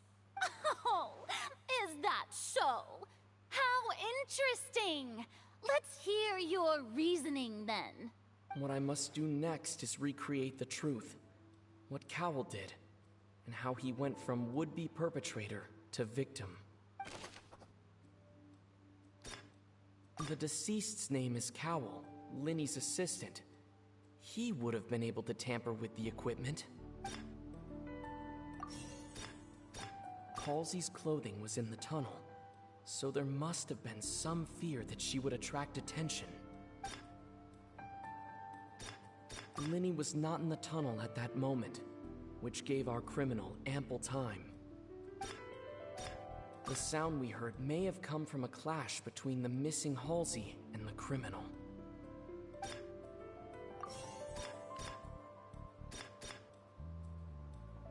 It would have been tough for both people to fit into that vent. They would likely have bumped into Linny as well. No one entered or left the Opera House through its entrances. So where would the criminal have wanted to take Halsey?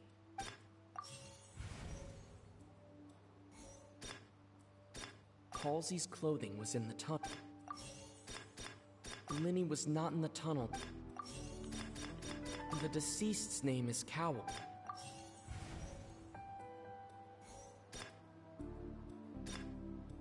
No one entered or left the... It would have been tough for both...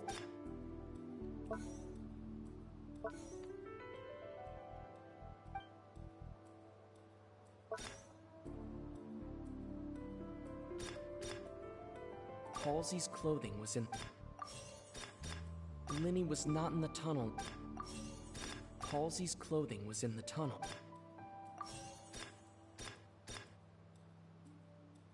It would have been tough for both... No one entered or... Halsey's clothing was in...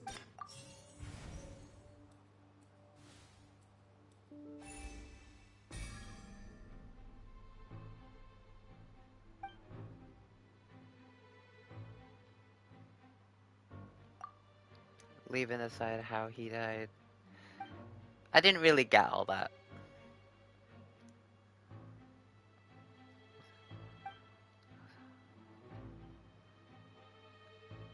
I couldn't given Carol to bring Harley out of the magic box in the audience stands. But according to God's testimony, no one entered or left the opera house, so if he had taken her, there'd be no means to have exited. Exiting from the box would have been a full view of the audience, pretty much guaranteeing that they would What's have wrong, been discovered. Traveler? Are you still having trouble figuring things out? I see how it is. So this was all just a bluff. And here I thought you had something to show for it. But it seems you're still far from the truth. Look, since we're at a dead end, why not consider a different track? Just like the trick as it transpired, the end result must have been utterly different from the magician's initial design. If only we knew how Halsey disappeared. Well, that would be nice, but the tunnel only has 3 exits, and none of them seem very likely. And it's not like this is a magic trick where you can just make a real live person disappear. You know, like you did from that water tank, Lynette.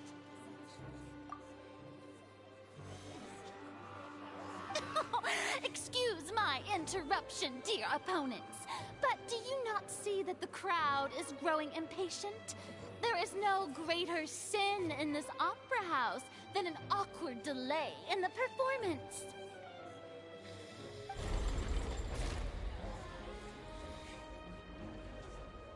If the defense is unable to make further effective arguments, we will move on to the next stage of the trial.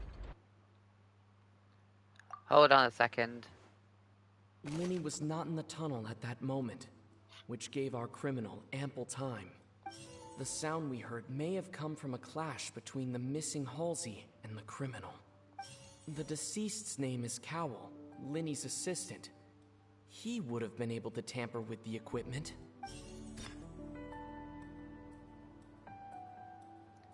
No one entered or left the It would have been tough for both people to fit into that vent. They would likely...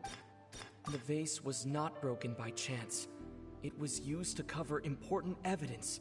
The water.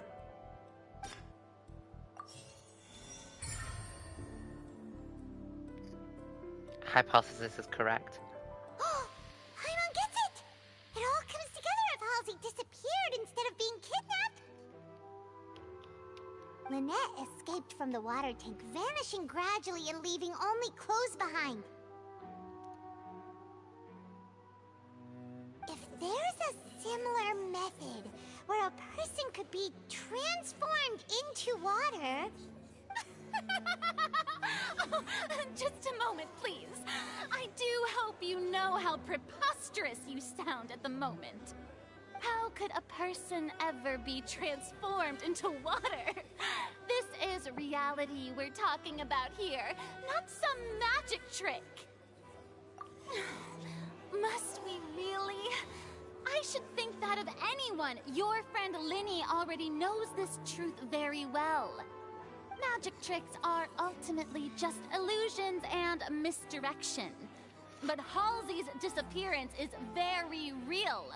We're talking about 2 completely different things.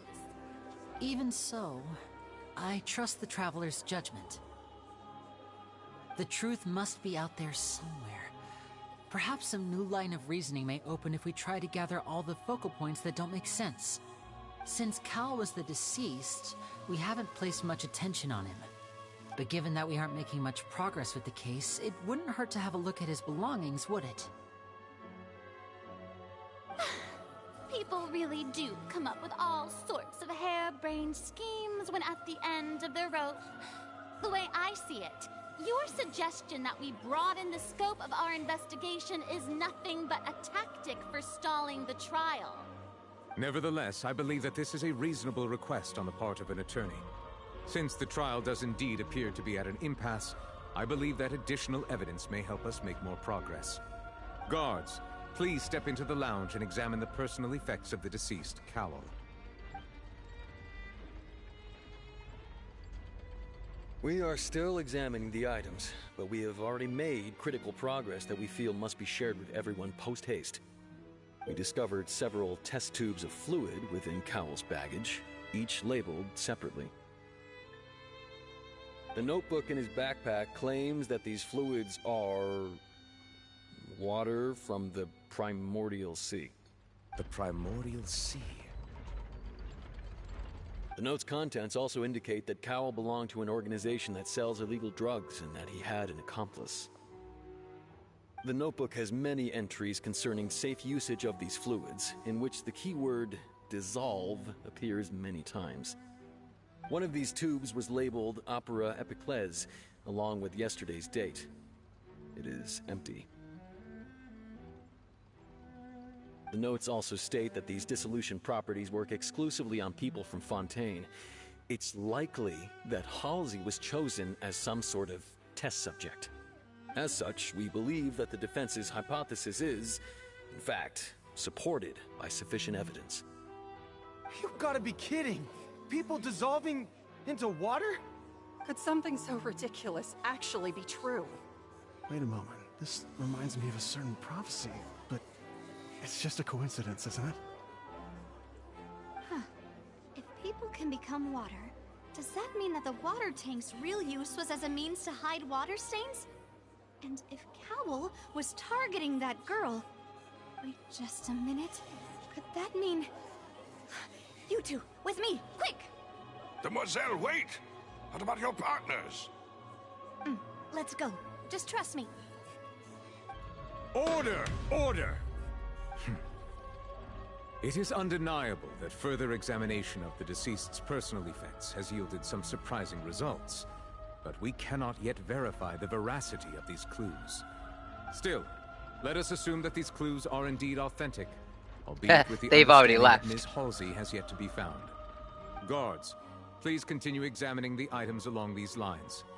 Mr. Linney, it appears your hypothesis is supported by the evidence, so please continue speaking. Of course. Thank you, Your Honor. If we uphold this hypothesis, I believe that many of this case's seemingly unrelated clues can be connected together. Right! Like the metal hook! That one didn't make sense at all. Let's think about this. Cowell's methods must have something to do with that water from the primordial sea.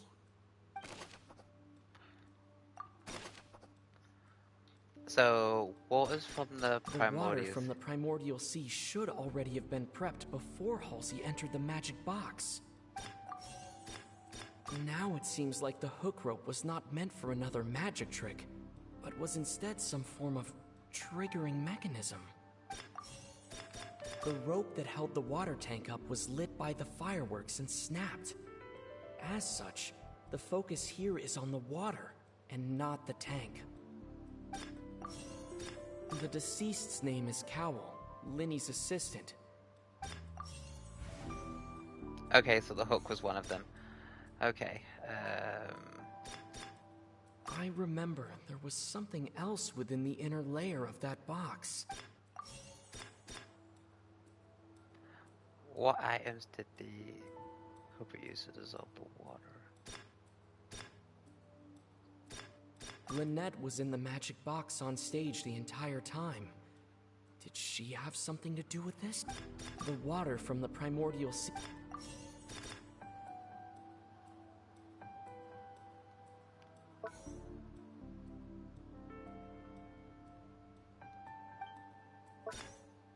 The water from the primordial sea should already have been prepped before...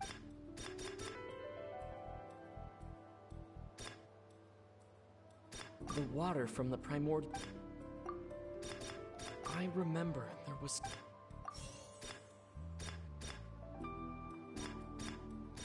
I remember there was... The water from the primordial... The rope that held the water tank up... Lynette was in the magic box on stage the entire time. The rope that held the water...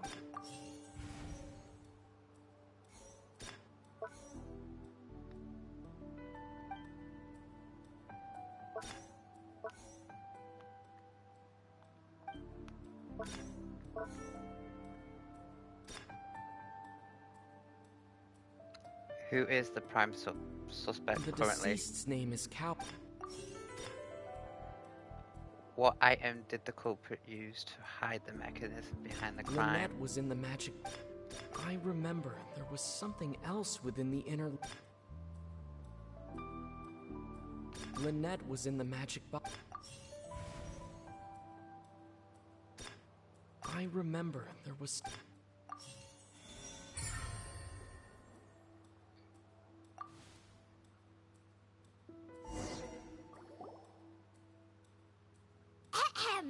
It's Ace Detective Paimon's time to shine again! In the original plan, Cowl would tamper with the water tank rope and the number selector securing his target. When the magic box containing Halsey was lowered, the metal hook would retract gradually and pierce the balloon at the top of the box. When the balloon attached to the box popped, the water from the primordial seed inside it would pour down and dissolve Halsey. Afterward, Cowl would enter the tunnel and break the flower vase to conceal the water inside the tunnel, with the remaining evidence being covered up by the water tank on stage. But he encountered something unexpected in the tunnel and wound up being fatally hit by the same water tank he meant to use to cover his tracks. Huh. That does make sense. That actually links together a lot of the more confusing pieces of evidence.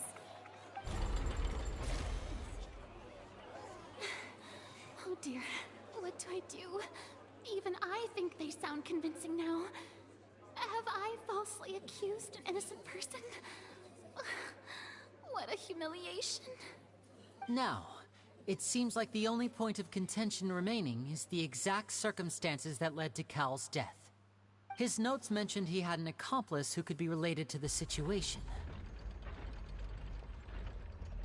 On that note, the guards have just contacted me indicating that they uncovered new evidence. I shall now invite him on stage to share it with us. Thank you, Your Honor. We were just inspecting the luggage of the other people involved in this case. And we found an identical sample of the water from the primordial sea among Linny's personal effects. What? That can't be. Oh, I see. Well, how wonderfully comedic to have your own counterattack only to come back and wound you. Does this not clear all doubt?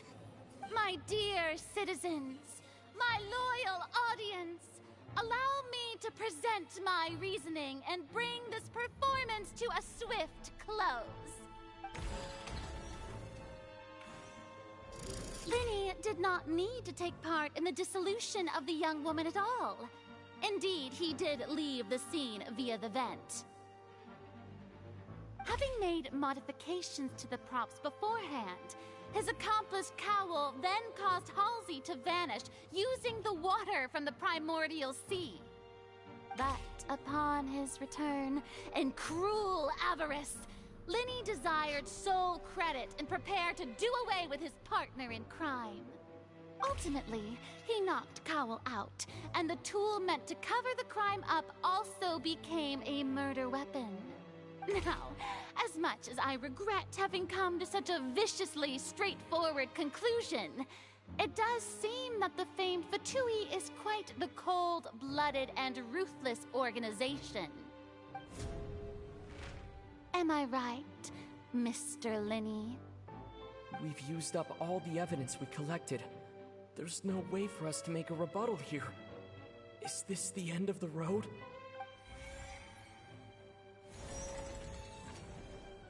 Oh no. I can't think of anything either. It doesn't look like there's any way around this. Seems using the water as new evidence was too good a move. Why did this have to happen now? I think we've all seen enough now, and we have ample witnesses to my flawless reasoning. But what about the assistant? Could the assistant planted the vial of the primordial sea into Lenny's belongings? Or maybe that the fact that the assistant is with Halsey now in the building? I believe this is indeed the finale. Now then, my good, noble Chief Justice, should we not, in your view, move... Excuse me, everyone, but I must interject. Miss, I must ask you not to shout, and to respect the ongoing legal proceedings. Oh, come on. Don't be hasty. I have a good reason for interrupting, you know. Now, would anyone here like to take a little break from all this debate and see a little magic? I'll show you an amazing trick. One that can bring a young woman who has disappeared back in the flesh, right before your very eyes. Please, do the honors, Mr. Linney, if you would be so kind. What in the world is she saying? No offense, miss, but miracles like that are beyond my scope as a magician. Come on now, don't be silly. Magic is all about misdirection, isn't it? It often conceals the truth while presenting a fascinating illusion. But once everyone believes the illusion, can't magic reveal the truth to them once again?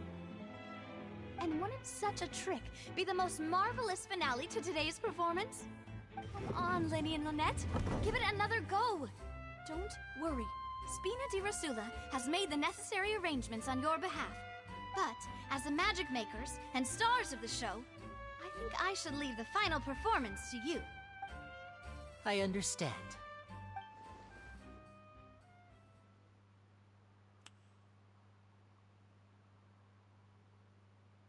And voila!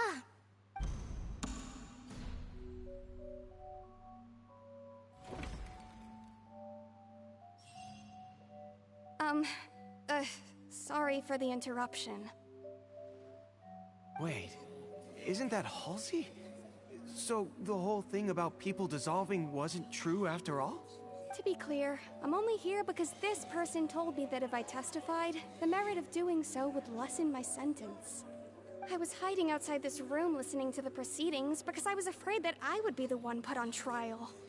I was just feeling happy that no one had noticed me, and then before I knew it, she caught me. That'll teach you to underestimate us three. Where should I begin? I'm sorry. I'm the one who killed Cowl. I admit it. What? Why?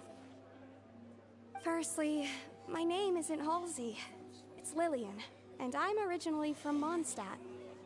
I heard that Linny's show was gonna be a real thriller, but I missed the chance to buy a ticket, so I stole one. That's how I make a living. I steal stuff here and there, and I'd never been caught before. But I was noticed at the harbor a few days ago, and I barely got away. Linny was the one who caught me in the act. Hey, no wonder you look familiar. So you were the thief. Liddy even mentioned that you were pretty skilled. Well, and I thought that would have been the end of it, but then the number selector chose me. He even mentioned the Fortress of Meripede. That's a prison, isn't it? So you can imagine how shocked I was. I thought he was onto me for sure. So I played along with the show while looking for an opening to flee, but then I got water poured on me for no reason, and then someone jumped into the tunnel to nab me. I wasn't going to take that lying down, so I knocked him out and stuffed him into the box. There was nowhere to run from there, though, so I had to change my clothes and hide in a box containing performance costumes. I slipped out after the first guard arrived at the scene and continued hiding inside the opera house. Can a person even hide in there? If they're practiced hand at concealment, probably. But I swear I didn't know that the water tank would fall down. Really, I swear it. Had I known that, I wouldn't have put him in the magic box. I may be a thief, but I'm no killer. Well, that makes everything pretty clear now, doesn't it? Now it's time to refute the Hydro Archon's previous reasoning. We need to tell the entire story from Lily-Ann's perspective.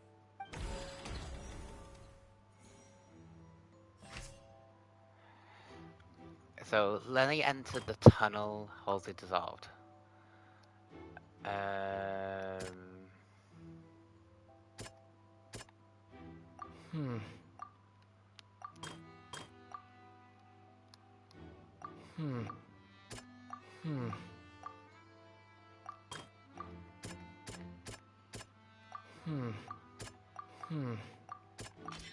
The strange sound.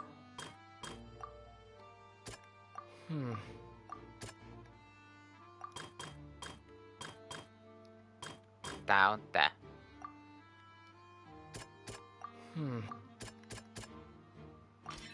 The flower... Lillian... And it's Ace Detective time! Having been selected out of the blue, Lillian panicked. Her panic only intensified after she entered the tunnel and had water poured on her head. So she kicked the door open, producing the thud we all heard. Hearing the commotion, Cowell leapt into the tunnel, only to discover that Lillian had not dissolved. He did not know that Lillian was not from Fontaine, but was a thief who made her way in by stealing a ticket. Mistakenly believing that the water from the primordial sea needed time to take effect, he tried to force Lillian back into the box. The two broke the flower vase during the struggle, but Lillian came out on top, knocking Cowell out and putting him in the box. With no way of escaping, she changed her clothes and hid in the costume trunk until the performance ended.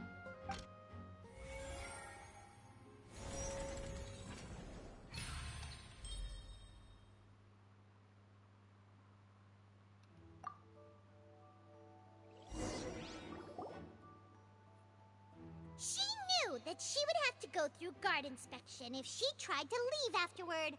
So, she has been trapped in the Opera House these last 2 days. She had already become desperately hungry by the time we were chatting over macarons. So, she swiped 2 of them right under our noses. Talk about a sneaky thief. At this point, all the events that happened in the tunnel have now come to light. Ah, so that's the whole story. Bravo! Bravo! Now then, Lady Farina, do you wish to speak against the defense's statements? Please answer the question, Lady Farina. Also, if I may add, the trial has not yet ended. As such, I request that the prosecution not leave the room before the proceedings have concluded. What? Are you reading my mind now? No. I have no further arguments. I admit defeat. But really, could you at least have left me with some dignity? Wow. Look at that. She's like a deflated balloon now. If there are no objections, then as the Chief Justice of Fontaine, I shall once again repeat the full sequence of events. The actual perpetrator of the serial disappearances, Cowell, selected his next victim from the audience reservation list. With some modifications to the selector, he could ensure that the pre-selected young woman would be chosen. To cover up any evidence while committing the deed, Cowell thought of allowing the water tank to fall, which would conceal the water left behind after the young woman was dissolved. He also tampered with the rope suspending the water tank, using the fireworks at the end of the performance to cause the tank to drop and hide the watermarks. He poured the water from the primordial sea into a balloon during the preparation of the magic box and stuck it to the box's lid. Finally, he passed the prepared hook on a rope through the gap in the magic box's door when bringing the young woman to said box. When the magic trick officially began, the box containing the woman was lowered into the tunnel, tightening the hook rope and bursting the balloon containing the water. If all had gone to plan, the young woman would be dissolved at this time. However, Lillian was not from Fontaine, and thus fled the box with a loud noise. Realizing that there was trouble, Cowell entered the tunnel and met Lillian. Thinking that the waters had not yet taken effect, he decided to proceed. However, his opponent was more capable than he thought, and he was overcome, knocked unconscious, and placed into the magic box, and thus became his own final victim. Lillian, according to her own statements, then changed clothes and hid until the performance ended, before hiding in other parts of the opera house. As for Linny, he was in the underground structures within the opera house, and was thus ignorant of these happenings. From this reconstruction of events, we can conclude that Linny, the accused, is in fact innocent. Amazing! While there is much in Linny and Lillian's conduct that should still be investigated separately, this case, at least, can be handed over to the Oratrice to make the final decision.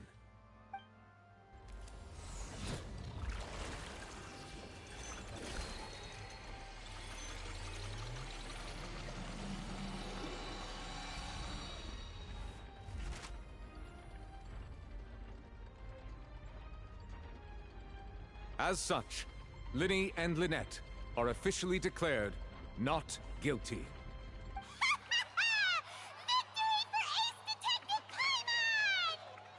Great work, partners. Thank you all. Thank you so much. Next, I think we deserve an explanation, Guard Vaughn. How did you find the water from the primordial sea in Linny's baggage? Right! Your discovery caused me to make a serious mistake, you know. Or was that not a discovery, but false evidence that you dared to bring before this court? I suspect that the accomplice mentioned in Cowell's notes was not Linny, but you, yes? I'm sure you know what you must do to lessen your sentence. Speak quickly! Unless you want to earn yourself a one-way ticket to Coupon Town. I was just following orders. We were supposed to place blame for the serial disappearances onto Linny, and thus cause suspicion to fall on the Fatui. The higher-ups said this was the best opportunity to do so. And now that your plan has fallen through, and the secrets of the water have been revealed, you have become a liability to said higher-ups, yes? Therefore, you would be wise to tell everything you know, and seek the protection of the guards. Yes, I'll tell you everything I know. Our boss discovered that the water can cause people to dissolve. It can also be made into a potion, which when extremely diluted, can cause people to experience unforgettable exhilaration. We've been in this business for a while now, and have made decent mora off it. The disappearances were also the boss's idea. I mean, this is the boss we're talking about. The...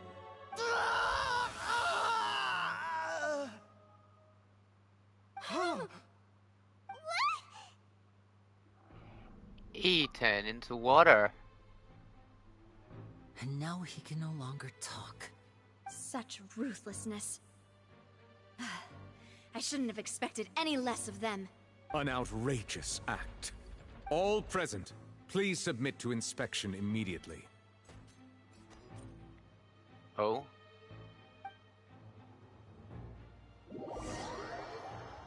Nothing is found on the scene apart from the liquid left behind after his disappearance. So, we're just going back now? The problem seems to have been solved for now. We're not needed here anymore. True, but... Traveler, Paimon! Please wait.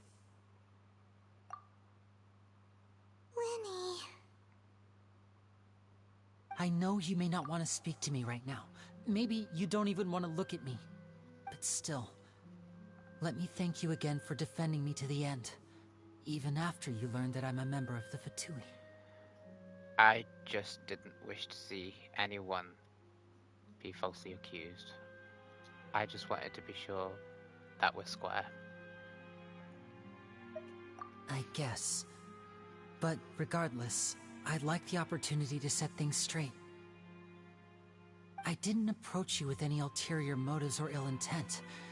I've spoken to you as myself, just plain Linny this entire time. As for why I'm a Fatus, it's because the goals of the House of the Hearth align with those of an orphan like me.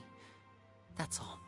That was how Father, who you might know as the Knave, approached recruiting us back then too. The Knave? The one who controls the House of the Hearth? She's your father? That's right. And since we're here, I was wondering, would you mind hearing a story? It's about my past. Back when our parents first died, Lynette and I were left wandering the streets. To survive, I took to surreptitiously observing an older street performer who did magic. It took me several days to figure out how he pulled off his amazing tricks. I took my sister through several streets until we found a crowded corner, and we began to perform magic tricks there. To my surprise, we proved to be pretty popular, and we could at least stop worrying about where our next meal would come from for a time. But I didn't want my sister to remain a street rat together with me forever. Before long, an aristocrat came to me and claimed that he wished to take us in after watching my performances. So you went from orphans to nobility just like that? That was how we felt at first, too. As if fate was on our side and we could say goodbye to those painful days. But I gradually discovered that while we were called foster children, he was really after my talent for magic tricks. He would constantly take me to all sorts of banquets to garner attention, which he would then use to expand his social circles. That doesn't seem too bad either. Better than roaming the streets at any rate. It took a while for me to realize just how dark his heart really was. After one particular performance at a banquet, I discovered that Lynette was not on the same return vehicle as me. I waited a long time after we returned home, but she did not come back. I went to that noble's bedroom and asked him about her whereabouts. The answer he gave me was, she caught the eye of the most eminent person at the banquet, so I sent her over as a gift. I mean, you'll be able to perform your magic regardless of who your assistant is, yes? Oh no. So he was gonna... That was horrible. But wouldn't Fontaine's laws deal with such people? As far as outsiders are concerned, this is a relationship akin to adoption or foster care, and they have their ways of escaping the eye of the law. I managed to ferret out the location of the mansion of that so-called eminent person and hurried through the night. But by the time I leaped over the walls, avoided the guards, and made my way in, all I saw was the moonlit ground covered in blood, and the knave standing there in the darkness. So, she'd already taken care of that guy. That's right. She had rescued my sister before she could come to any harm, and had even discovered several girls hidden in a basement, all of them orphans. Father, I mean, the knave, might have seen something in me, and so she made me an offer. The House of the Hearth welcomes you, for your interests align with ours. Here, none will ever betray you. Indeed, betrayal shall never be permitted here. I was hesitant to trust her. I mean, I had just been betrayed by nobles.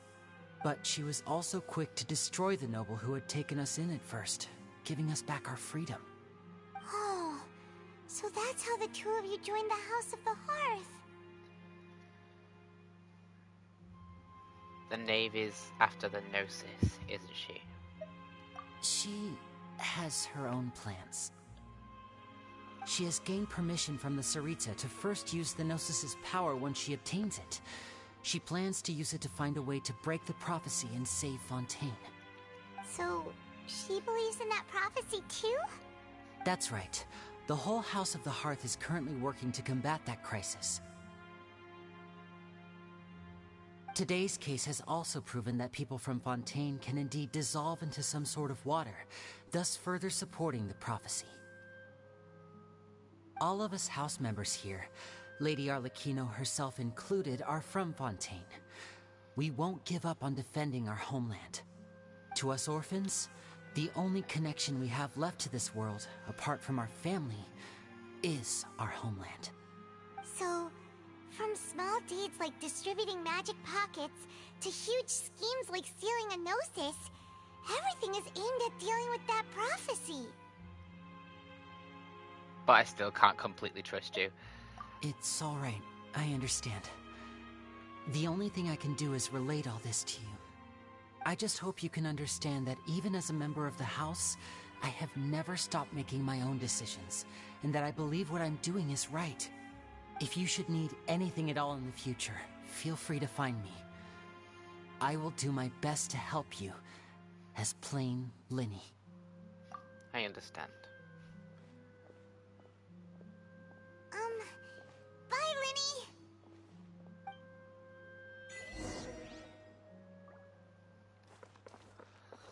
Well, that was entertaining. At least we could finally leave the opera house.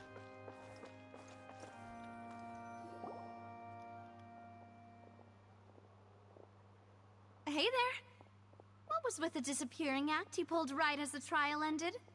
Were you looking for us, Navia?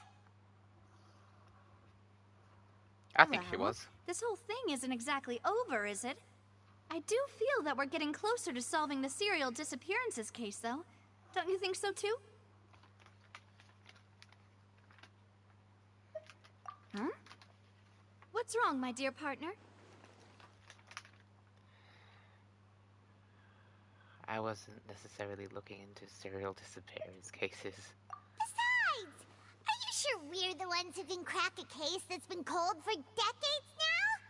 And given that there's new evidence from the trial, there should be a trail of breadcrumbs for the Hydro Archon's people to follow now, right? Ah. I see. Well, I won't lie. I'm a little shocked to hear that from you. But I suppose you are just travelers who have only arrived in Fontaine after all. Like, literally, Sorry. just. I might have been too presumptuous. Don't say that, Navia. Ah, and we were having so much fun investigating with you, too. It was like having new waters flowing into a stagnant mire, causing new hope to spring forth, and the reflection in the murk to become clearer.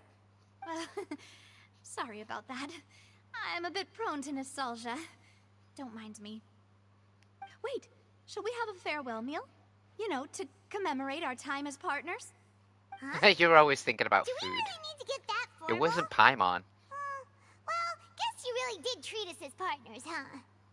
Well, I'd just like to have a proper ending to every important memory. That way there are no regrets later. Anyway, it would just be a meal, so it shouldn't take up too much of your I time. like that idea.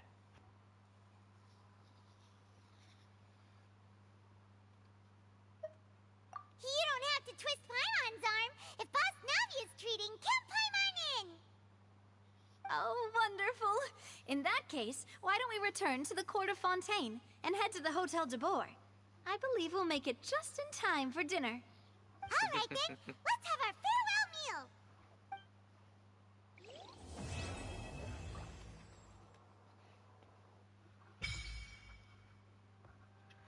Offerings to the Fontaine of Lucine. Oh.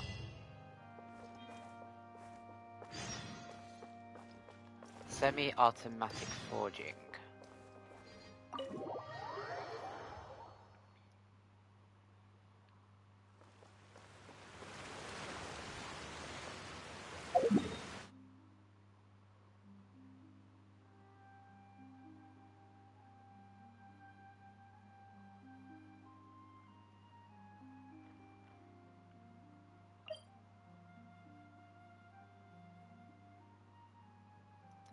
The dialogue choices selected determine the challenge and the reward attributes.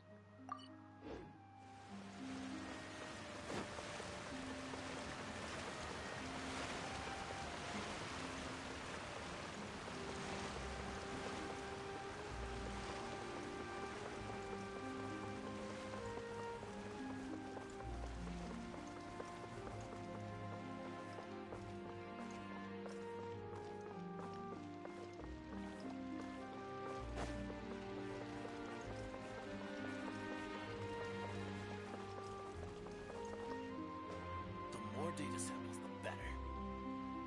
They're already dancing.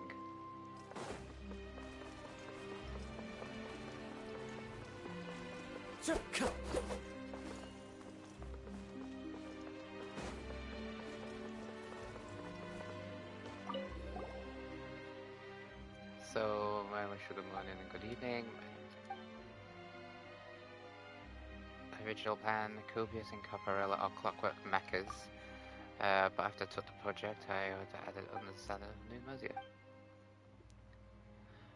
Large amount of experimental data to further increase their combat prowess. 2 times the research data. Next up is a fantastic clockwork and Caparella and Caparella close. Brought to you by Melodirect. Before you begin the challenge, you must speak with Melodirect and select to play your challenge in Dirty Proper and Perfectly Armed for Clock Leyline Blossoms.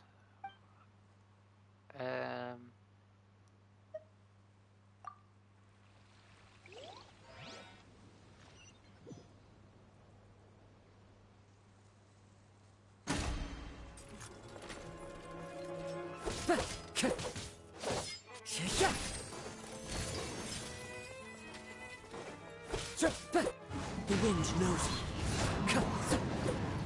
Allow me! There is no escape! I'll uproot you! One with the force.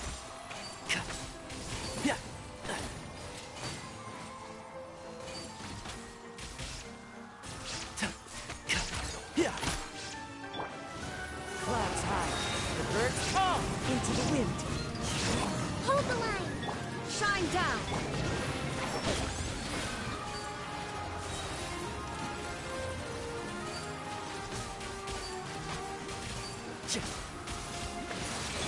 Inazuma shines eternal!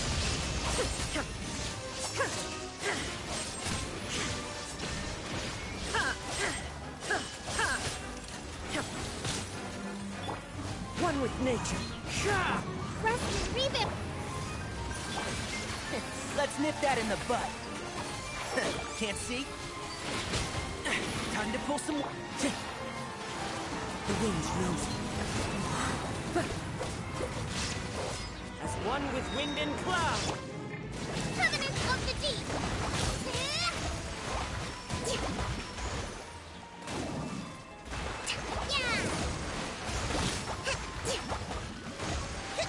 Illusion shattered. One with the force.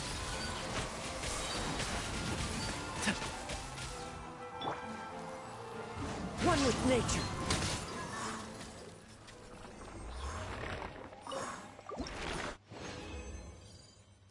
Okay, interesting.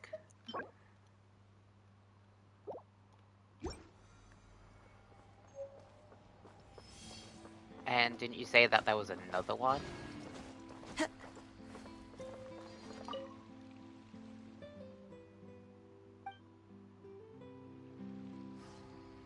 Oh, so I have to wait until it resets.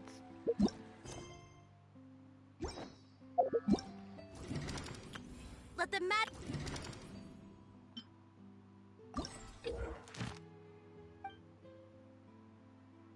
Oh. Before the challenge starts, you have to choose the challenge content through conversation with Melody Red. Research granted by Leyline Blossoms after completing the challenge will depend on the choose content. Shadowed Armor. Ah.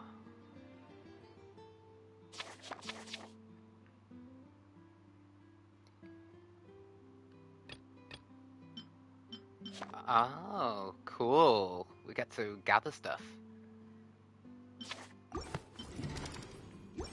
We'll do that after the story.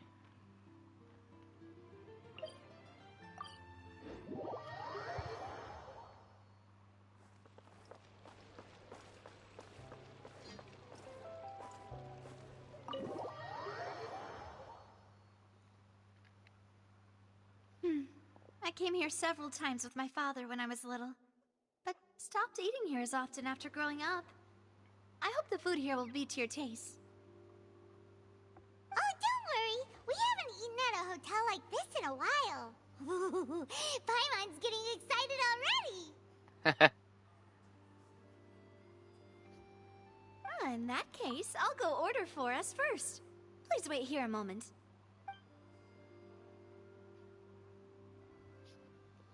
Ooh, everything looks so good! People in Fontaine sure know how to enjoy life!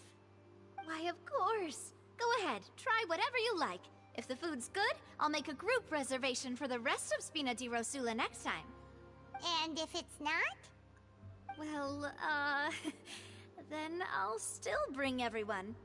Albeit with only one dish per table. You, sure have your own way of doing things. Oh, we called this a farewell meal, but we could also treat it like a victory feast, right? We We did just win that case after all. Oh, true. Very true. In that case, boss, we'll have another 2 dishes. Huh?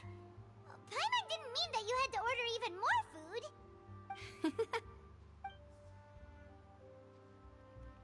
Speaking of cases, do you think that the mastermind behind the serial disappearances will get caught soon now that this has all happened? Well, I presume so. we've certainly taken a big step forward, but I feel that's about it. We know that there's an organization that means to dissolve these young women, but we still don't know what they are really after. If it hadn't happened right in front of us, Paimon wouldn't have ever believed that a person could be dissolved like that. Right? Yet it was because this was such a preposterous notion that the investigation could never really move forward before. Ugh. If only that guy could have finished speaking! We were so close to hearing who was behind it. In such investigations, even the smallest step can seem like a yawning chasm if the trail of clues is cut off. To be honest, I don't have high hopes for any follow-up that the authorities might conduct. It's not that I don't have faith in their ability, it's just that a different perspective is required in some matters. It's easy to guard against and deceive a single narrow perspective. A shift in thinking is required at such times in order to produce a breakthrough, which is exactly why the Spina di Rosula exists. Those highfalutin folk are not all-knowing. That's why we exist. To seep into the cracks where filth falls through, where their watch fails them. That's the kind of problems we solve. Seems Paimon thought things were simpler than they actually are. It's all right. Well, this was supposed to be a farewell meal, so I doubt you have further interest in this business, right? Let's talk about something else. Like, what are your future plans? Our future plans.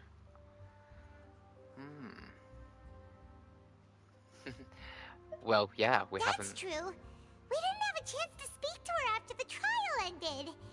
It didn't really seem like the right time or place to do it anyway. I see. So, your primary objective, which has been foiled so far, was to have a chat with the Hydro Archon. I've heard that there's a long line of people waiting to meet Lady Farina. I suspect you'll be waiting for quite a while, considering that you missed your chance today. Yeah, we've heard that she's super popular here in Fontaine, and that it'll be tough getting any of her time. Well, would you consider some more, unique ways? Perhaps even methods of, let's say, questionable legality? Guess that's Spina di Rosula's boss for you. Chock full of sketchy ideas. Well, what did you have in mind? Well, one way would be to infiltrate a performance troupe at the Opera House, only to abandon your act at the play's climax and ask to speak to her after the performance. I'm sure Lady Farina would be eager to see the ending, and would agree in order to finish watching the play, don't you think? Could you suggest something a little more practical? This plan seems pretty hard to pull off. We'd have to go learn how to act, and acting's really hard. All right, here's another. Find a way to conceal yourselves under her bed. Then, wake her up in the dead of night and demand answers. Don't let her go back to sleep until she answers all your questions. I can personally testify that this one works. When I'm sleepy, I'll do anything as long as I can finally get some sleep. That might work, but that's not really the problem. The problem is we don't want to get ourselves arrested. Valid point. I overlooked that part. I was just thinking about leveraging a person's desire for sleep. How can you overlook something like that? All right, no more joking around. Perhaps you could... Oh, I don't know. Cut the line when she's on a break. You did defeat her in court, clearing citizens of hers from false accusations. False accusations she had nearly upheld personally. I imagine that she feels quite ashamed about the whole thing. You mean That if we catch her while she's on a break, she might be too embarrassed to refuse? Oh, that does make some sense. Worth a shot. Why don't we give it a try after this meal? You know, strike while the iron is hot and all. Huh? Paimon, did you drink my Fanta? Was this your drink?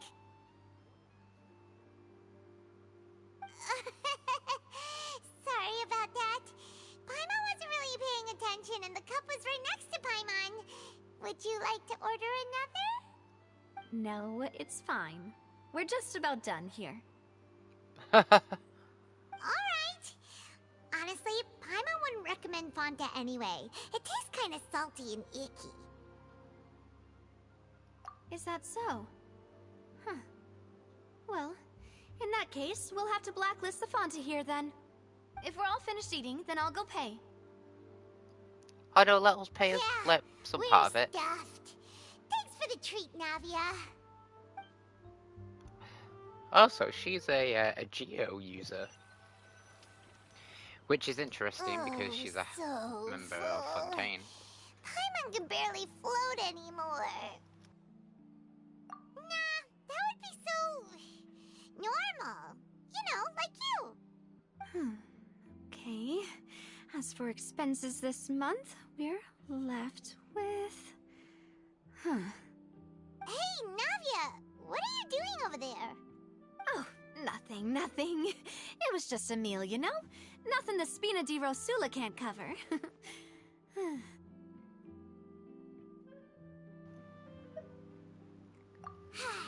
Let's get ready to try to meet the Hydro Archon again. Bye, Navia! So this is goodbye, huh? Well, if you do encounter any other trouble in Fontaine, you're always welcome to contact the Spina di Rosula. I'll give your requests the highest priority. Navia was like me last week when I found out that I spent too much this month so far. I'll see you again, partner.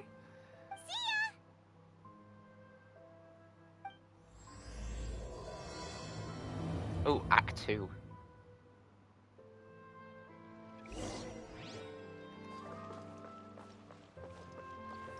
I really don't like the look of the automatons.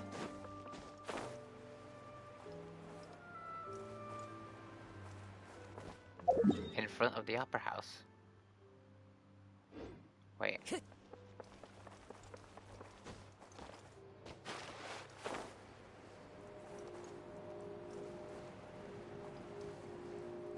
Underground here?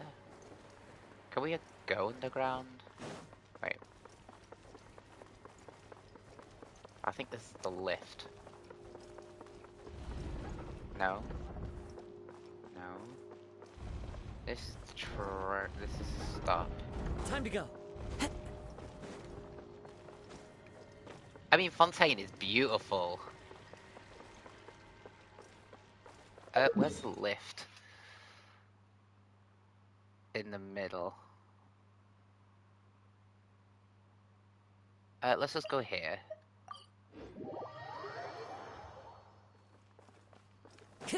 Because I know because I remember from the lift is here.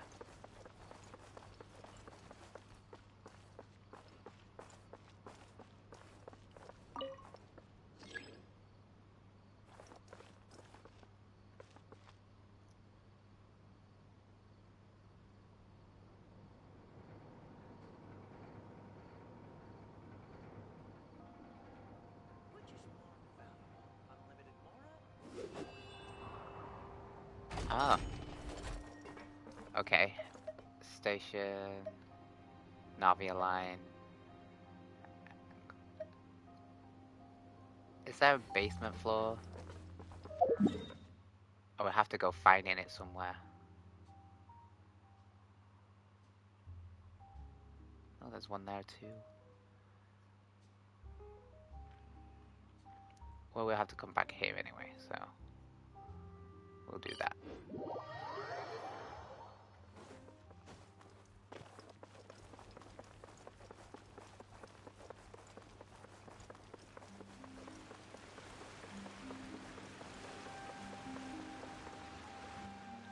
There aren't many people around anymore. Looks like that boat we took to Araneas might have been the last one. Vacher, Looks like we're back here again.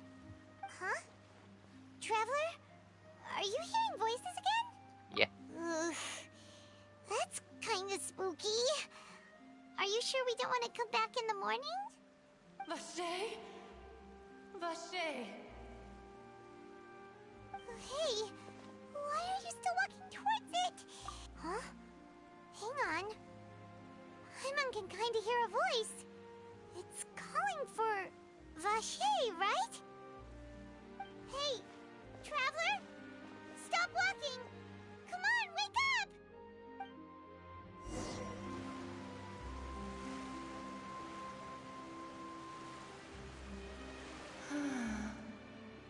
It's Oceanid. Vache, are you my dear Vache? No, wait. You seem to be someone else. Do you know Vache? Do you know where my love is? Unfortunately not, I'm sorry. Wait. Who am I? I'm very sorry. I fear I do not know. My memories feel like they have been washed away like a flood. So many fragments dissolved amidst the tide, never to be recovered. How much have I lost? How many things that I once held dear while on land have I since forgotten? Wait, were Oceanids once human? Yes, that is what I was once. But now, I am but the consciousness of one who is lost, therefore. I do not know how I came to be like this either. I only vaguely remember being covered in light blue water, and then all grew dim. Wait, could she be one of the girls who were dissolved? I also remember going to many places.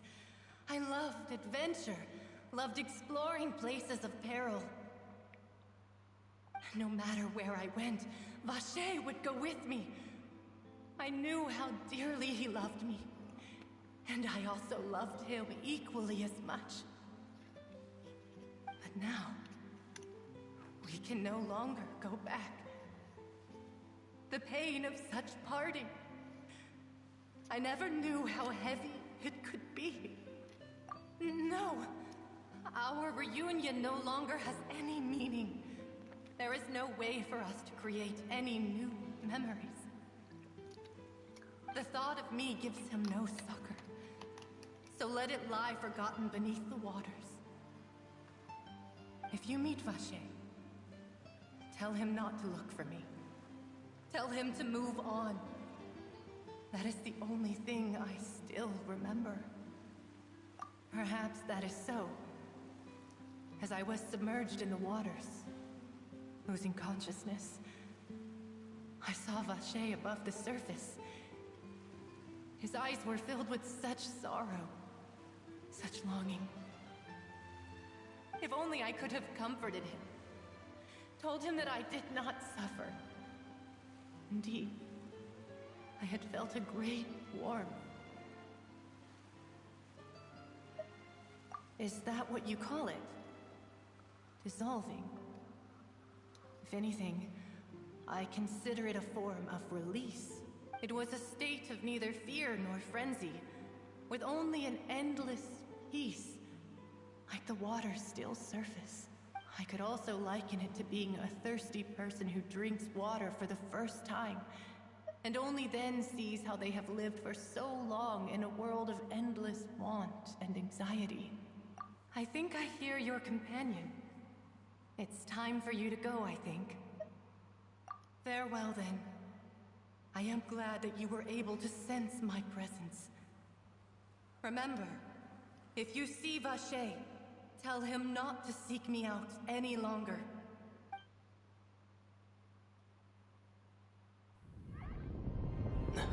Oh, what's happening? Wake up! Come on, hurry! Navia's outnumbered!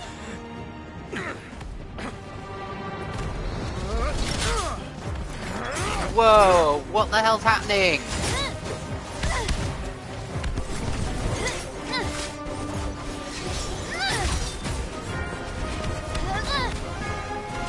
Demoiselle, look out!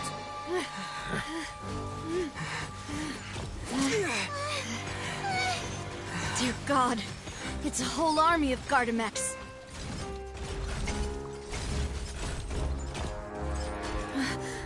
Chlorand?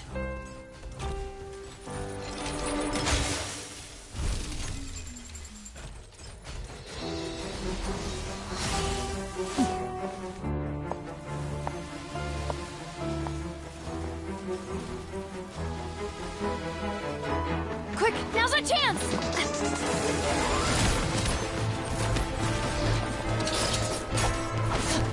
Ooh, nice skills.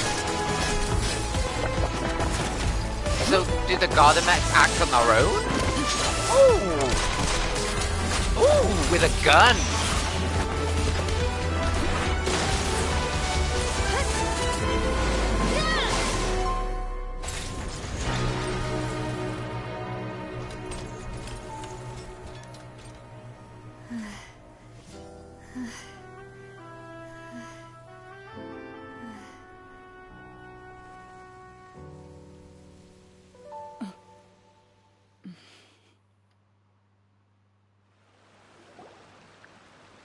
I should thank you for lending us your sword there, Chlorand. But before I do so, could you explain how you managed to show up here? I followed you. It seemed to me that danger has followed you more closely as of late. I believe that following someone without their knowledge is actually called stalking, is it not? Mr. Callus's last wish was for me to ensure your safety, and I will not betray his trust. He would do the same, were he alive today. Do not speak of my father! Sorry, demoiselle. I was not strong enough. Thank you for your aid, Miss Chlorand, but do keep an eye out for your manner of speech. I believe we all wish to avoid unnecessary emotional harm. Sorry, I did not consider your feelings. Whatever. What else do you know? How did you come to the conclusion that I'd be in grave danger? I doubt I know much more than you, but I believe that the mastermind behind the serial disappearances is very powerful. Your performance tonight will almost certainly attract their attention. Huh. I'm sure they've known about me. To be honest, I'm shocked it's taken them this long to act against me. And what about these Gardamex? I thought only those associated with the Maison Gardiennage could control them. None of these mecha have serial numbers. I was sure to check a moment ago. They are not the ones used by the authorities to enforce the law. I can only conclude that some powerful or wealthy party must have obtained them via illegal means, deploying them as a private force of sorts. What? Your point being that they're out of Spina di Rosula's league, then? Yes. Be careful, and do not act rashly. I will continue investigating, no matter what. We will bring the truth to light. That's my father's true last wish. Regardless, thank you for your help today, Chlorand. But if you get any ideas, tell me first. I don't much appreciate being followed. I do not think that they'll strike again anytime soon. So I shall stop following you. Good day, all.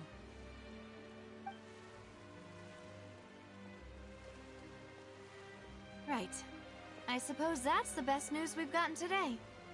Demoiselle, I believe that Miss Chlorand was being sincere with you. If we tried, we could attempt to thaw relations a little. I know, she's... Oh,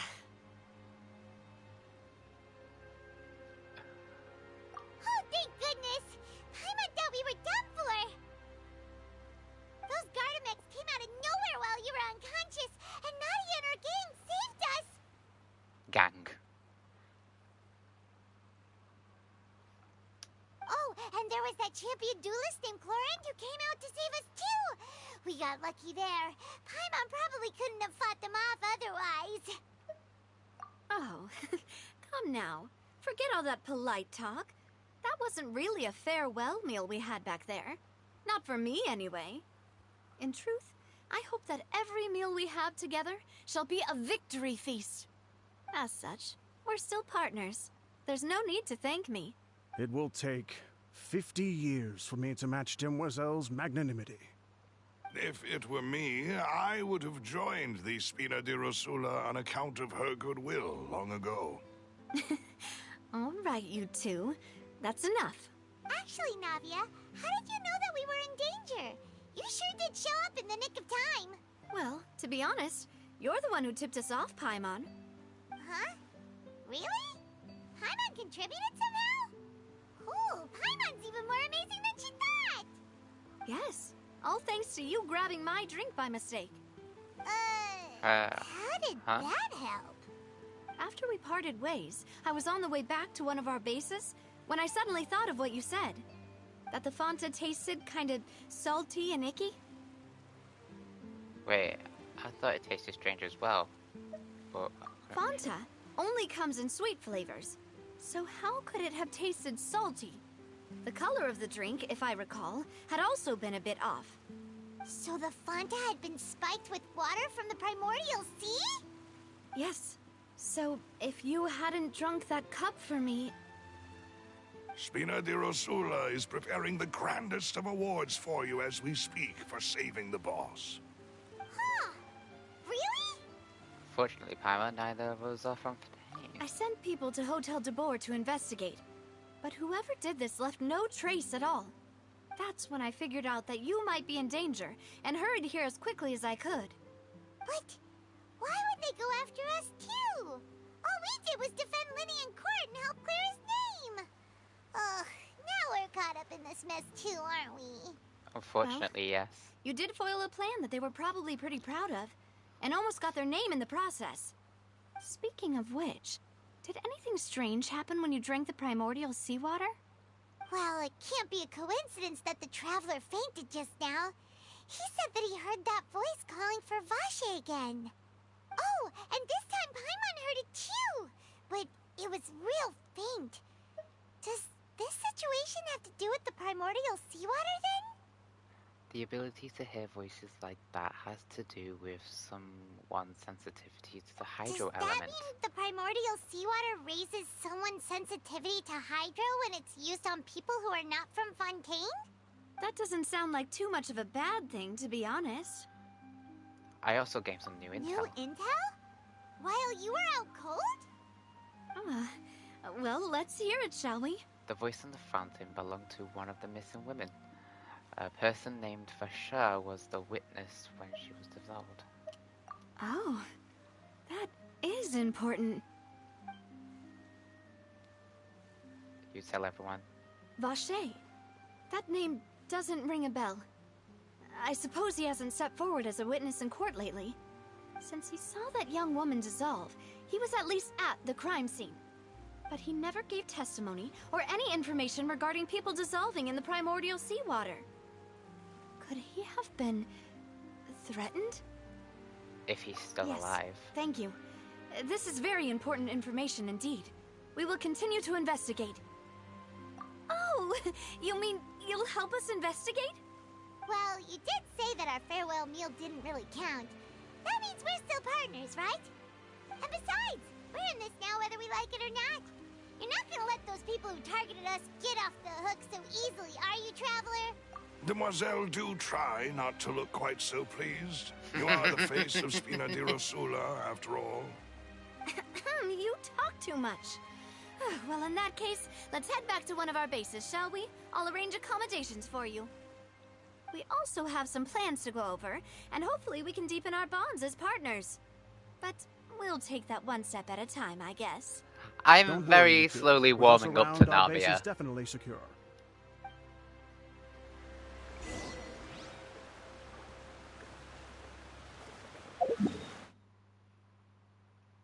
Oh, the stronghold is there. Oh.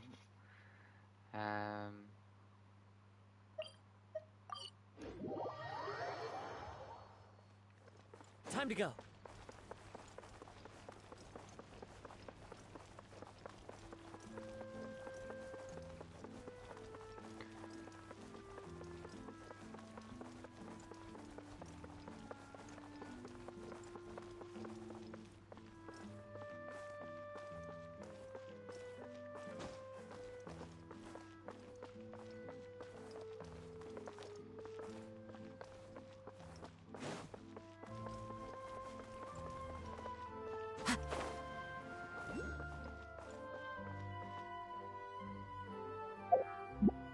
Aha.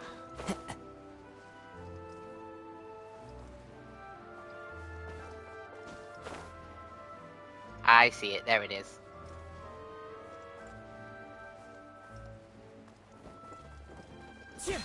This is what I was looking for.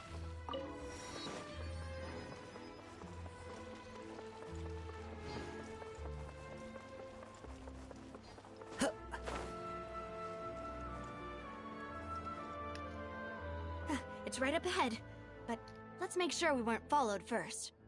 I've been keeping watch, demoiselle. I haven't spotted anyone suspicious thus far. Huh, very good. But let's not let our guard down for now. I shall find rooms for our respected guests. Thank you, Malus. Now, let's continue, traveler. Oh, I wanted to go underground.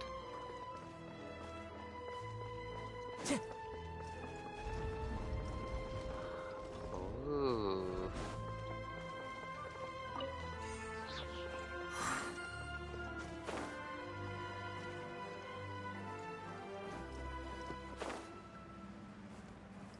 Ooh.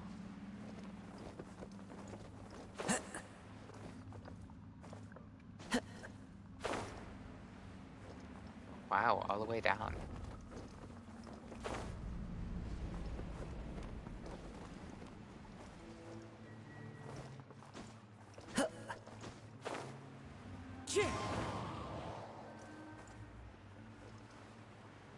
There's a few here.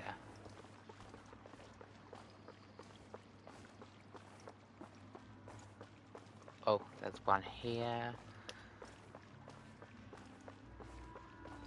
Yeah.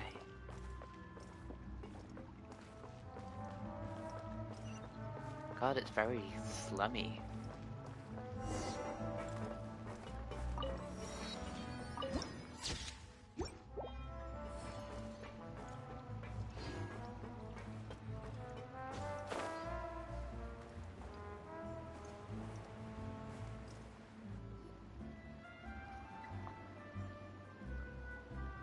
So, this is your base?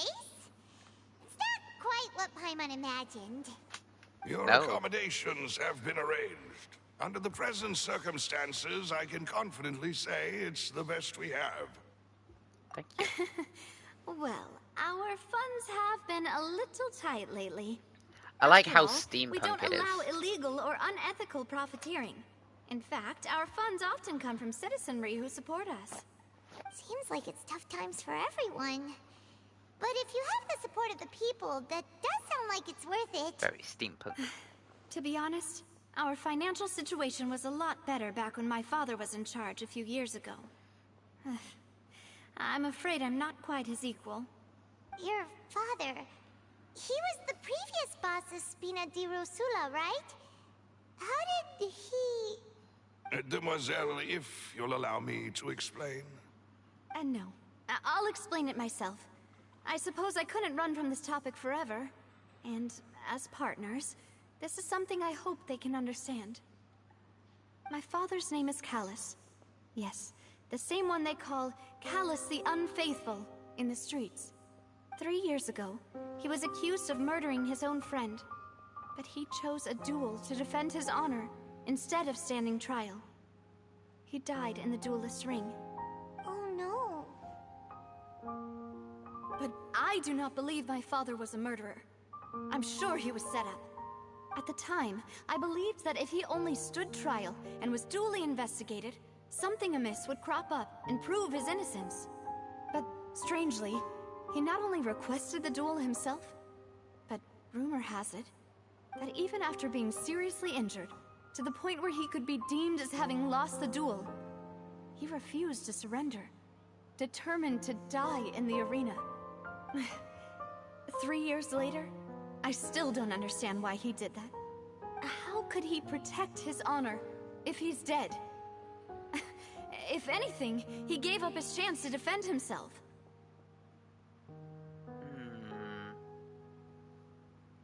The closest piece of info I have is that my father had been investigating the serial disappearances case at the time of his death.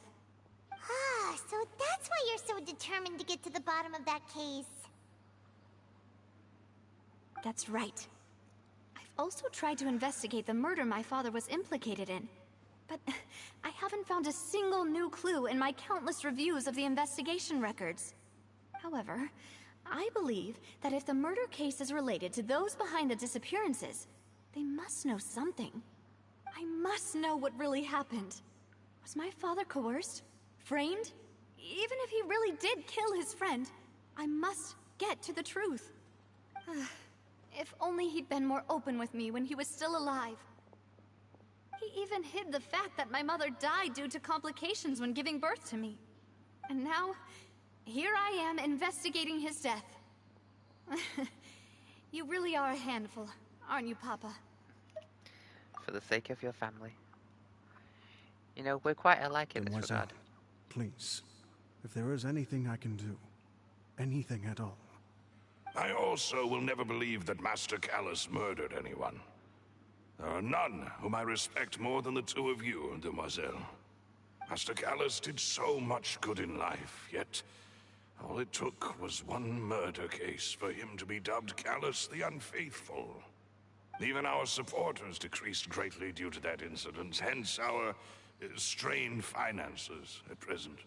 Wait, if Callus was such a good man, wouldn't people at least be a little suspicious when he was accused? No. Perhaps people just revel in that kind of drama. It's not something exclusive to people from Fontaine, really. Everyone's like that. People love watching the evil turn over a new leaf, but they also enjoy watching good people fall into an abyss from one slip-up just as much. But how could... never mind. If Callus was really falsely accused, we have to find the truth. He didn't deserve to have that happen to him. There is one other thing. Master Callus's opponent in the duel was Ms. Clorand. Oh, her? Well, then, isn't that as good as saying that she was the one who killed him? No wonder the mood was a little strange between the two of you. Yeah, no wonder. That's not the sort of thing that you can just let go and move on from. Miss Clorand has always placed great emphasis on the honorable nature of the duel. If her opponent doesn't yield, she will not stop either. She knew Master Callus beforehand and greatly respected him, but seeing how he was resolute in the arena, there was only ever one choice she could have made. It's not that I don't understand her at all, but I just can't deal with this yet. Don't worry, Navia. But it's been a few knows years. How you feel. You don't have to force yourself to do that. Afterward, Miss Clorand told us that at the start of the duel, Master Callus requested that she ensure Demoiselle Navia's safety. Yes, that is our understanding as well. Oh, Papa. What madness drove you to ask the person who killed you to take care of me? All right. Anyway, that's the information I wanted to share with you. Even if it did sound like I was just complaining towards the end. Thanks. You two should go and rest. This was quite a day after all. Yeah. I want beat. Please, relax and get some sleep. We will ensure you rest soundly.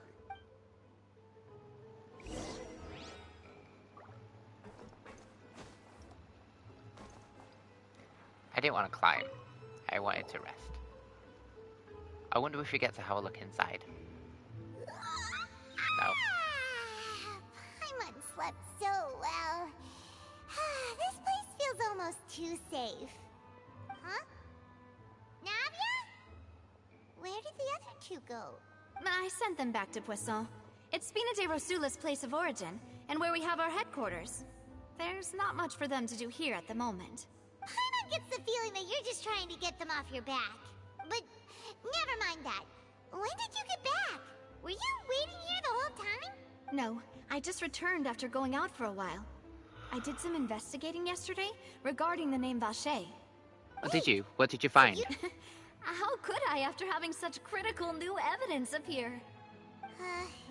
Guess Paimon wasn't speaking for everyone just now, huh? Unfortunately, this name seems to have been wiped from existence. It doesn't seem to have a match anywhere. I suspect that those behind this have already taken steps to hinder an investigation from this angle. But that does prove that this Vache person is a key witness in the incident. Does that mean we're too late, though? No. There is one ray of hope. One place in Fontaine that they would find almost impossible to threaten, no matter how much they wanted to. And that is the archives kept by Chief Justice Neuvillette. A place where detailed files on all the cases in recent years are kept. If the Oceanette you met is one of the young women who went missing recently, we should be able to find some related information there. So Neuvillette maintains an archive of case files? Whew. Guess that's the hard-working Chief Justice for you. In that case, let's go talk to him, shall we? Aren't you coming along, Navia? Did you I have a feeling it's a case of easier said than done. No, it's nothing. Let's go see the Honorable Chief Justice. Really?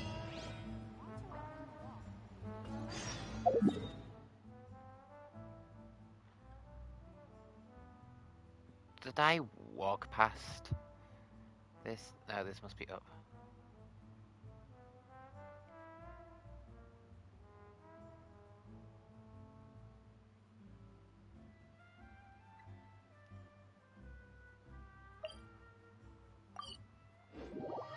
The palais is right up ahead.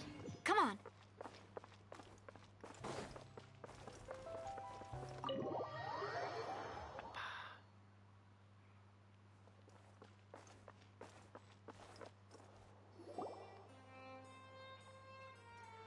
Ooh, cutscene.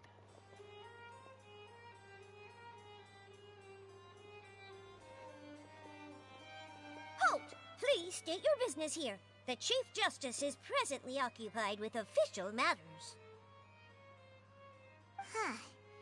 This place does look pretty heavily guarded. Guess that proves that Neuvillette's files are really secure. Hey, don't you recognize us? Huh? Who are you? Just to be clear, I don't care who you are or who you might be related to. Our rules make no exceptions. See? They've got great discipline, too. Yep. Paimon can tell. If you're here just to crack jokes, I can point you towards the exit. Unlike some, we're busy, so please leave if you don't have a reason to be here. No. What I meant to say is, shouldn't you remember us from a few days ago? We were at the trial of the great magician Linny. Oh, yes, I remember. I read about it in the Steambird. You must be Linny's attorneys. It's all coming back to me now. We're here today to report and archive some information on a follow-up case. Huh. Is that even a thing?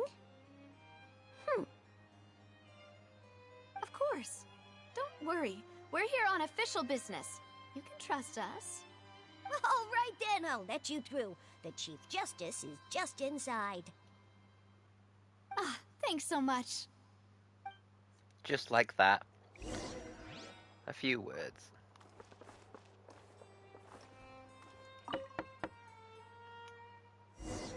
Please come in.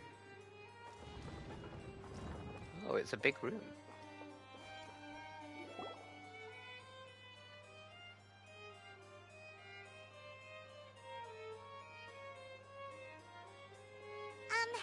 Sorry to barge in, Monsieur Neuvillette.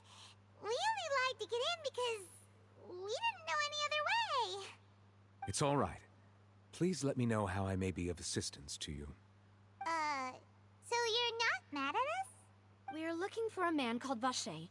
He may have been an eyewitness in the serial disappearances case. If we can find him, we may be able to unearth some key information on the case. Ah, I see. In that case, please wait here a moment while I browse through the files.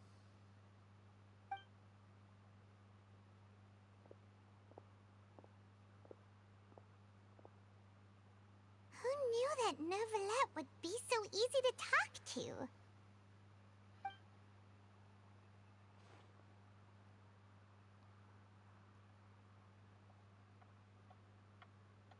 We can only just hope. Unfortunately, Oh no. I'm quite certain that no one by the name of Vacher has been involved in any case, criminal or civil, in the past several years. There are no records of him either in the files or in my memory. So we're back to square one. Traveler, what if it was really just a dream?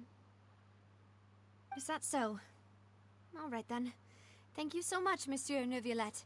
We'll take our leave now.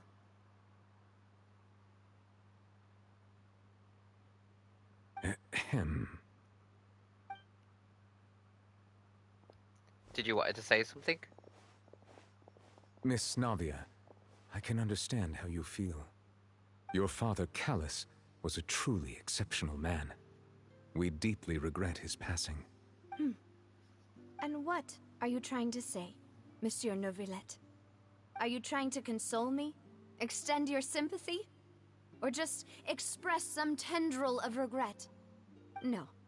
You are not trying to do any of that. I can hear it in your voice. There's no emotion behind your words. You only said those things because you felt like you should. It's just like last time. After my father took his place in the duelist ring, I pushed through the guards to talk to you as a last resort. You even told me then that you thought there was something fishy with the case, yet you still allowed the duel to go ahead. In your eyes, the value of a human life is nothing compared to those cold laws you hold so dear. If you truly regret my father's death, then why didn't you call a stop to the duel? Oh my gosh. Why didn't you give me the power to stop him from throwing his life away? Why did you just let him die, despised and hated by all?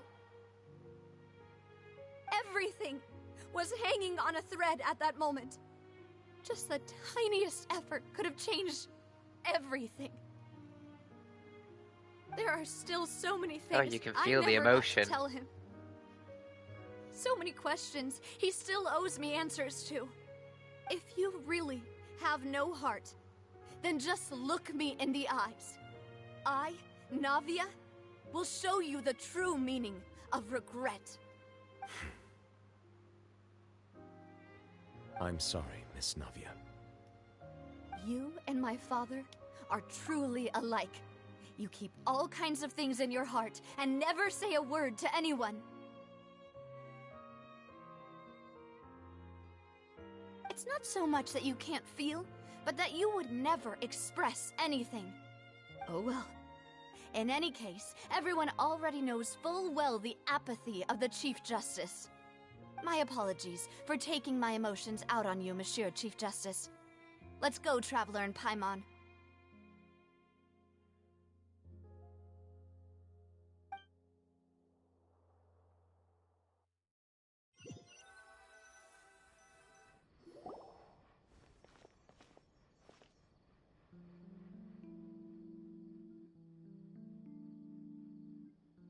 Navia, are you okay? I'm fine. Rain. It's raining. You're right. Wasn't it still sunny when we went into the building? And there shouldn't be any active trials today. How strange. Now that I think of it, on the day my father was convicted of murder, it was also raining. What is it? Did you think of something? Maybe they're connected.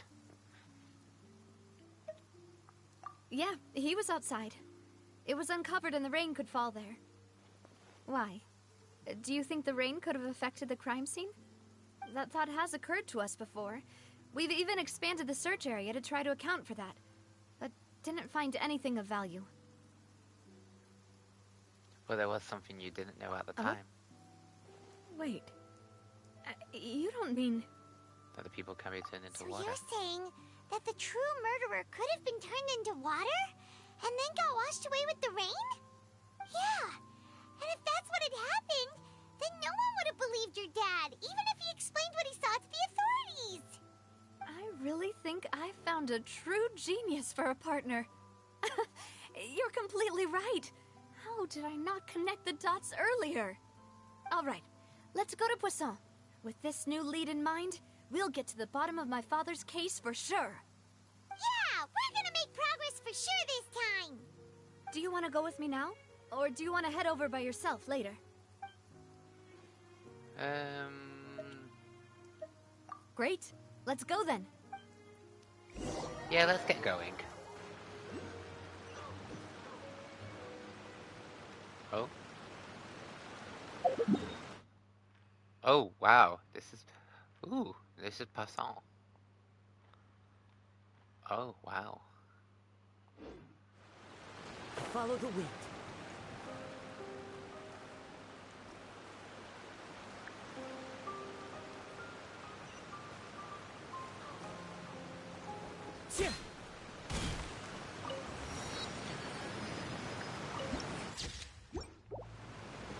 Oh, wow.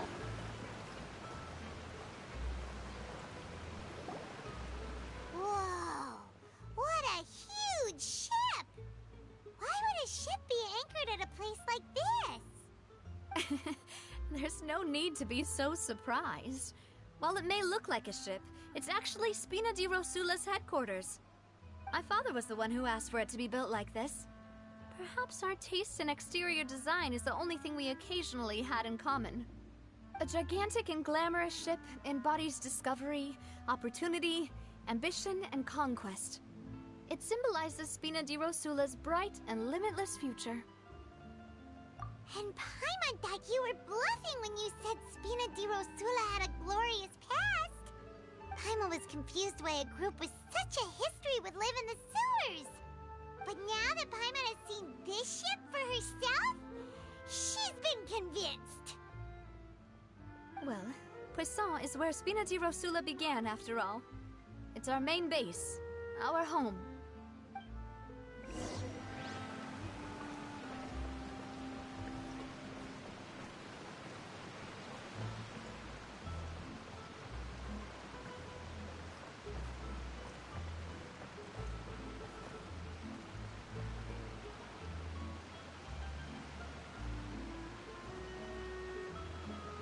Right under it. It's not under, so it must be above. It's not above.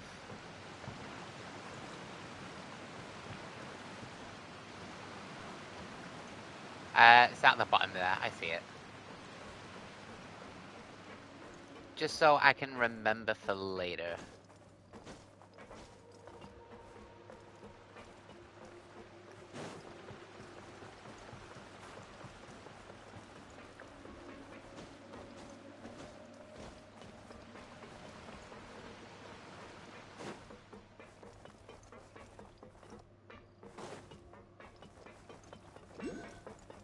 Oh, there's another one here as well.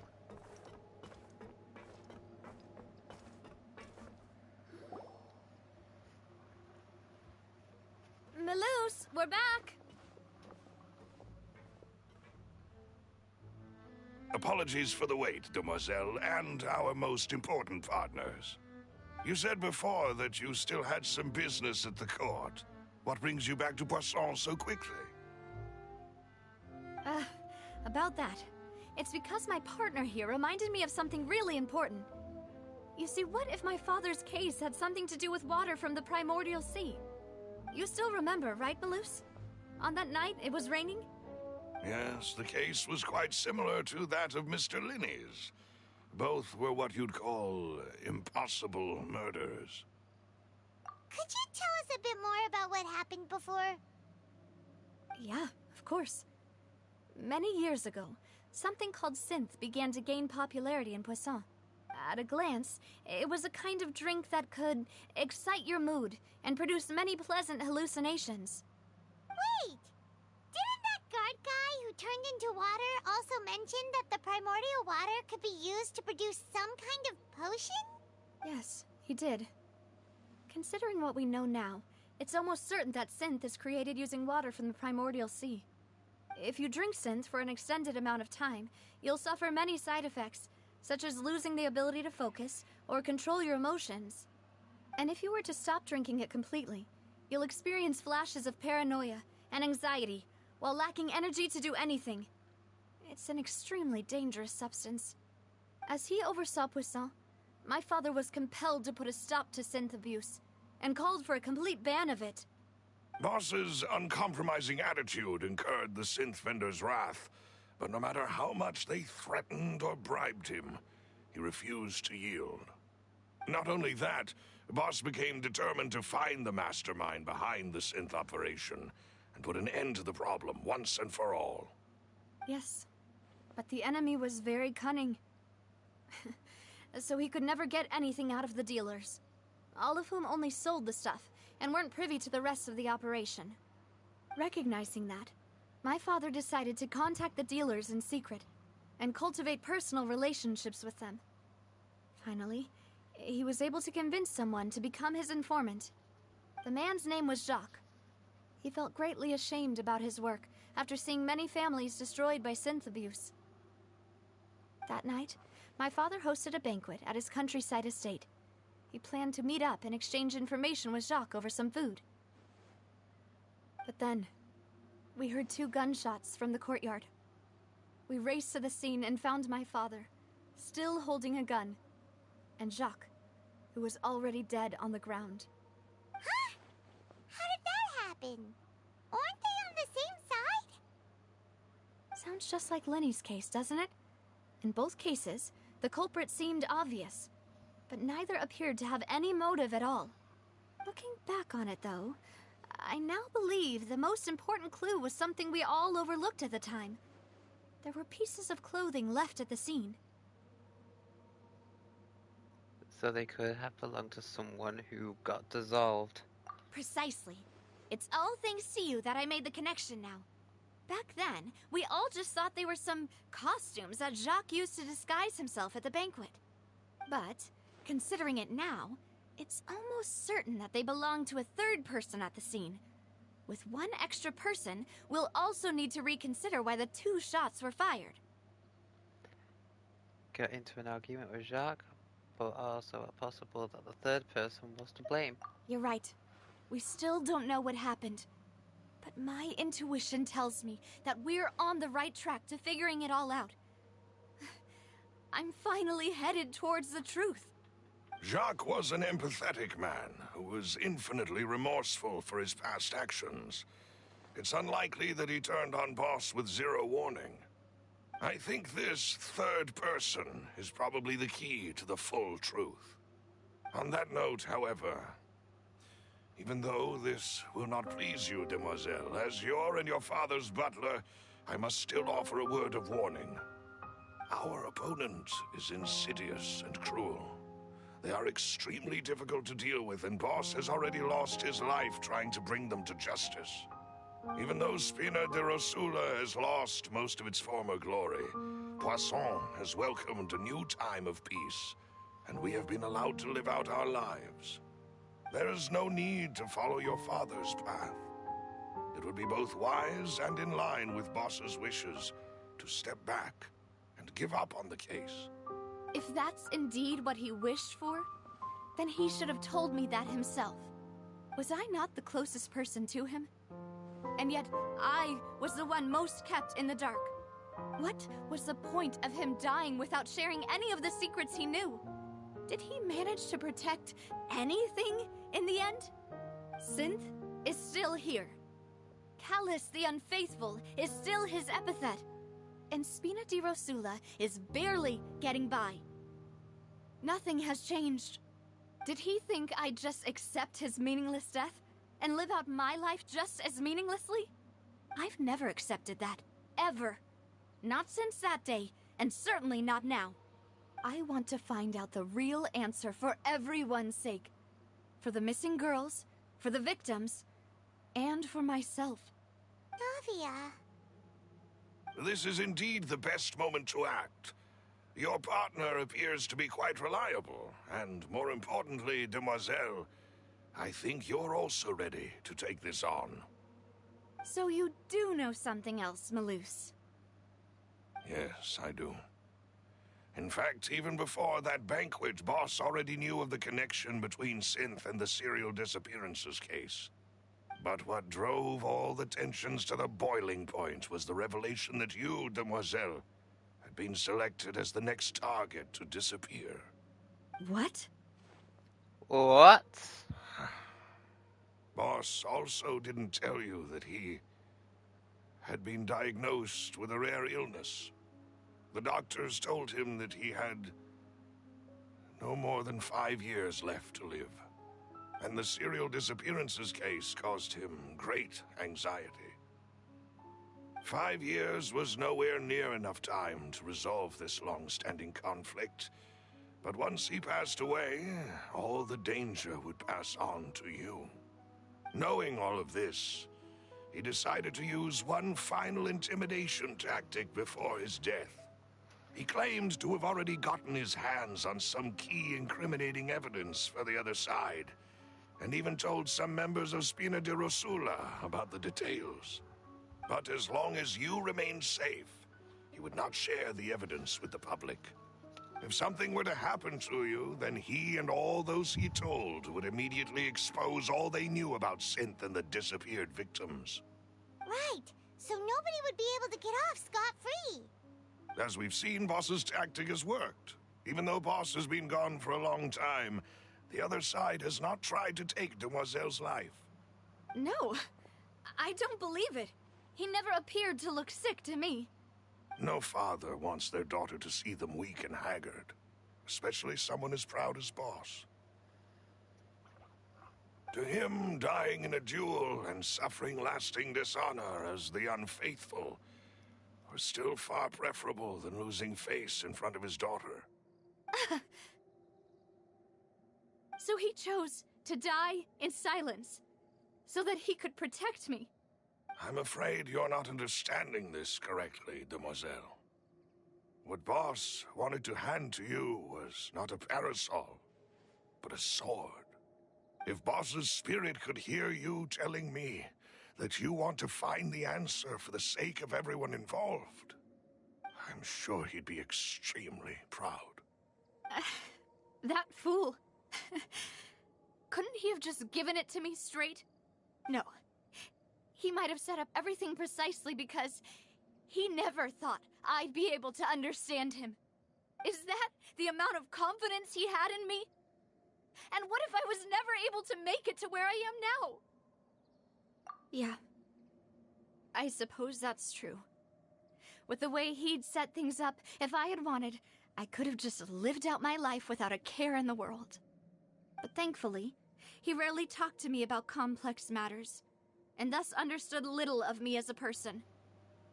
In this case, he really didn't need to give me an easy way out. Malus, what was the key evidence that he shared with you? It's the location where Synth is produced.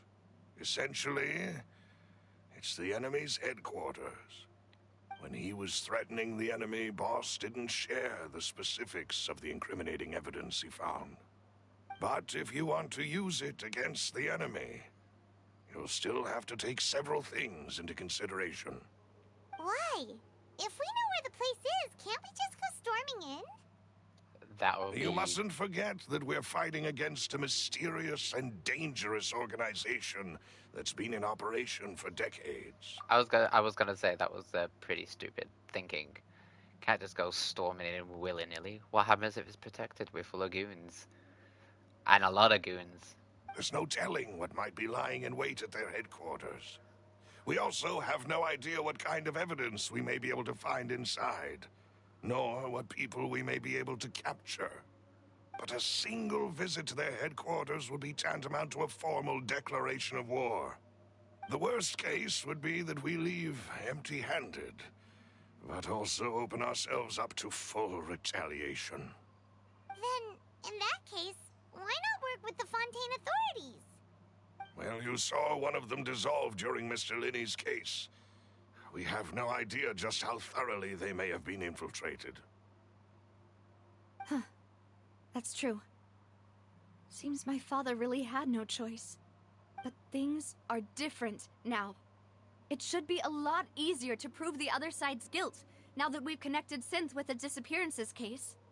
You sound like you've put a lot of thought into this, Malus.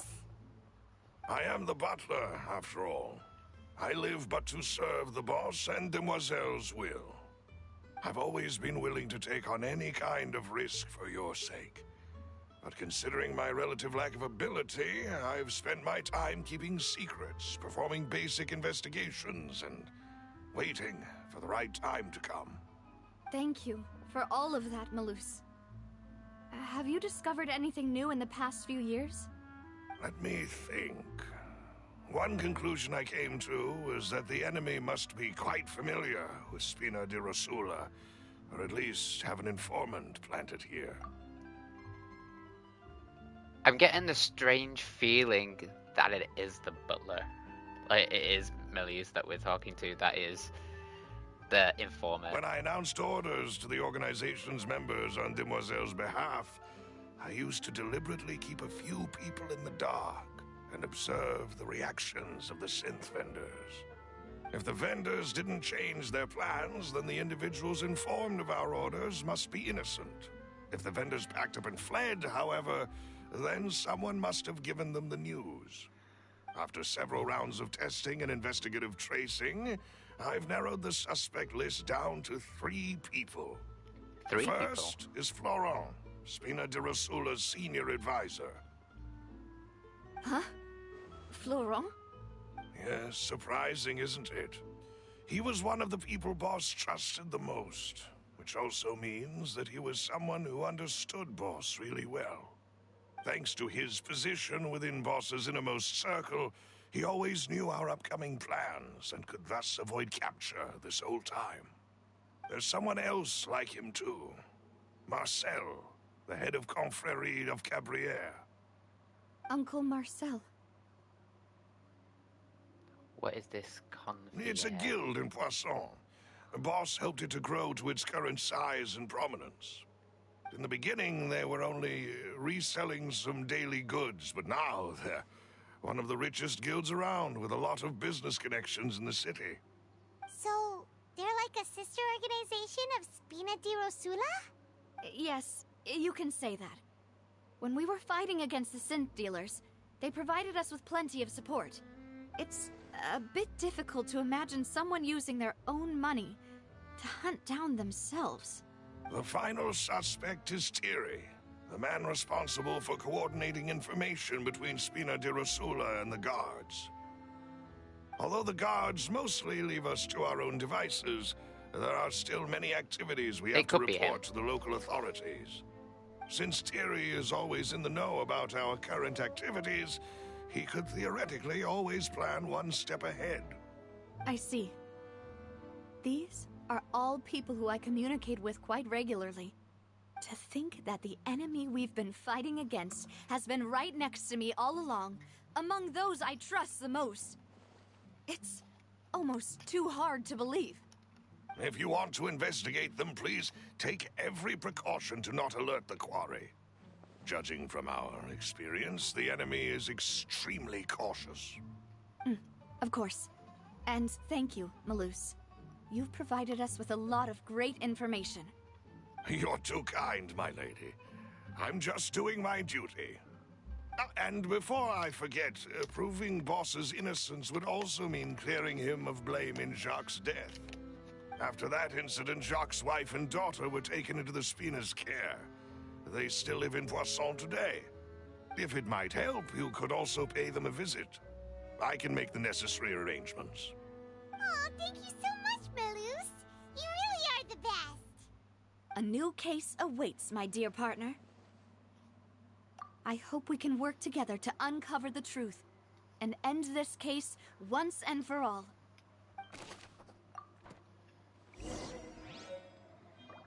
We have a new case in the case files. Oops.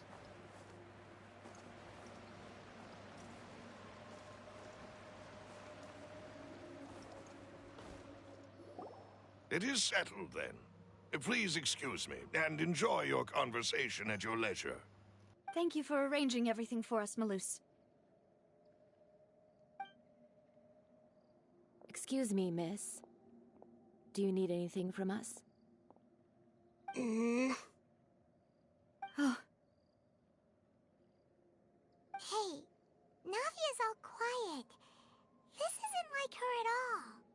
I'm sorry that I only came to visit after all this time. After what happened, I didn't know how I was supposed to face the two of you. Ah, if it's about that, there's no need to apologize. After my husband died, Spina di Rosula sent us a lot of mora and support. I understood your guilt and apology to be genuine. But aren't all of those things nothing compared to the loss of Jacques? I can understand the kind of pain that comes with losing a father so needlessly. You don't understand at all. I didn't know how to face you, because I didn't know what I could possibly bring as a consolation gift. I know only the full truth could bring closure to you. And to all of us. Mm-hmm.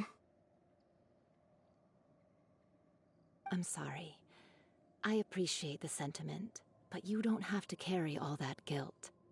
On the matter regarding my husband, my daughter and I have more or less found our answer already. Would you mind sharing it with me?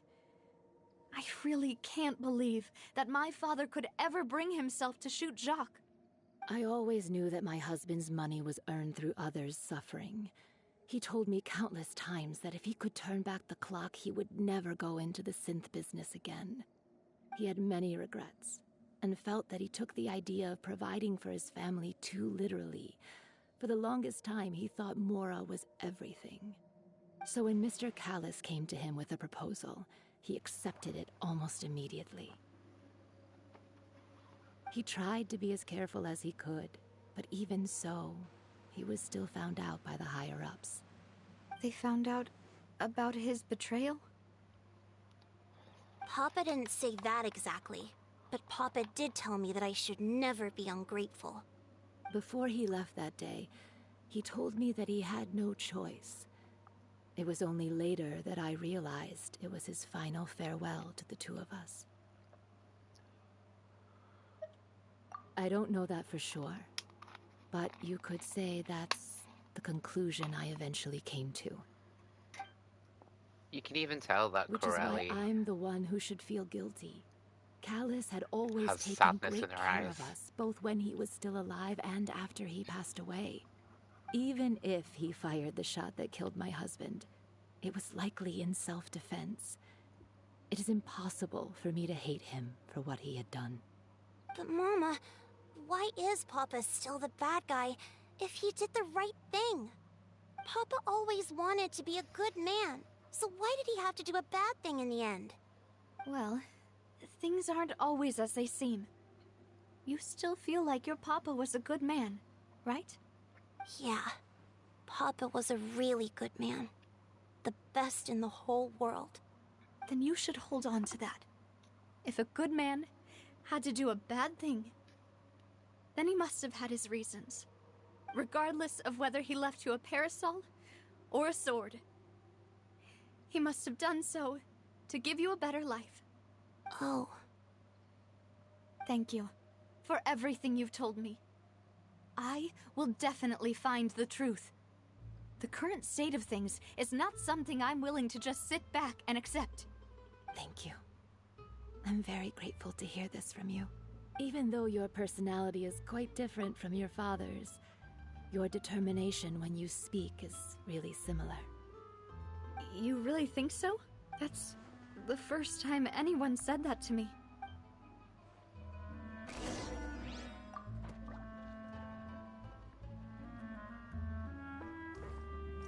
Are you okay, Navia?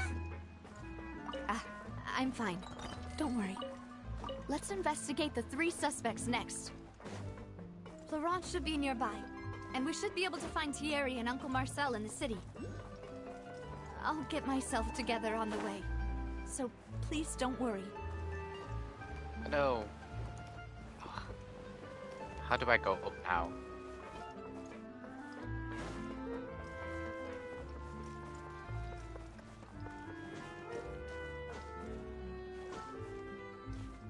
Yeah.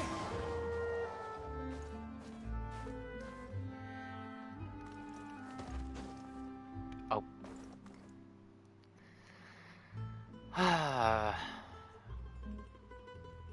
One thing I still don't like about Genshin, the stamina gauge.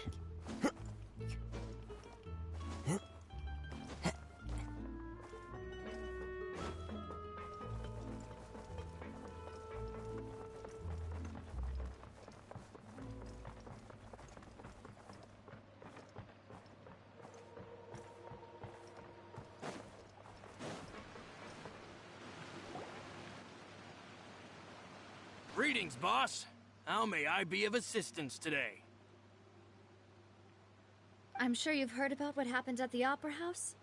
Someone got turned into water right in front of us. Yeah, I've heard. With something that dramatic, I'm sure journalists will milk it for all it's worth. And it'll be all the talk for the next several weeks.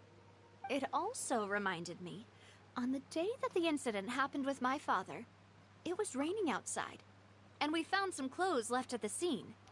After my partner here put the dots together for me, I feel like we should try to reopen his case. Can you do me a favor and try to recall what happened that night? Let me think.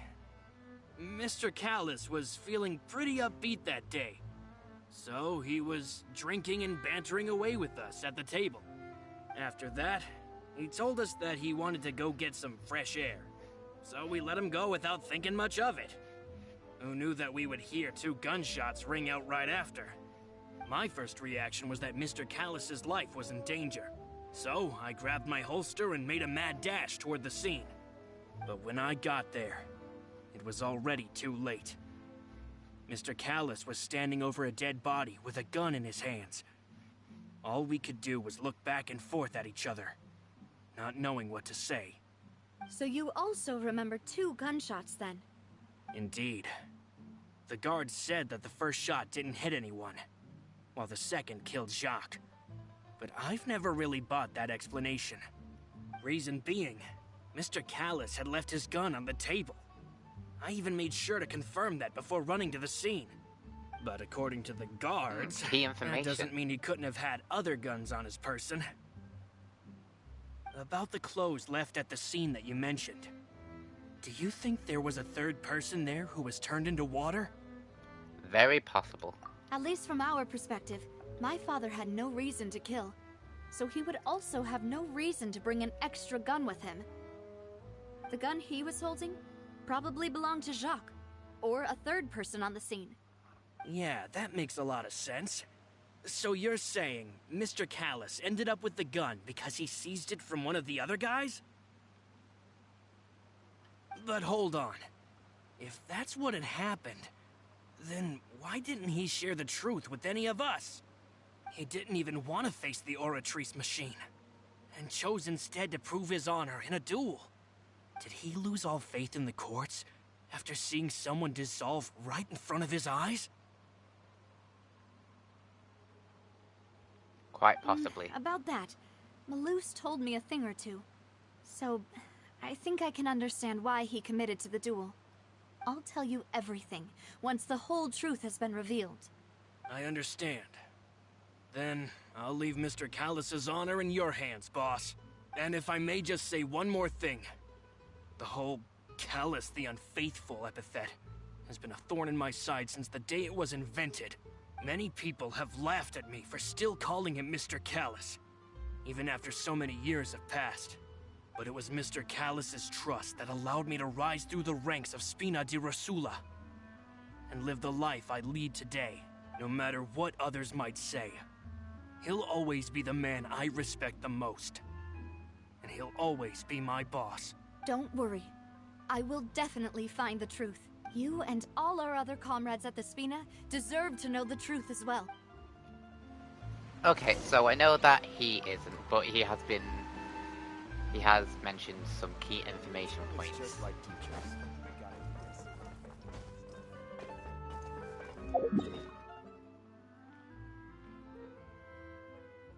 Oh wow, there's so many.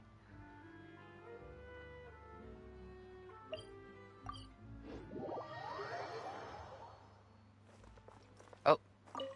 Hey, Theory. Hey, Thierry, it's Oh. me. Oh, Thierry. now, what brings you here, Miss Navia? I've heard that you made quite the name for yourself at the Opera House. Oh, so you've caught news of that already. Oh, okay. Hey, I'm also a member of the Guards, you know. The way you make it sound, people would think I was sent off to Poisson because I had done something wrong. Are you sure there isn't a little bit of truth in that? Under normal circumstances, shouldn't you have been called back to the city already? I mean, where I work is really up to me. Let's just say I enjoy the ambiance of Poisson. Callis did a fantastic job running the town, building Spina di Rosula from the ground up and clearing many obstructions in my way. It would be next to impossible for me to find a similarly easy but high-paying job in the city. Anyway, enough chit-chat. Are these two friends of yours? You, here for some formal business? Yes. These two are my partners. What happened at the Opera House made us realize that Linny's case and my father's may be related. We're trying to reinvestigate the details of my father's old case. Ah, I get it. You think there might be more to the case now that we know people can be dissolved into water, right? I was also flabbergasted when I first heard of it. If you want to go through the original files from your father's case, I can help you look for them. That'd be much appreciated. Thank you. Actually, I have another question. Do you have the authority to dispatch Gardamex? Of course. Without them, I couldn't possibly handle Poisson on my own. Why do you ask? We definitely can't use them to forcefully get more evidence for your father's case. Well, you see, just recently, we were attacked by a horde of unnumbered Gardamex in the city. So, if you hypothetically wanted to do something against me, all you would need to do was get rid of the mecha serial numbers and send them after me. Then you think too highly of my abilities. Dispatching mecha is very different from controlling them. If I had to make an analogy, when you order a dish, the chef will make it for you. You can ask the chef to cook, but not to massage your shoulders or carry your baggage. If you try to make unreasonable demands, the chef would just think you're out of your mind and ignore you completely. The same goes for me and my Gardamex. Removing a serial number is also not as easy as you might think. There are a lot of complex steps to it, and it's almost impossible to keep it a secret. So I can promise you, those mecha were definitely private units. They're certainly not cheap. So, whoever their owner is must be super rich, powerful, or both. Now that you mention it, though, being in the synth business would definitely be profitable enough to afford this. It's a Fatui. Oh, then you're officially in the clear, Thierry. Oh, well, thank you for the vote of confidence, Navia. Jokes aside, I'd like to wish you all the best with your investigation. I'll be staying in the city for a little while, so just Who's the come find other me if one you need apart any from support the guards. Harbinger? It's not Arlecchino, even though Arlecchino is from Fontaine. Who is the other one? Who?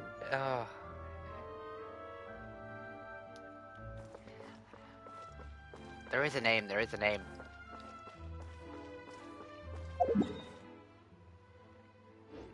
I'll have to go there. Follow the wind.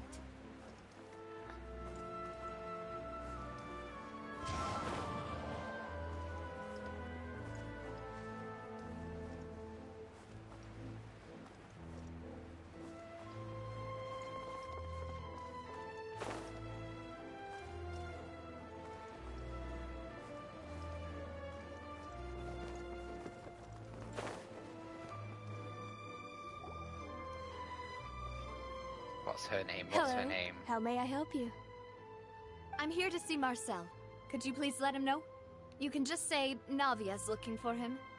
Sure. I will let him know right away.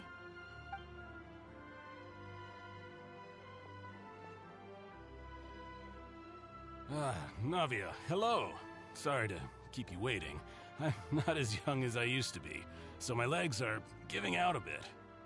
Oh, it's all right, Uncle Marcel. There's no need to stress. I just wanted to talk to you briefly about what happened in the Opera House. I'm sure you saw everything too, right? Yes, I've never seen anything so strange. Oh, you were at the Opera House too? That's right. I went there with Navia to see the magic show. Who knew it would turn into a whole murder mystery? I also witnessed your marvelous sleuthing work. Quite impressive. To beat the Hydro Archon at her own game on her own turf, I can already imagine everyone in Fontaine discussing your exploits over a few glasses of wine. Oh, Paimon doesn't want to become the talk of drunkards. Apologies. It's just how Fontaine is as a nation. Everyone loves drama and theatrics. Uncle Marcel, you've also noticed that other thing, right? The fact that humans can dissolve in water? Yes, I was reminded of your father's case right away. Is that what you're investigating now? Exactly. I still don't have much solid proof, but I can sense that the other side has already begun to act. Oh, and what makes you say that? We were attacked on Araneus by some unnumbered Gardamex. And there was also an attempt to get me to drink water from the primordial sea. If not for the vigilance of my Sandrone partner, alias I probably Marionette. wouldn't even be here talking to you right now. Oh, you're giving us too much credit. Maybe Sandrone's working with Arlecchino?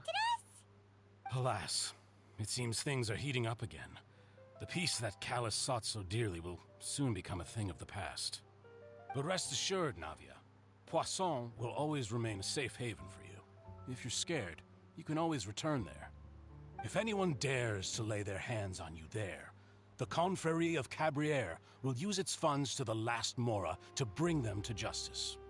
Thank you, Uncle Marcel. But I don't intend to go into hiding. I'm going to strike while the iron's hot. Do you have any new thoughts on my father's case? About that. Sorry, my age is catching up with me, so it'll take me a while to recall my memory. The Confrérie was responsible for that banquet, so I was out and about the whole time making sure things were running smoothly. I didn't even have the time to drink with the guests. Then I heard the sound of a gunshot, and the rest was history. Oh, it's okay. No need to push yourself. We'll ask around some more, see if there are any valuable clues elsewhere. Sounds good. Just let me know if you ever need Mora. All my wealth comes from Callus's patronage and support. I'll spend however much it takes to clear his name.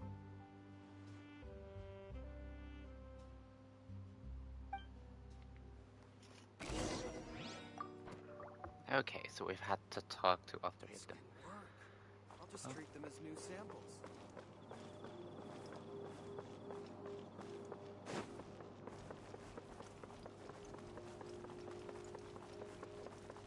You make me nervous. Ooh, there's one here.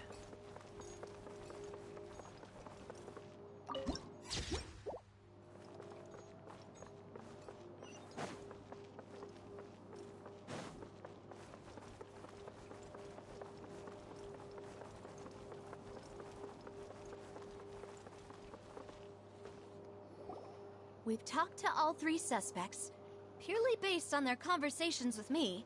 None of them sounded particularly suspicious. Yeah, none of them really stood out as a I suppose that's to be expected, though. If a single conversation's all that's needed to find them out, then my father wouldn't have needed to investigate the case for so many years. Anyway, even though we didn't make a breakthrough, let's still compile what we were able to find. But where should we start? Ah, you're right! Flora mentioned that Callus probably only ended up with the gun because of circumstance. That makes sense. According to Jacques' family members, he already told them that he had been discovered, and that he had no choice before he left home that day. If I had to guess, he probably received an order from the synth boss to kill my father. Had he refused, he and his family's lives would have been forfeit. So, Jacques fired the first shot?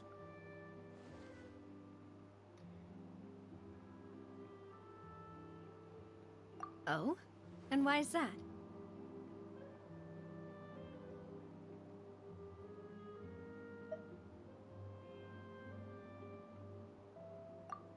that's a good point. Jacques probably already knew that he was just being used as a tool for murder. And once he had completed his mission, he'd be of no more use to his boss. Huh. So, what would make more sense from his perspective would be to turn his back on the Order and seek protection from my father. Seems the third party was one of the one who derailed everything. Makes sense. But without evidence, that's still just a theory. Besides Jacques, the attack from the Gardamex has been bothering me quite a bit as well. It's obvious that our enemy has become more antsy after the secret of the primordial seawater was revealed. Do you think he knew, even then, that we'd follow this lead to the end? Given everything that's happened since, it's quite possible. But who among the 3 suspects would have the ability to control privately owned Gardamex?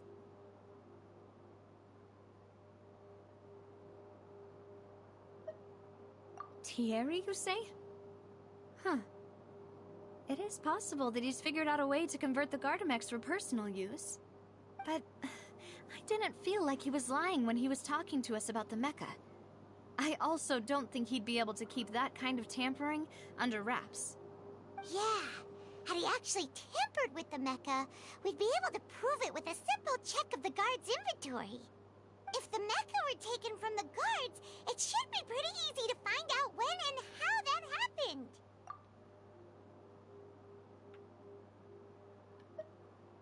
Uncle Marcel? My father did really trust him. And they worked together on a large number of projects. Maybe that's how he got to know Jacques. And with funds from the Confrérie, he could also afford a large number of Gardamex. It's still really hard for me to imagine, though. After all, Uncle Marcel has been around since I was just a child. Also, wouldn't this mean he has been spending a whole lot of mora and energy to fight his own synth business? Maybe it was someone else. Florent? It is true that he was closest to my father, and thus had the best chance of learning about his dealings with Jacques. But as Spina di Rosula's advisor, his work mostly deals with personnel and security, so he shouldn't have much means when it comes to finances. So you're saying he's too broke to afford a mecha army? Exactly. He can't. And even if he could, I don't think he would be able to dispatch a whole group so quickly. Who could it be?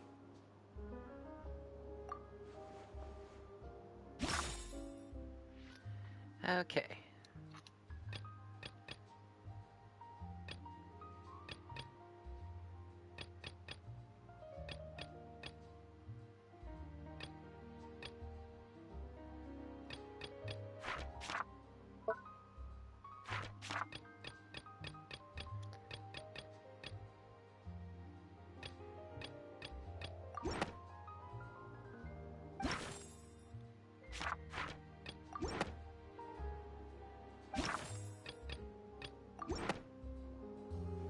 You know, if you think everything through, Uncle Marcel is indeed the most suspicious of them all. Could we be missing other suspects? Malus didn't know about the people turning into water thing when he narrowed it down to these 3, did he? Malus has always been very reliable, and his judgment What did I of say others' before? trustworthiness has been fair and well considered. When he laid out his case for the 3, the rationale he gave me made a lot of sense as well. The suspect is knowledgeable about the Spina's internal affairs, has the means to dispatch Mecha to assassinate us, and possesses significant intellect and foresight. Even if I don't want to believe it, I'm starting to see how things could all tie back to Uncle Marcel. Well, we still have another trump card on top of all the theorizing and speculating. Yes, Malus did say that charging straight in there would be extremely risky, but we don't have any other options right now. We need far more solid proof before we can hope to go charging in on our enemy. Navia, here you are. Oh, I've been looking for you. Huh? Aren't you the guy from the guards? Did something happen? Yeah. News came from Irenaeus just after you left. we've got another trial on our hands. Wasn't that place built specifically for holding trials? What's so newsworthy about this one? I know. But they said the person they're putting on trial is a Fatui harbinger called Tartaglia. What? Is that someone you know? Yes. Yeah, we know him. Maybe even a little too well. Well, he's been accused of being the true culprit behind the serial disappearances case. It's absurd, don't you think? Wait, how? None of our investigations have had anything to do with him. That's what I thought was strange about it, so I came to tell you the news right away. If the charge against him stands, then it'll be next to impossible to get the guards to support any of our planned investigations. Right, because they'll think they've already found the culprit. Yeah, and it'll be a lot harder then to clear Mr. Callus's name.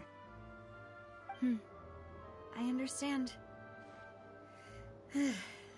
Well, partner, what do you think we should do? We still haven't found any conclusive evidence. Huh? Split up? What do you mean? You can go to Emerus while I'll go investigate that place. Just as expected of my partner. Since this is a trial about the serial disappearances case, the culprit's attention will be focused on Irenaeus, leaving his home base wide open. You're right. This is our best opportunity. All right then, let's do this. I'll stall them at the Opera House and charge Marcel as the true culprit. I won't have any chance of making that charge stick, though, unless we find more evidence. It'll be up to you to make it back in time and hand the decisive evidence to me. We'll help you, just like you helped us in Linny's trial. Demoiselle, please allow us to accompany you. I'm ready. Ah, Malou, Silver, when did you two get here? We heard that you'll be leaving Poisson and figured that you might require our assistance. It's our hope that your confidence will be bolstered with the two of us by your side. Thank you so much. Then, let's make haste for Irenaeus. Paimon, Traveler, I'll see you at the Opera House. See you then! I'm still not 100% on that, Butler. Melus, was it? Now that Navia has set out for Irenaeus, we should also get going. The location has already been marked on the map, so let's head over.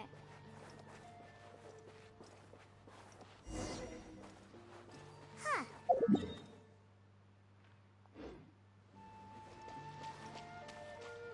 Let's go and try to find the entrance.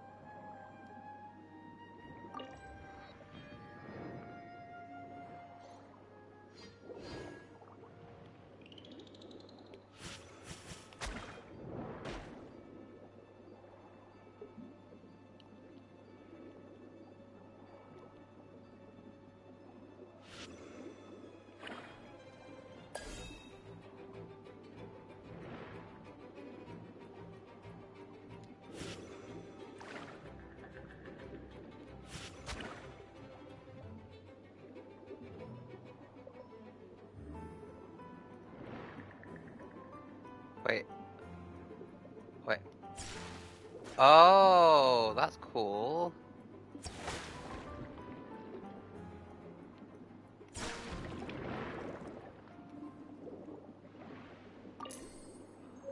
Ah. Oh, cool.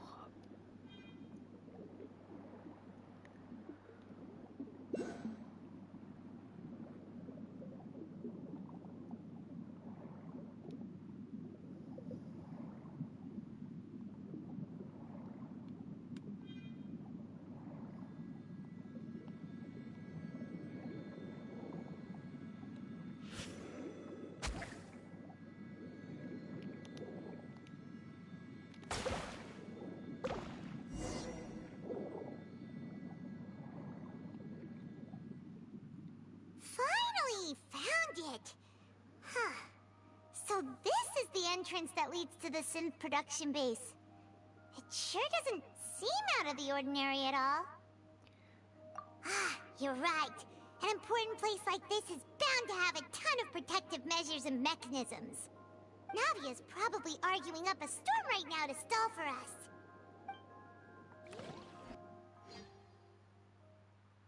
Meanwhile, inside the opera epiclase, it's just so cool that we're just underwater. Again, Mr. Tartaglia. Do you accept the charge that you are the true culprit behind the serial disappearances case? To be perfectly honest, I don't understand your country's complicated court system, or the reason why I'm being charged with something I've never even heard of. However, I did hear that people who have been charged can choose to participate in a duel to clear their name. Is that right? In which case, as long as I accept the charge, I can have an all-out fight with that champion duelist Clorend, right?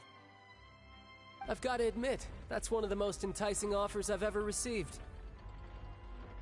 When I privately sparred with her last time, she was obviously holding back. Real disappointing. Hey! Don't you understand? You're currently the prime suspect for a major case. This isn't the place for you to be looking for fights. Oh? Sounds like the Hydro Archon wants to lecture me on the ways of the Opera House. Then why don't you duel me too? I'm the kind of student that learns best in the heat of battle. No. That's not what I meant. Alas, it would appear that communication with the defendant is going poorly, and we have made very little progress. In that case, let me explain everything from the very beginning again. The goal of this trial is to determine the culprit behind the serial disappearances case. That case had nothing to do with him. You've got the wrong man. Huh? What's going on? Why is she interjecting again? I told you it couldn't be one of the Fatui Harbingers. Miss Navia, this is the second time you've interrupted the court proceedings. I only tolerated your behavior last time because you were able to provide the court with a key eyewitness. But that was an exception rather than standard court protocol. I can very well charge you with contempt of court for your interjections. Oh, please. Did you ever think I had any respect for this place's pointless theatrics? We can put that discussion aside for now. I'm not here to argue with you. I'm here to charge the true culprit behind the serial disappearances case. And if my charges prove true, then Tartaglia here will be proven innocent by default, correct? Oh, a young lady has charged in and offered to clear my name. How fascinating. Well, I'd gotten half bored to death by all these rules and procedures anyway, so I'll take you up on that offer. So, Your Honor, is there nothing else for me to do now? You may take a seat for now in the audience, but that doesn't mean the suspicions against you have been lifted. Now then, Miss Navia, who is the person you would like to charge instead? That person is...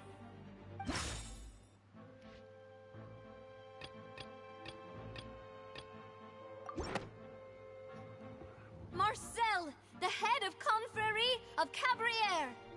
Huh? What confrérie? Never heard of them in my life. I've heard of them, but weren't they Spina di Rosula's sister organization? Oh, is this going to be a friends to enemies type situation? Please let me remind you, Miss Navia, that charging someone is an incredibly serious matter. Committing to the charge also means taking on the legal responsibilities associated with it. And if the charge fails, depending on the circumstances, you may also be charged with the crime of making a false accusation. Knowing this, do you still wish to charge this man? Yes, I do. In that case, I declare the charge to be valid.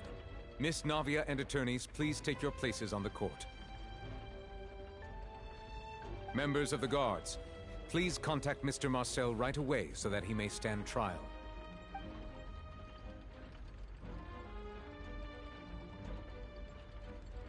Mr. Marcel, you will not require an attorney. Is that correct? Apologies. It all just happened so quickly. I still haven't figured out what's going on. I think an attorney won't be necessary. This is probably just a misunderstanding between me and Navia. Very well. In that case, since both sides have now arrived, Miss Navia, please present your charges. I would like to take everyone back to 3 years ago, to the case of Callus the Unfaithful.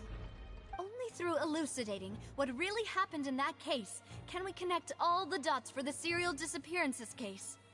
Navia, do you really think that I was the one who killed your father? Come on, why would I do that? Callus was my benefactor, and remember, both you and I only ran to the scene when we heard the sound of a gun. If that's enough to make me a suspect, wouldn't that make everyone at that banquet a suspect as well? I think there's no point in getting into the specifics right now. The audience doesn't even have the big picture yet. Even I'm struggling to remember some details of that case. Exactly correct, Your Honor. I must refresh everyone's memory about that case before I can explain my charge and reasoning. I see. In which case, I will recount the findings about that case as originally recorded by Maison Gardiennage.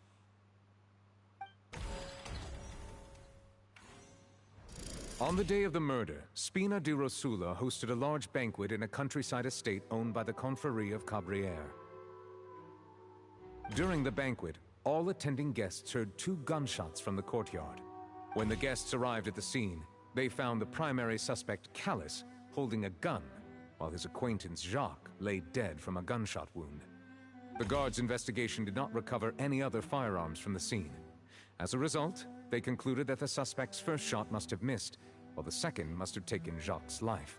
The suspect did not dispute this conclusion, and also declined to defend himself in court. Instead, he chose to prove his innocence through a duel. Callus was defeated by champion duelist Clarande in the ensuing duel, and soon succumbed to the injuries. These are the known facts about the case.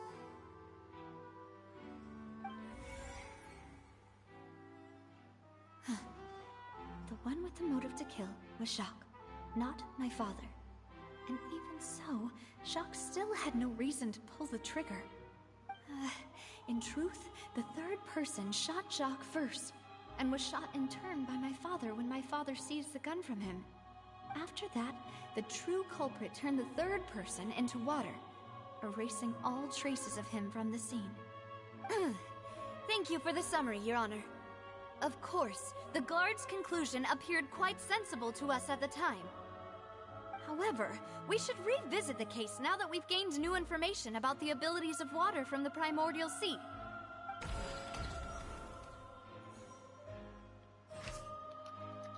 A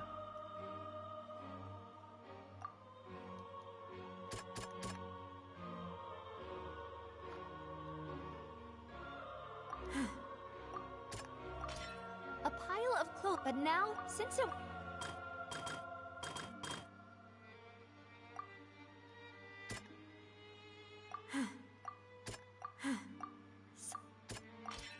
This is that.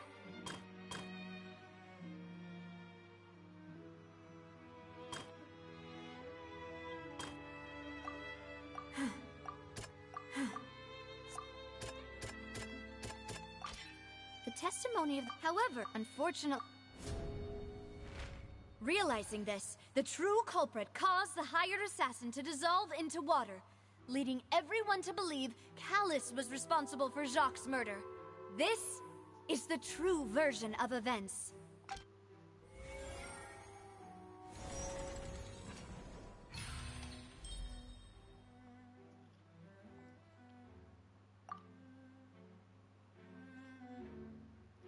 So that's what happened. Wait, you're telling me something as dangerous as water from the primordial sea has been used for all these years? What a great theory. It also explains Callus's and Jacques' respective motives. I guess they didn't shoot each other after all. Mr. Marcel, you are the one being charged with the crime. You should provide a rebuttal if you wish to prove your innocence. But I think I agree with everything Navia just said. In fact, there was nothing in her speech that directly implicated me. Then, may I ask some questions? In my opinion, we primarily need to determine 2 things. 1, Do you have the evidence to back up your claims? I'm afraid not. At least not at this very moment. Boo! If you don't have any evidence, you should just go home! I may not have the evidence with me, but I know where I could go to collect it. If we look up the deserted clothes against a record of people who went missing around the same time, we should be able to find a match. Considering the serial disappearances case, the guards probably kept careful records of all missing persons from around that time, regardless of age or gender. That makes sense to me. Monsieur Neuvillette, I would consider this to be a reasonable investigative direction. Why do I feel like Farina's acting a little differently today? Maybe she's scared of embarrassing herself again? Alternatively, she's become more diligent after charging an innocent citizen in the last trial. My second question has to do with the ensuing duel. If the truth is indeed as you described, then why didn't Mr. Callis explain himself in court? If he had testified that a person had been dissolved, he could have at least mounted a defense. I've thought about this too, and the answer is actually pretty simple. He felt there were things that were more important to him. The dissolving power of water from the primordial sea is an important secret for the true culprit of the serial disappearances case. My father could have exposed it for all to see, but he chose to take it to the grave. At that time, Spina di Rosula was in dire straits, and his reputation had already been shattered. He had no guarantee that going forward with the truth would allow the culprit to be brought to justice. What was certain, however, was that it would paint a gigantic target on my back. Boss once told me that Demoiselle had already been selected as the next target of the serial disappearances case. What? If the secret had gotten out, the culprit would have fought an all-out war with Espina right there and then. I wouldn't have been the only one in danger. All of us would have stood to lose our lives. Of course, the guards might eventually figure out the truth of the matter and determine that we were in the right. But what good would that do? How can a hollow verdict protect anyone? Had this opera house ever given my father any kind of confidence in its brand of justice, Spina di Rosula would have had no reason to exist. But by staying silent, we retained the ability to deter our opponents and continue the stalemate. I was able to become Spina di Rosula's president, which made me harder to target, as well as giving me more time to grow and learn. And once I have figured out the truth and stepped up to the challenge, I will do what this opera house cannot, and restore my father's truth and honor back to him. So, you mean to say, your father intended to die in the duelist's ring? That's right. Do you have any proof? Of course. All you need is to ask his opponent, Clarand. I don't need your apology, your guilt, or your support from the shadows. You don't have to do anything for my sake. But since he entrusted his will to you, Clarand, you should tell us the truth about his sacrifice. So, during the duel, did you believe that Callis was intending to die? Yes, I did. As a champion duelist, I've fought many battles and taken a countless number of dishonored lives. In my line of work, I've seen all kinds of people give their all for the faintest hope to continue living. Some were determined, others passionate, and some even manic and twisted. Just one look and I can tell if a duelist is hoping to live or if they're looking to die. I hereby swear on my name and honor as a champion duelist that Mr. Callis never intended to leave the ring alive. Since that's your testimony, I have no more questions. It appears there really are good grounds to reopen this case. I concur. However, Miss Navia, you still have not explained the link between your father's case and the serial disappearances case. Right? What she said was fascinating, but kind of beside the point. Wait, weren't they just talking about the serial disappearances case? Of course, Your Honor. The two cases are connected via a matter of timing. In my father's case, the culprit intended to kill both Jacques and Callus. As a result, they planned to act after hearing 2 gunshots. And at the end of Linny's trial, the culprit also only dissolved the victim in front of everyone because they realized they were at risk of being identified. The culprit could only time their actions so precisely if they were already at the scene. Coincidentally, Marcel attended both the banquet and the trial. So that's why you suspected me. Even after hearing your reasoning, I still can't help but find it a little preposterous. I'm used to it, though. You've always been an impulsive and sentimental child, Navia. It's one of your most endearing traits. No need to appeal to pathos. I won't try to refute your points one by one, but even if everything you just said was true, can you prove that I was the only person present at both events? On top of that, does a person have to be physically present to control the timing?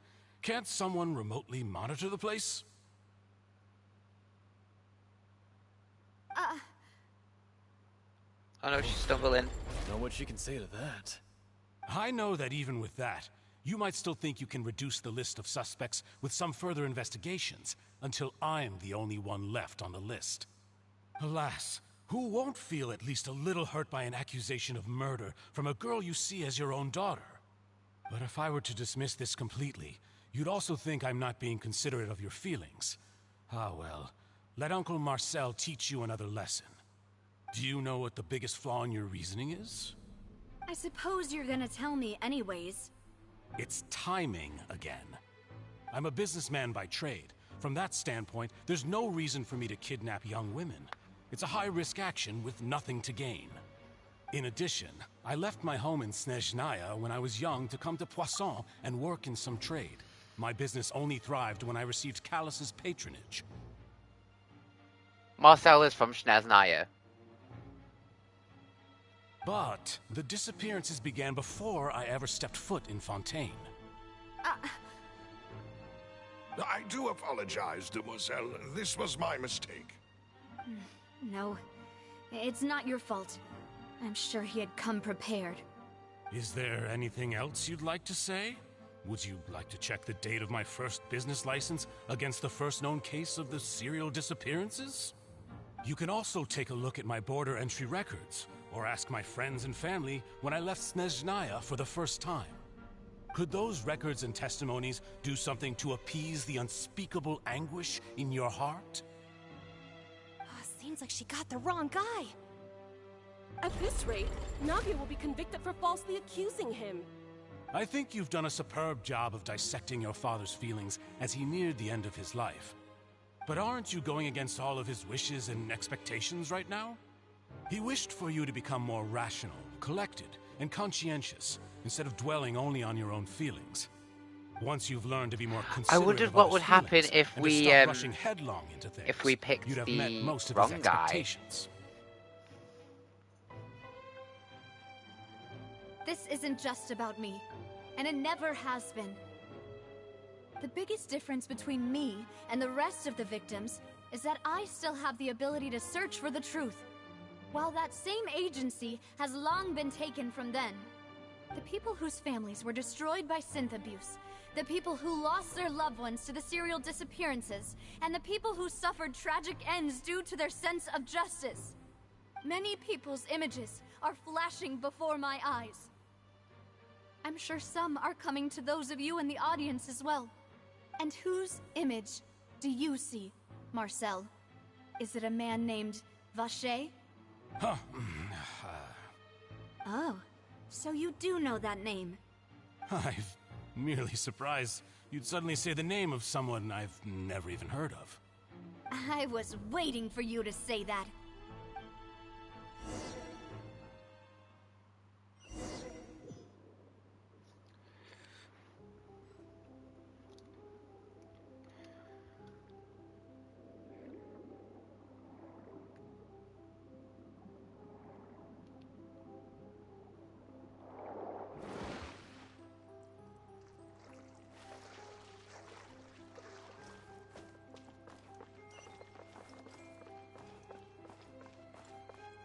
What's this? Ah, oh, okay. 92? Into the wind. Hold the line! I hear everything. Can't see?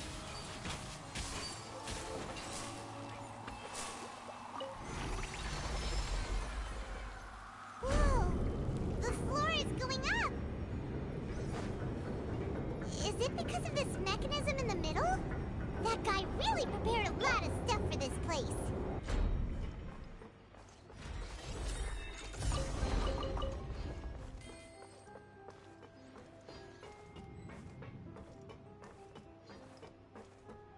Paimon thinks we need to go up, but Paimon doesn't see a way. Let's take a look around. Maybe we'll find a hidden mechanism that'll show us the way up.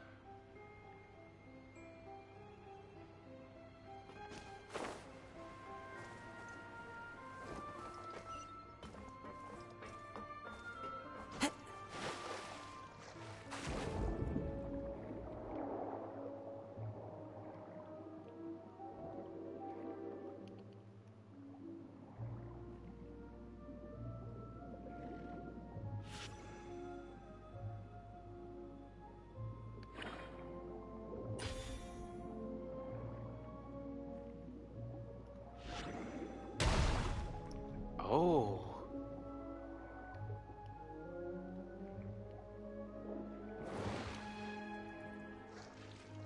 Oh.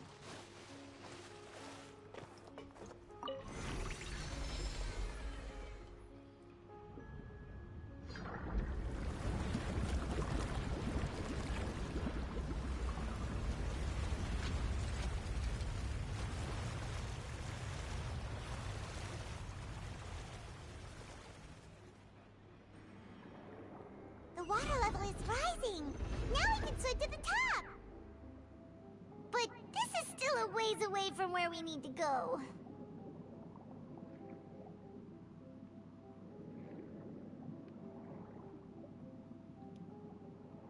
Oh, this is so cool.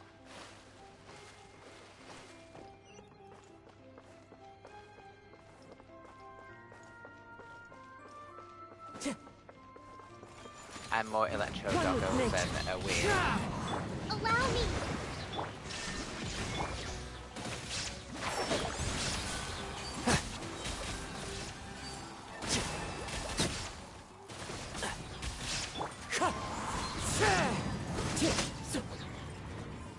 Clouds high.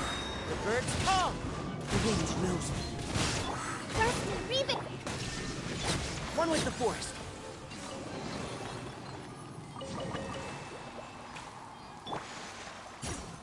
Anything else here? Any chests? Time to go. Just luggage, papers.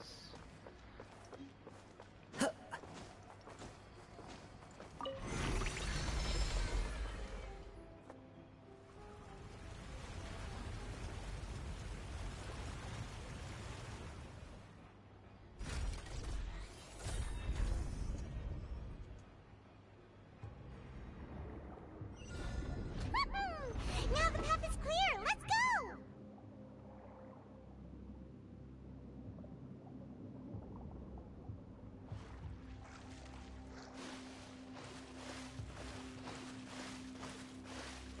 Oh, this is so cool.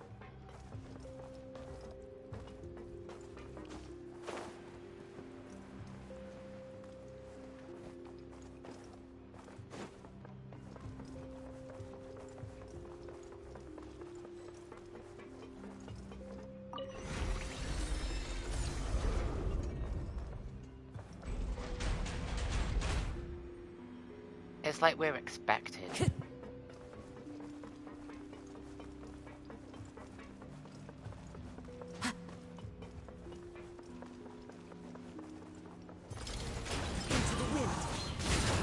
Hold the line. There is no escape. I'll uproot you.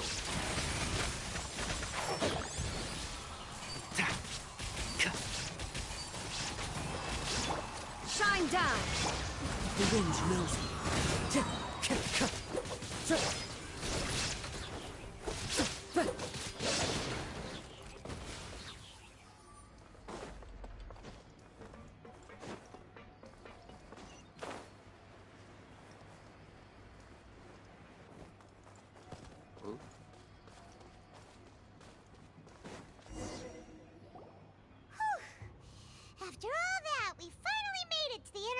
sanctum. Though, as expected, the mastermind isn't here. He's being charged by Navia as we speak. That's right. Then let's hurry up and find some evidence so we can get back to the Opera House and help Navia!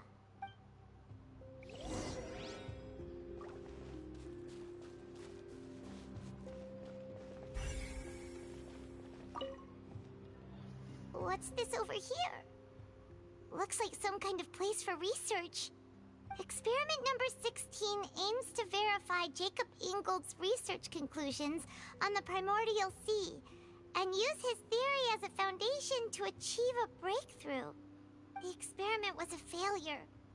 No individual managed to resurface from the water from the primordial sea.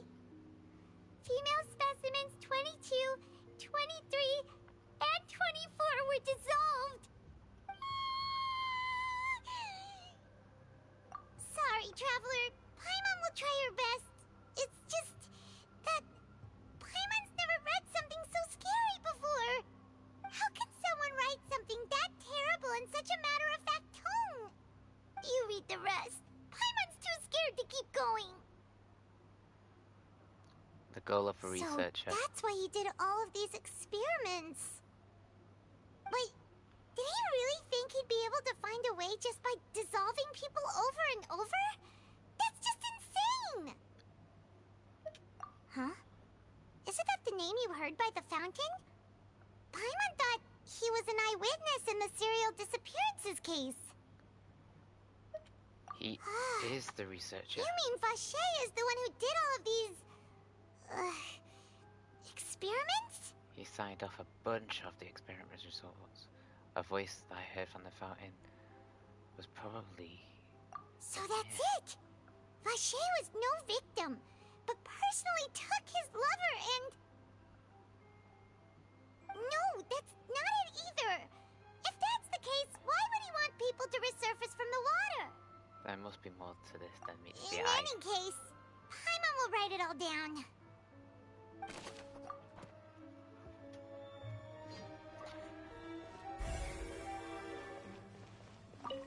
But that's a new find indeed. Whoa.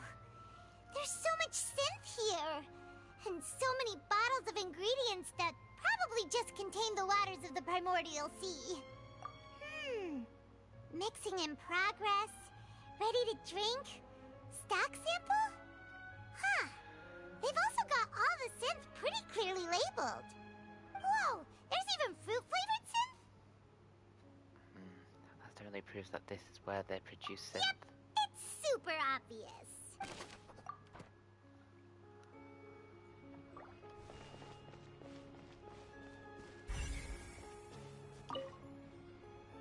What's all this? Aw, it's a bunch of really cute things.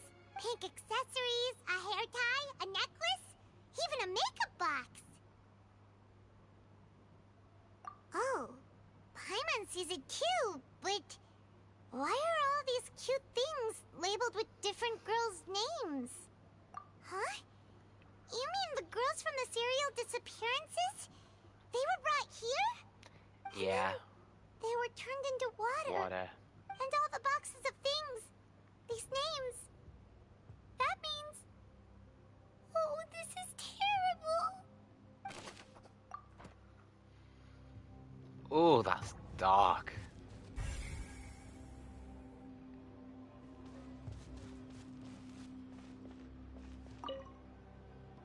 Oh, look!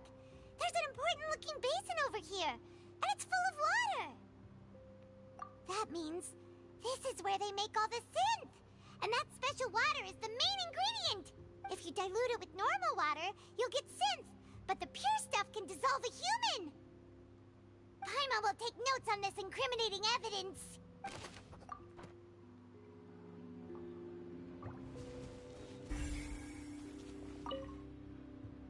Let's see what's written here. Nothing escapes Detective Paimon's eyes. Callus. Navia's father. Oh, this seems to be an investigation report on him.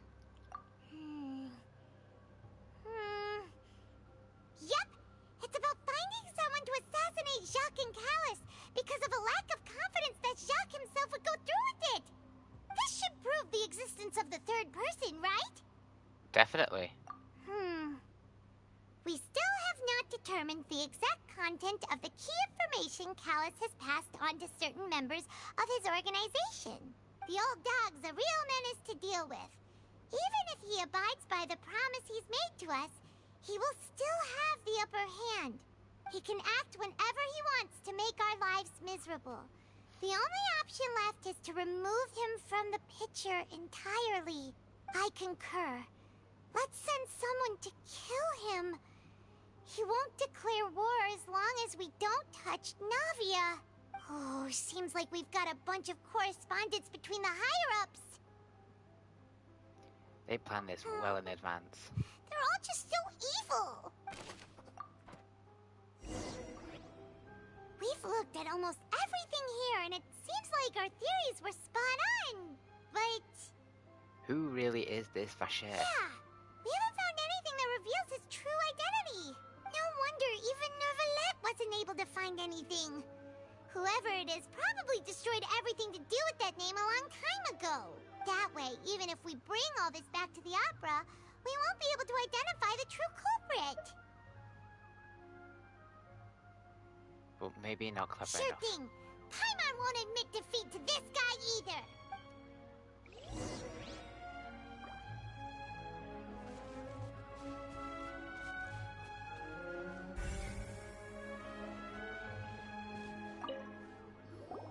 You take that side, and Paimon will take this side.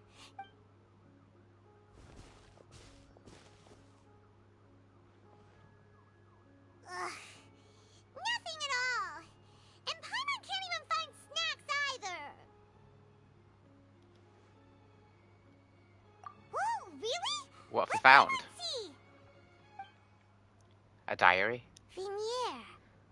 Isn't that Vacher's lover's name? Then you found her diary. Let's see. Aw. It's just a normal diary chronicling their love story. She was so sweet, too. Oh, Paimon feels even worse for her now. So many! A whole page's worth! But they're all crossed out. Was she unhappy with all of them? The final name she decided on was... Marcel. Wait, but Marcel's pretty old.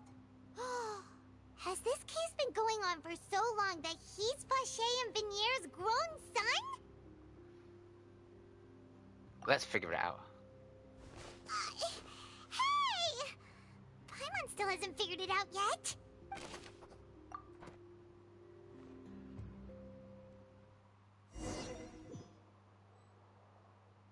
And whose image do you see, Marcel?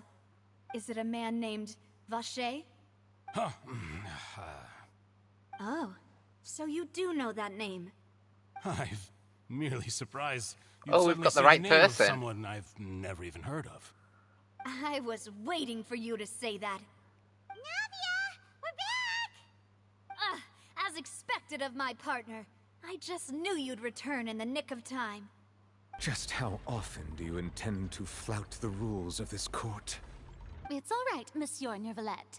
Given their confidence, I expect they've found the crucial evidence. You say you've never heard of Vacher.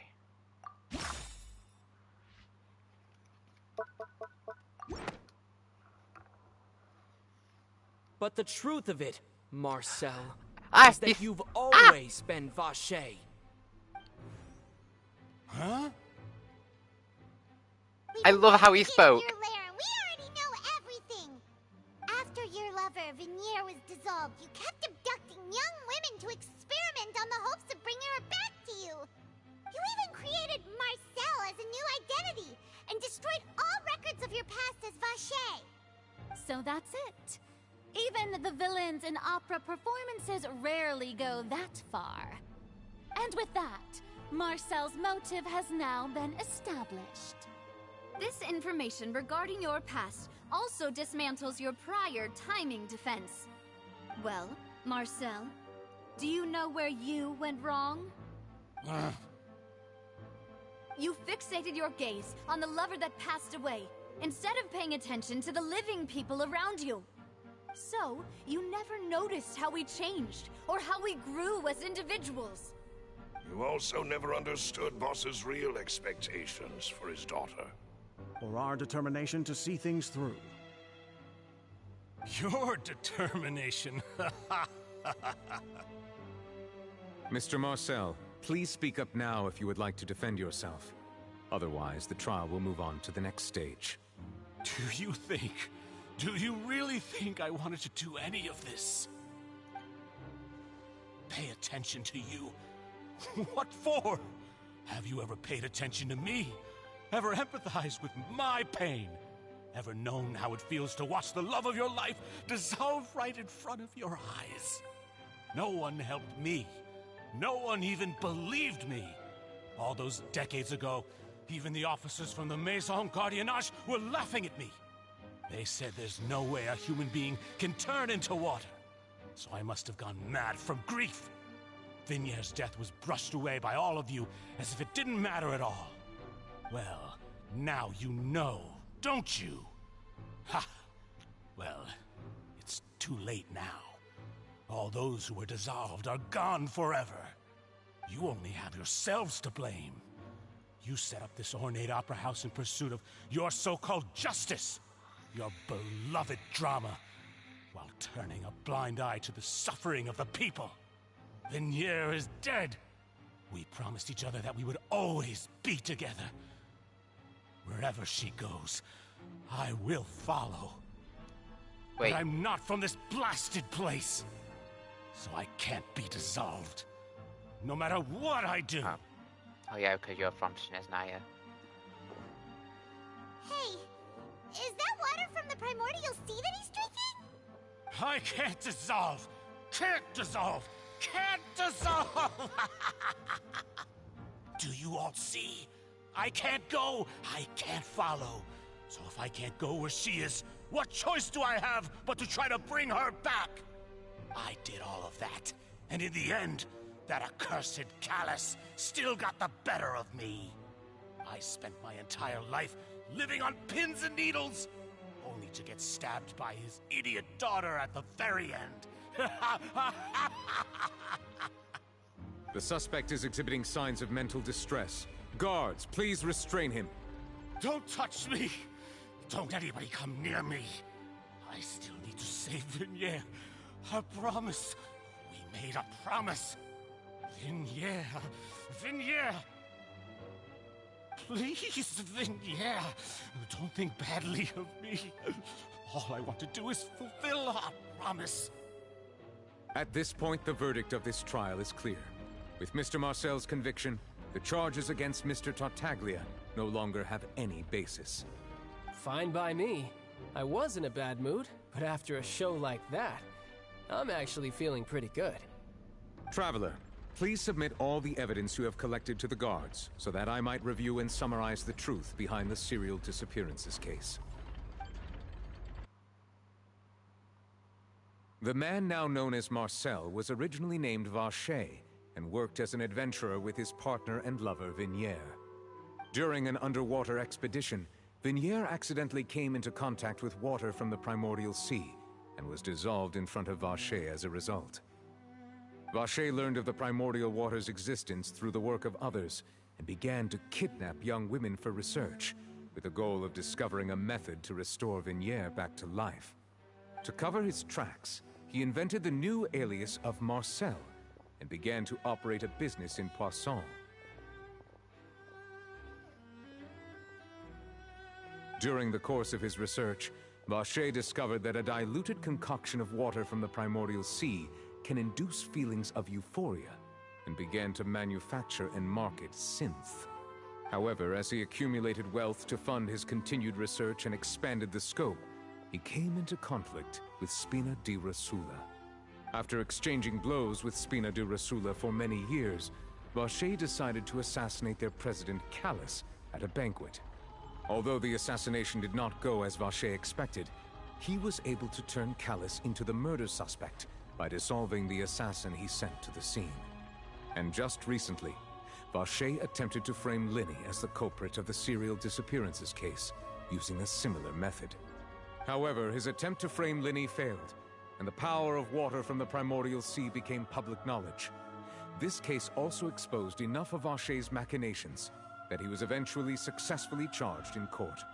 Thus concludes the enigmatic history of the serial disappearances case, with the truth revealed to all.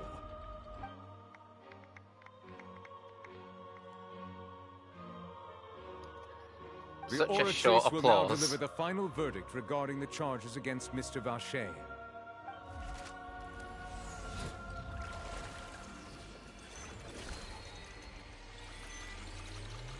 Very Ocean Star Rail. Well, they are made by the same people, developers. According to the judgment of the Oratrice Mécanique d'Analyse Cardinale, Mr. Vacher is guilty. Ooh. Guards! Take Vacher away. Good. It's what he deserves. With that, the serial disappearances case is over now. We really just witnessed history. Who would have thought the true culprit would be such a polite and well-spoken guy? Yippee! We helped Navia bring the bad guy to justice! He's hurt so many innocent people and now he's finally getting what he deserves. Huh? Are you okay?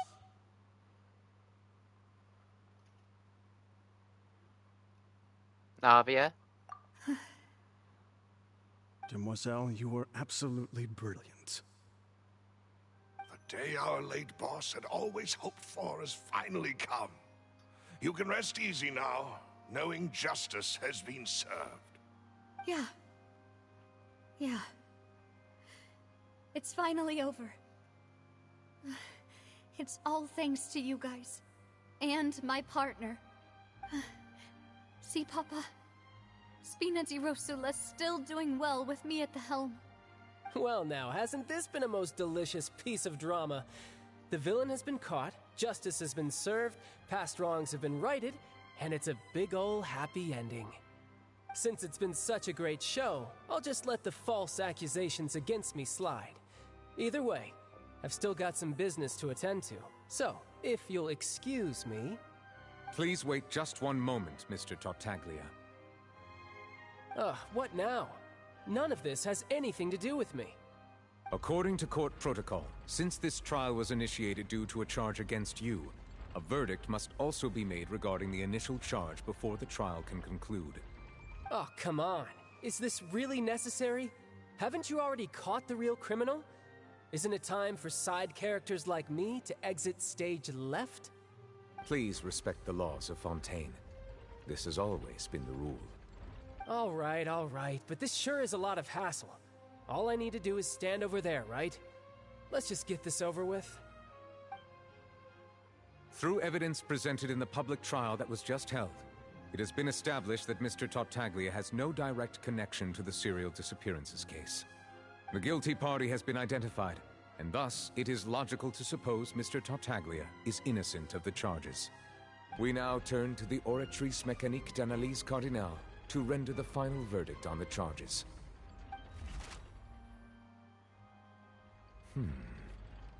According to the judgment of the Oratrice Mécanique d'Analyse Cardinale, Mr. Tartaglia is... It's gotta say he's guilty. Guilty. What? Hey! That's not funny! Didn't you just say I'm supposed to be innocent? What's with this verdict?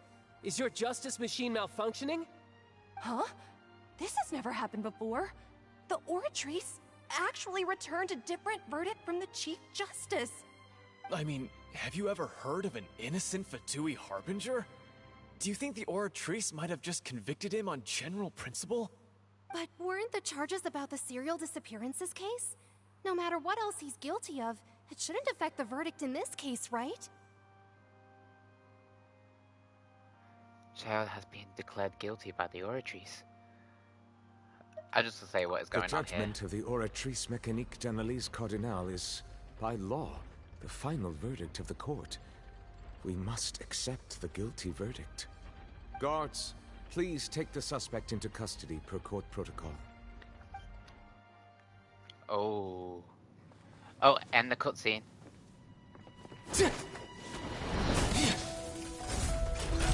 So this is how justice is done in Fontaine. What a joke. You've got your rules. Well, I've got mine too!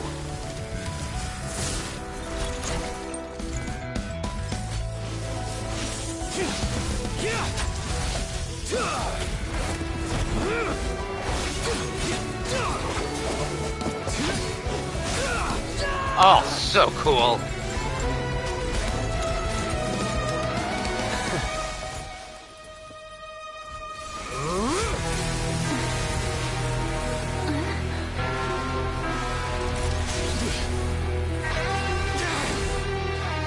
He's activating his spell legacy!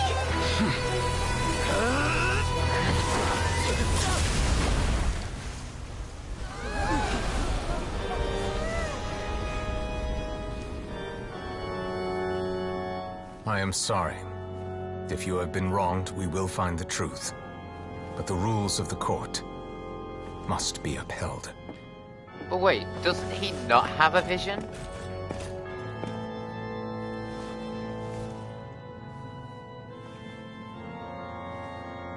Oh wait, no. Maybe he does have a vision and it's around his collar. On his corsage. Hey, Monsieur Novelette, what's going on? Shouldn't they have been cleared already? Apologies. This is also the first time I've encountered such a situation. However, according to the rules established at the conception of Fontaine's court system, the Oratrice's judgment is the final verdict of the court. All I do is follow court procedure.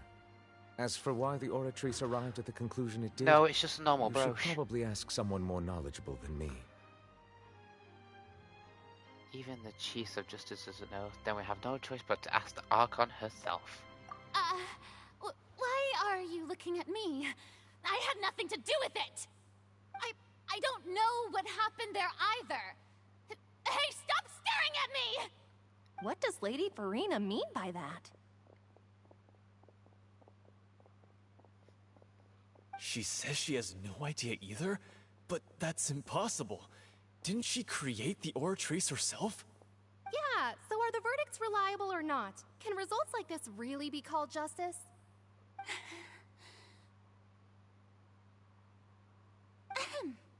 My dearest citizens, did you really think we'd allow an incorrect verdict to be handed out in this court?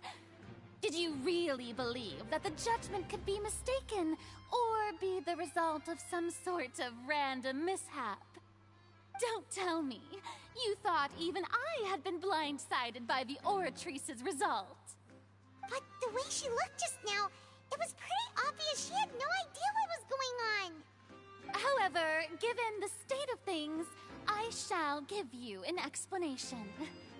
Everything that just took place, including my supposed shock and bafflement, was a part of an elaborate performance, with every action meant to stir up drama and excitement. And, of course, for every performance there is a script.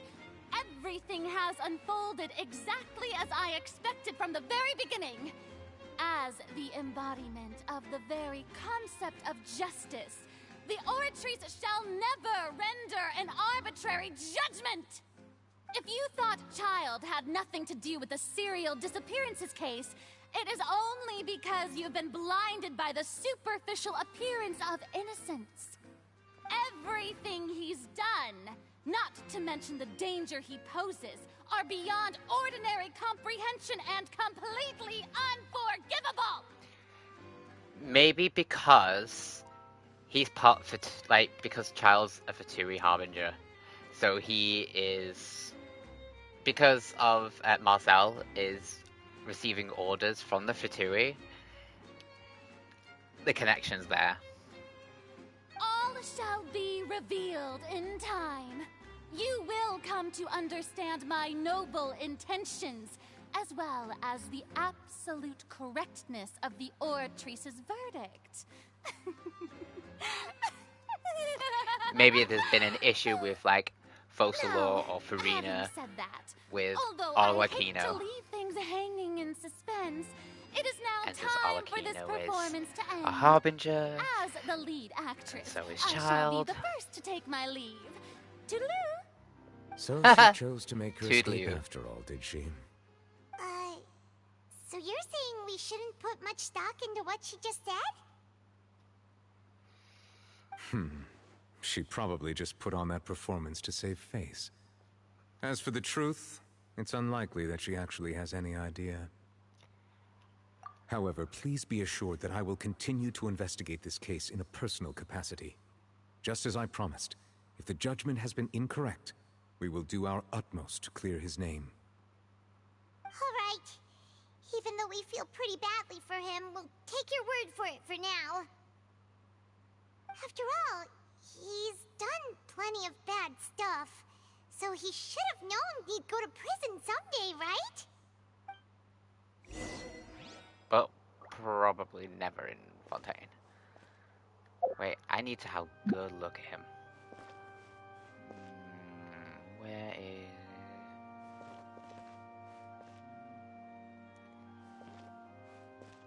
Yeah, his brochure's not... There is no escape. Sorry, didn't mean that.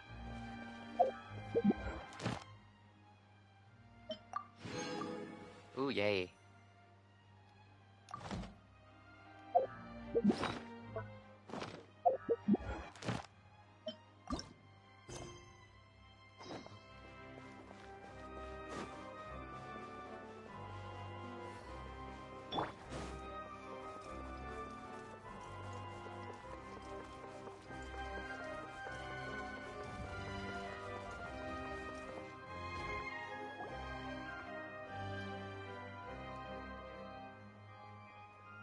Hey, what are you doing? Quick, stop him! Oh. Traveler! Hey! Traveler! Marcel! What are you doing over here? Stop resisting arrest! Cease, or we'll add another charge to the list. No, wait! I just want to ask the Traveler something. I'm not looking to run away. Please, please, just let me ask this one small thing. Go on. Thank you. Thank you. I was being led away when I finally realized something. Where did you first hear the name Vacher? I erased all records of that name. So, unless... Are you still trying to prove your innocence? Give it up. You've already been convicted. Really? You did? You're sure? You met her? But how could that be? How did you manage to do it? The Fountain of Lucine? Then she's been so close to me all along. And I just never... Please give me a chance to talk to her again. Just let the Traveler take me to the fountain to see her one last time. This is the last request I'll ever make in my life. You can do whatever you want to me afterwards. I don't care. What? Give an inch and you want to take a mile? Do you think serial killers get to make requests like that? Paimon agrees. Why should we give him what he wants when he's only done a ton of super terrible things? This request, is it worth as much to you as your life? Of course! Wait, no. It's worth even more than my life. Humans. Will they betray the instinct to live just to satisfy spiritual needs? Very well. I will grant your request. Your Honor, I fear that... I will go with him. You do not need to worry about any escape. In that case, I shall leave him in your most capable hands, Chief Justice. Thank you. Thank you.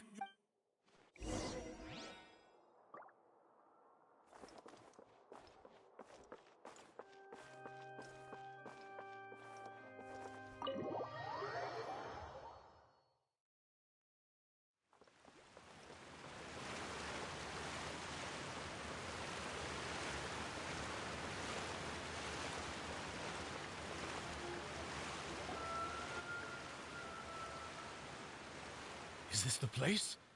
You said she's here, but what do I need to do to see her?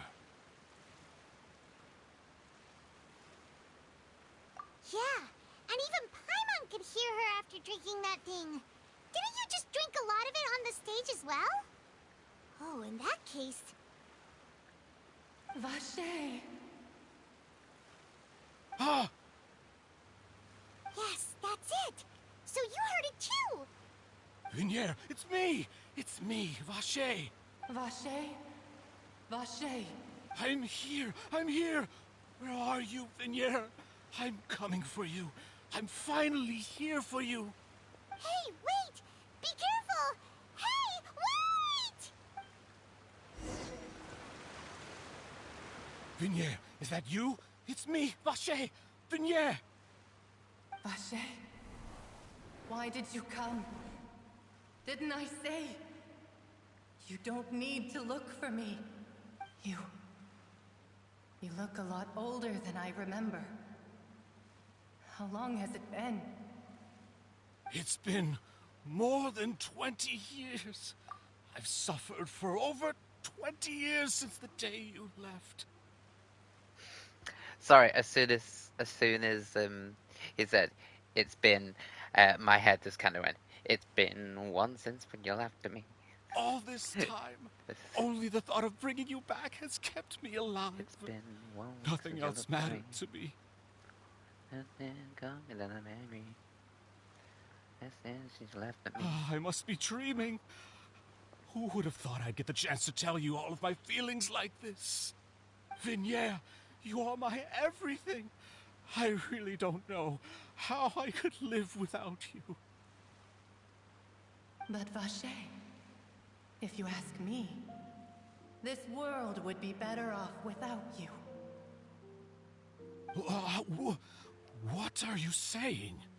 If not for you, I would have finished my law degree and probably become a top-tier attorney one day. If not for you, I would have continued to pursue my love of the arts, and my works would have been displayed in the Palais Mermonia itself. If not for you, I would at least have been able to take care of my mother. And she would not have grown old and died alone, with nothing but the tears on her cheeks. It's all because of your selfishness, Vache. It's all because of you. You... Wait, you are not Vinier. Who are you? Ooh. You're right. I am not Vinier. I am the sacrifices. Every woman who died by your hand, as our bodies dissolved, our consciousnesses flowed back to the primordial sea. Our thoughts circulated endlessly within the primordial sea, and we were no longer individuals. But we became one, just as streams of water come together in the sea. That makes sense. I'm Cressy. I'm Lemony. I'm Azine. The only one I am not is Vinier. Why? But then, where is Vinier? She doesn't want to see you anymore. Every tendril of her consciousness is avoiding you. This is what you get for your selfishness. Your selfishness robbed us of our lives and our futures. You said time and time again that you'd do any and everything for her. But did you ever consider whether she'd want to see you do the things that you did? If she would despise you for what you became?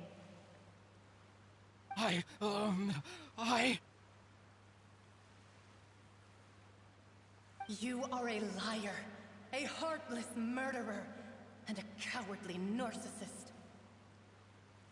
The only thing you are not is Vinier's beloved. From the moment your first victim died and her consciousness merged with Vinier's, she has had nothing but pure hatred for you.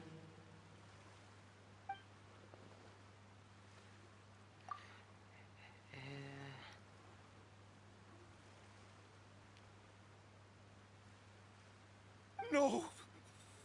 Yeah! She can't hate me. Let me see her, please. Have mercy. Mercy. You still don't understand. When I said don't look for me, that came from the real Vignier. She really doesn't want to see you anymore. But on top of that, she also said that because it's her final drop of pity for you. She said that because she knew that if you did come here, we will show no mercy to you. Vache. Vache? Vache. Vache. Vache. Vache. Drown.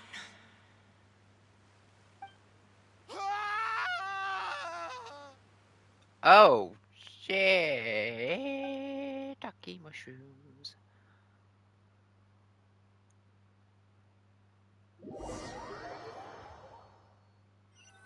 Oh, straight to several days later.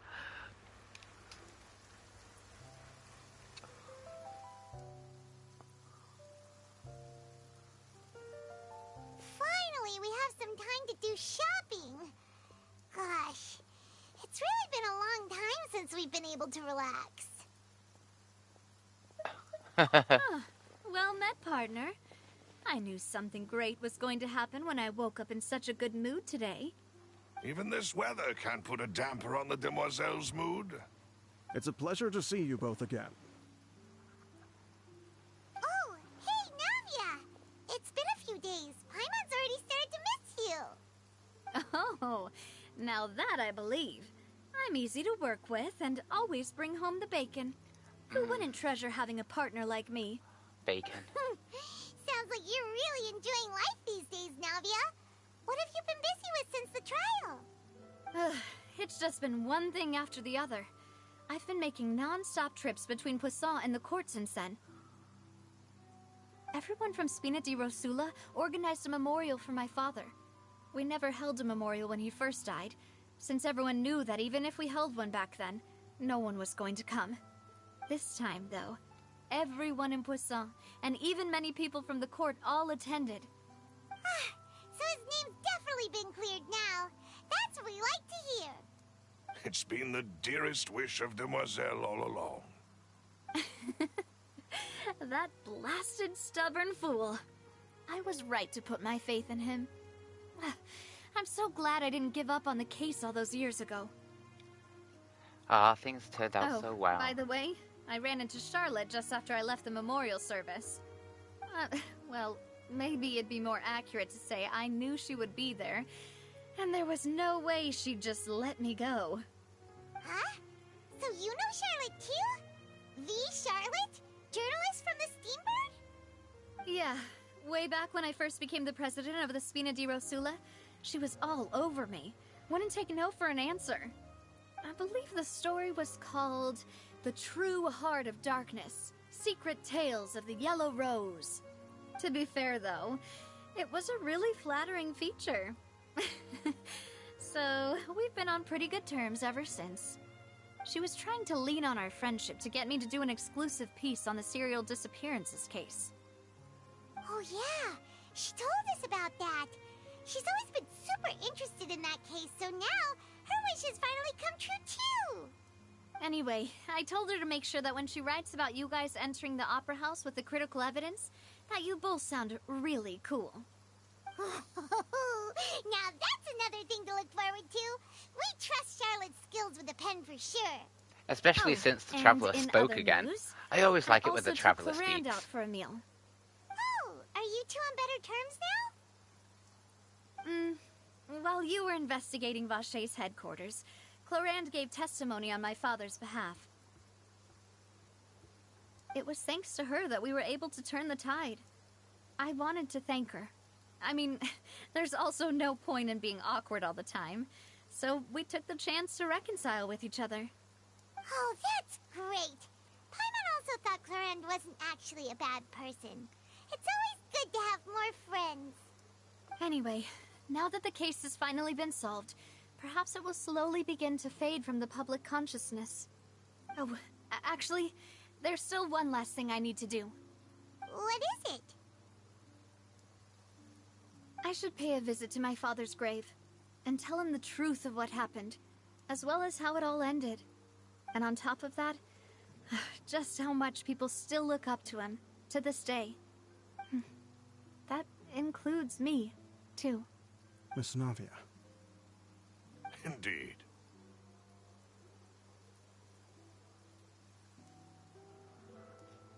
We want to go too! We also think Callus is a really admirable person. Sure thing. I'd like you two to share the moment with me. After all, without you, there might not have been such a positive ending. And in that case, everyone, let's be off. Considering the recent weather, we'll be lucky if we can reach Poisson before dark. Yeah, you're right. It's been raining non-stop for a few days now.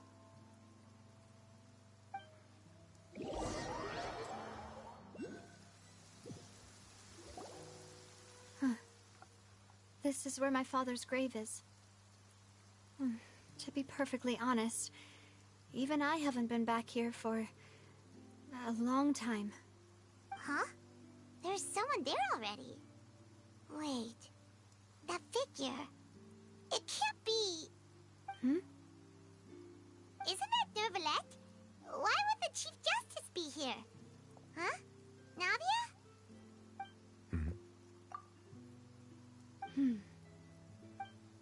My apologies. I should have asked before coming to pay my respects. Don't say that. Ooh, sorry about that. Oh, I was trying to say there's no need for you to apologize. I wanted to show my father how much I've grown. But still, I doubt I've grown to the point that even the Chief Justice would feel compelled to apologize to me over and over. In that case, I will stop apologizing for now. You really could use some pointers on understanding human emotions, Monsieur Neuvillette. In any case, why did you come to Poisson? Well, ever since that day, I've been turning a question over and over in my head. Just what is justice anyway? There was once a time when I didn't want to believe that there could be anything more important to humans than life itself. Oh, rather than that, it's probably more truthful to say I didn't believe humans were capable of resisting the most basic instinct of living things. That they could rebel against their own nature, or consider certain things to be more important than their own lives. Which is also why I didn't stop your father from beginning that fateful duel. I believed that a truly innocent man would never throw away his life like that. That there was nothing, should have been nothing more important than one's own continued survival. But Mr. Callus proved me utterly and decisively wrong. If not for his sacrifice, the serial disappearances case would have remained unsolved to this day. Mr. Callus made the choice he did for his daughter, for his associates, and for many people completely unrelated to him. And in the end, from a certain perspective, one could say that he did it all for the sake of justice. A justice that's higher than life itself. So, you asked me why I came here. I just wanted to say my apologies to Mr. Callus in person. I should have noticed all of this much sooner. This regret has filled me with a sadness that has haunted me for days. That high and mighty chair in the Opera Epiclese indeed insulates one from many important things. Spina di Rosula, thank you so much for your hard work and perseverance. I'm sorry for being mad at you before. So, you're actually one of those types that's cold on the outside, but pretty thoughtful on the inside, huh?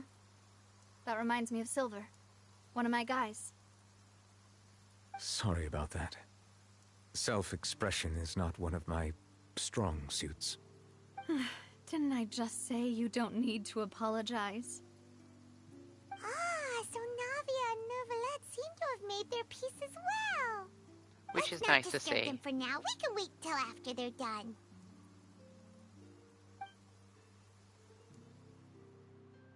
You pay the respects. Paimon's never paid respects at someone's grave before. Did Paimon do anything rude there? Huh? Oh, Paimon didn't know that was a thing. But Paimon doesn't know what she would do if she can't fly. Oh no. Paimon hopes Miss Navia won't be too mad. She actually took it seriously. Anyway, Nervalette is still standing around there. It's not often that we can catch him alone like this, so why don't we go talk to him for a bit?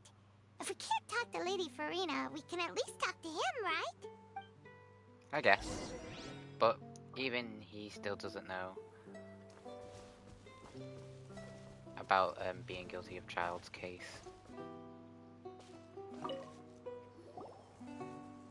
Oh, it's you two. Did Miss Navia invite you to come pay your respects to her father? Mm-hmm. We ran into Navia on the streets today, so we just followed her here. I see. Then is there something that I can help you with? Well, it's pretty hard to run into you like this, since you're usually super busy. So we figured we could try to ask you a few questions, if that's okay. Please feel free. Though outsiders, you helped us solve one of the greatest mysteries in Fontaine, and it would be my pleasure to return the favor.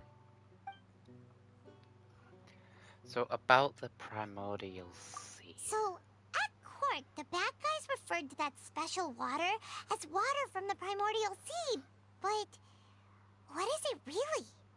Truthfully, that name is already quite accurate. I can only surmise that Vacher and his ilk only learned of its nature and existence after extensive research. There used to be a special sea on the surface of this planet. The nature of its seawater was rather different from that of the sea we know today. Most of Tevat's life forms were first born in that special sea. You could say it nurtured much of the life on this planet. Huh. So it really was where everything began. It makes sense to call it primordial then. But today, the Primordial Sea no longer exists on the planet's surface. What Vacher discovered must have been some kind of special case, or a remnant from a truly ancient age. Huh. So that's how it is.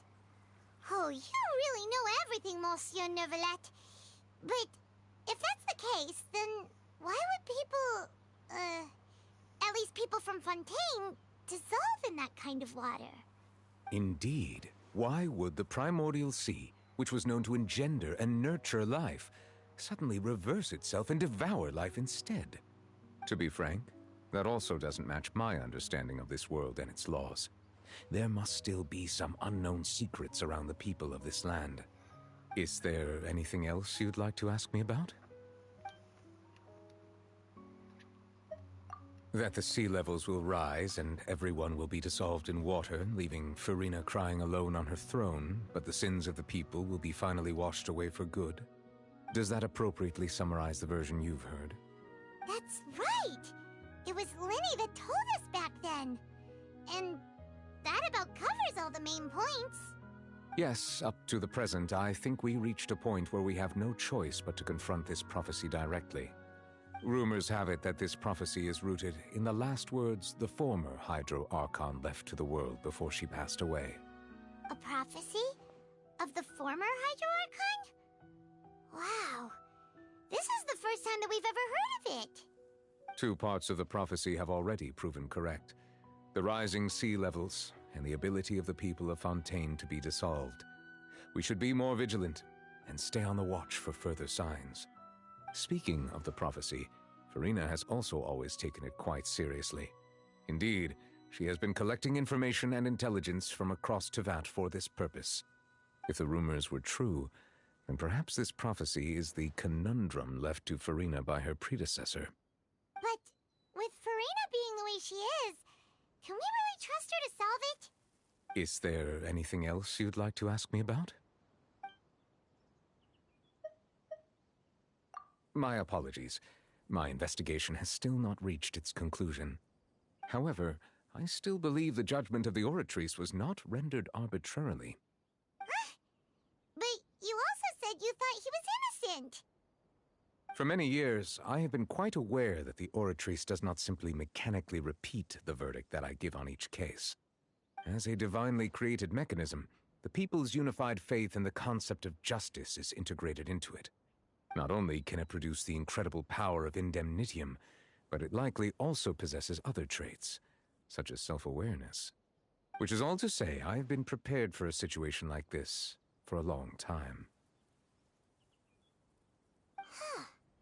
So when Lenny told us that he heard a human voice from the room where the Oratrice's core is stored...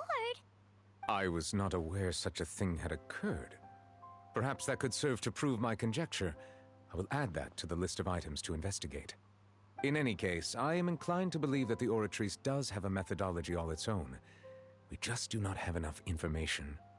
Based on Farina's reaction, I doubt even she had any idea what was going on. She managed to bluff her way through it, though. Their time-tested twin tricks of bravado and drama. I've probably said While it we once do intend during to this get to live the bottom stream, of this, but for now, we I regret actually to say do that like the Fatui Neverlet, Harbinger will just have to bide his time in the and I'm fortress really of curious Meropide. about his playstyle If we did incorrectly convict him of crimes he he did is a not playable commit, character, we will most certainly which I certainly compensate hope him he to the fullest might extent be. allowed by the law. If you ask Paimon, the only compensation he'll want is a no-holds-barred fight with you. Is there anything else you'd like to ask me about? Your sibling, another blonde-haired traveler. I'm sorry, but I've never seen anyone who matches that description. If she ever stepped foot in Fontaine, I'm sure she followed our laws to the letter and had no reason to appear on the stage of the opera Epiclese. Is there anything else you'd like to ask me about? Not really. Yeah, there you go. I have no Very more well. questions. It was my honor to provide you with what answers I could. I very much enjoyed conversing with you.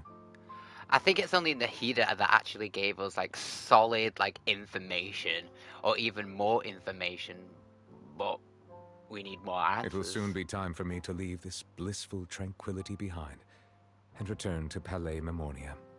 You really are super busy, Monsieur Neverlet. Paimon thought you only came here to pay your respects today because you had the day off. Crime and villainy do not have the day off, and so justice must work around the clock as well. This is merely the nature of a justice's work. All right. You've got a point.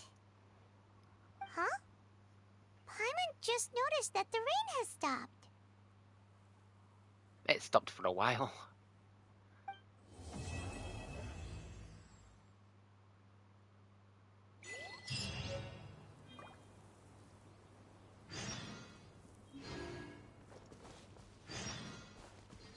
Time to go.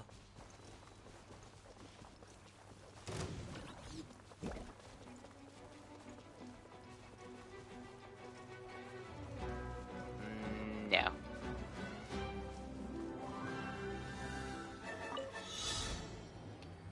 No. I want this first.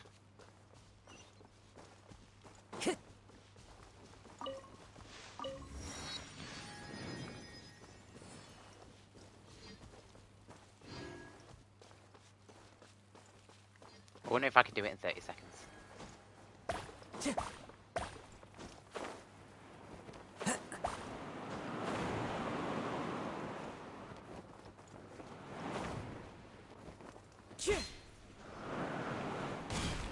The answer to that is no.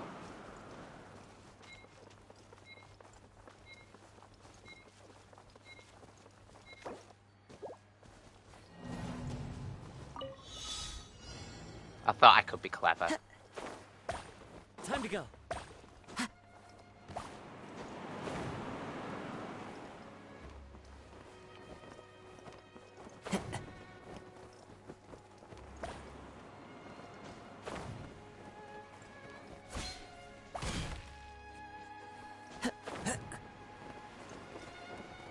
Oops.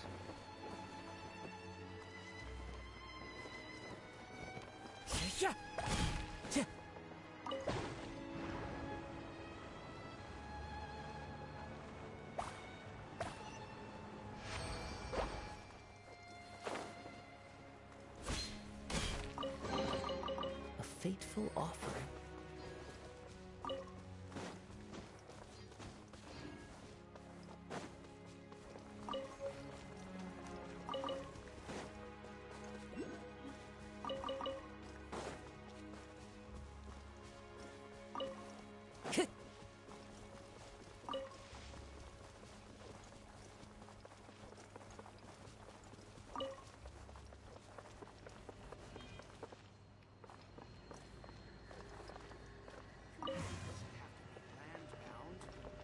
Time to go.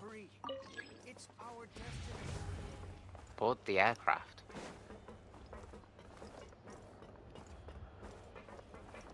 Wait, what?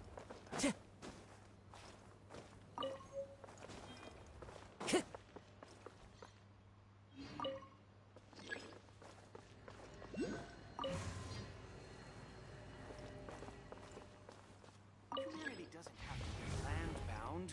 We can break free. It's our destiny. Where does this go?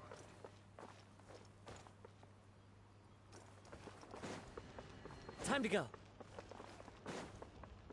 I got something that I don't know what to do with.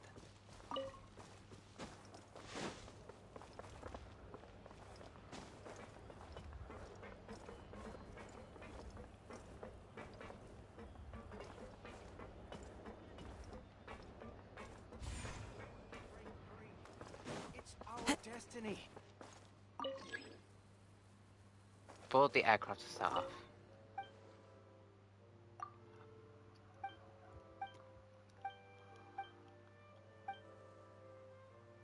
Is it really safe?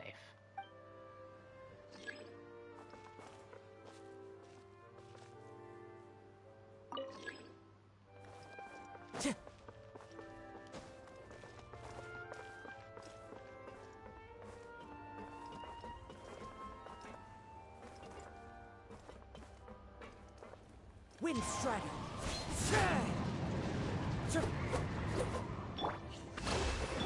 Shine down. Can't see?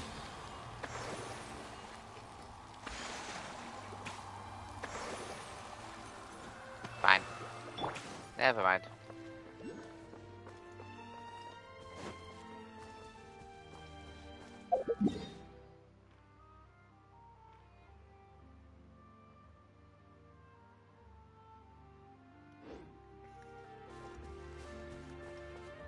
Guess we can freely travel now. Follow the wind.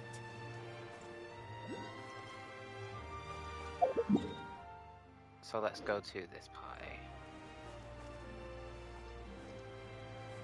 Oh.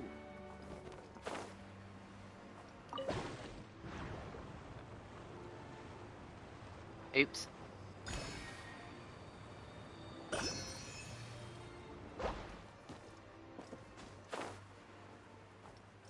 Which is fair.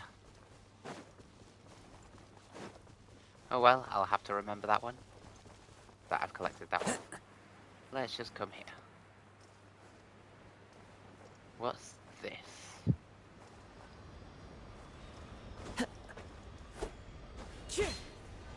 Time to go.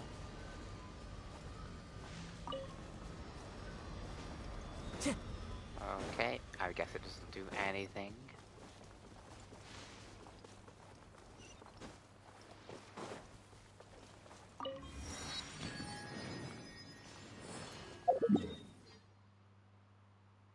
And then something here.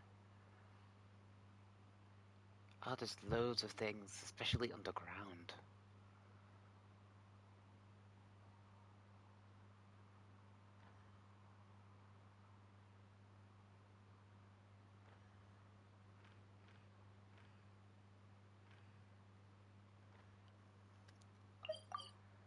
Let's get this one here that's in the front of the city.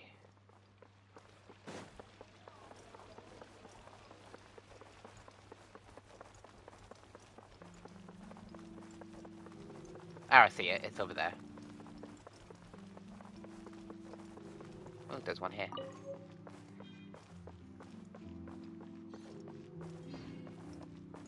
Time to go.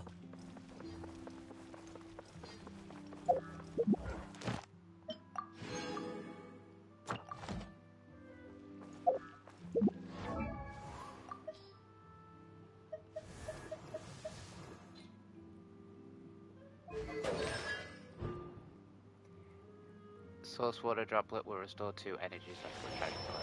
Cool.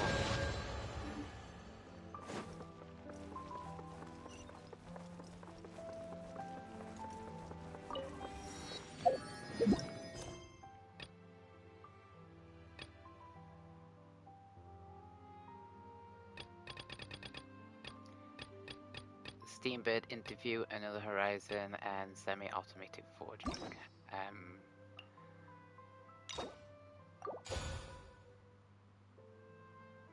Cool.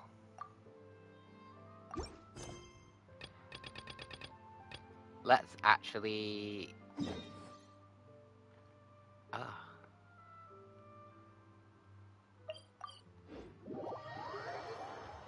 I think there's one thing that... Wait, I'm just going to do some commissions, do it really quickly, and then we'll go back to Fontaine.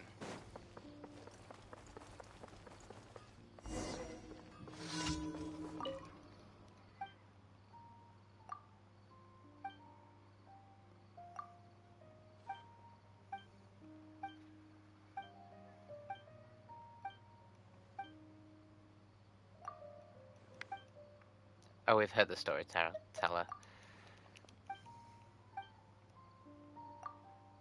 I did win the duel, I did escape, and yes.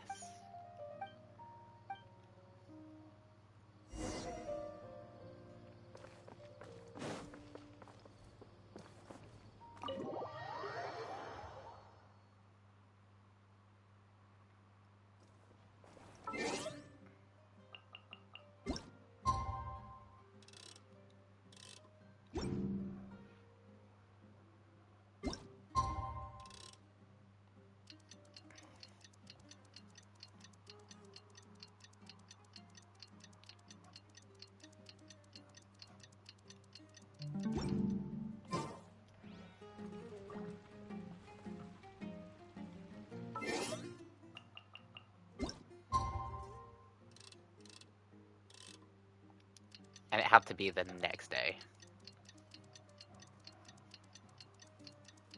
Oh, there he is.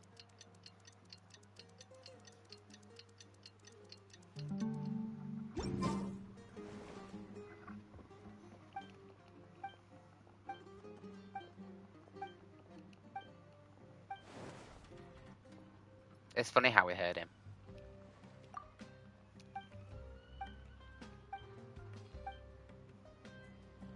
So what did you guys think of the story of Fontaine so far? I felt like it was a little bit long. There was a few interesting parts. The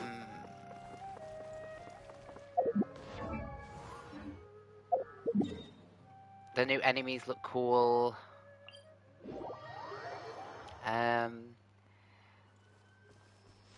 It wasn't as exciting as what we've had in Sumeru.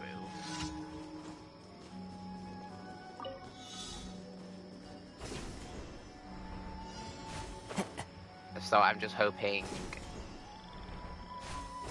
with what they have planned.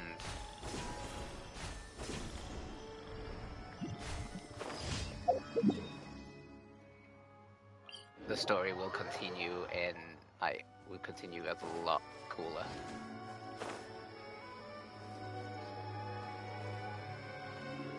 But my hypothesis still stands about how with the primordial sea that it will be unearthed as Arlecchino's plan. I'm getting sick of this game. One with nature.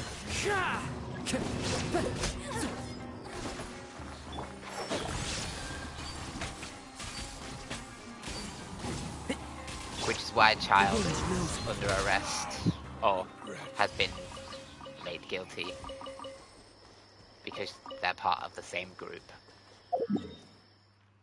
That's my hypothesis anyway.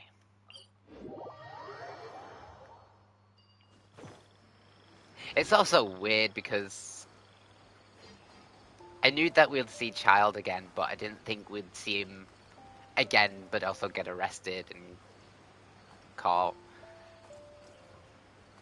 But also, it's interesting how Nouvelette just jumped off out of his chair into action and stopped Child with his foul legacy.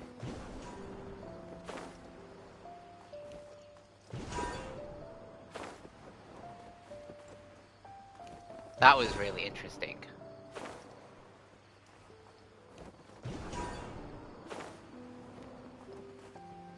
So I'm looking forward to see,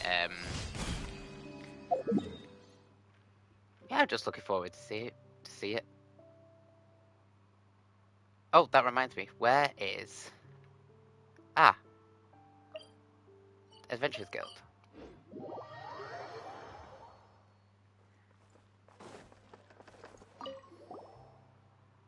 Astra Absask.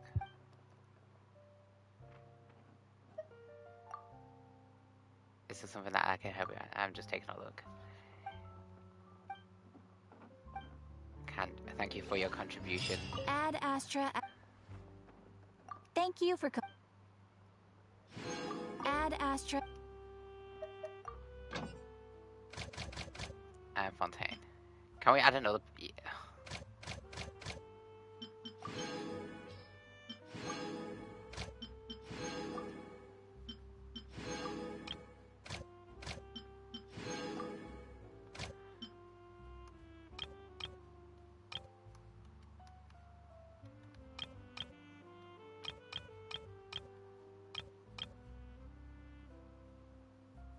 We have new eggs.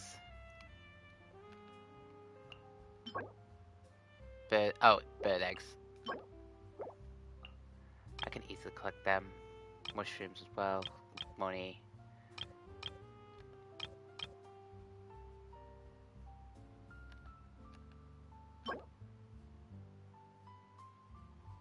Bull fruit. These are new.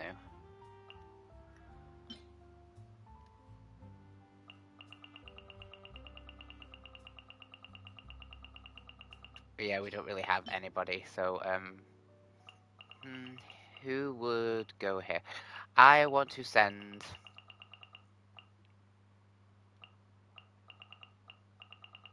it's all in order. Yalan. For Sumeru. In fact, no. I'm gonna do crystal searching as well.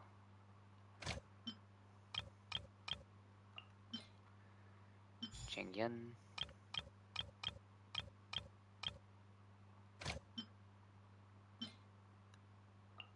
Bennett.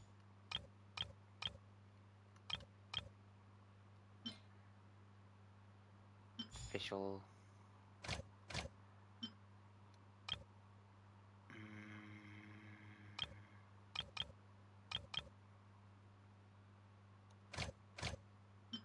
Is that still 5,000? Yeah, it is.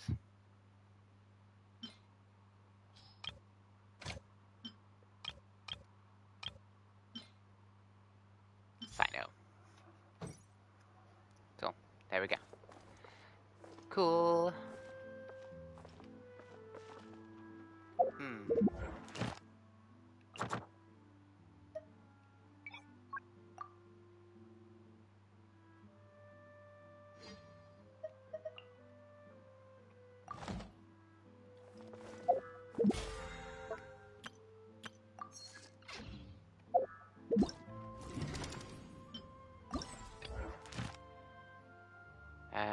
Okay. Rainbow roses.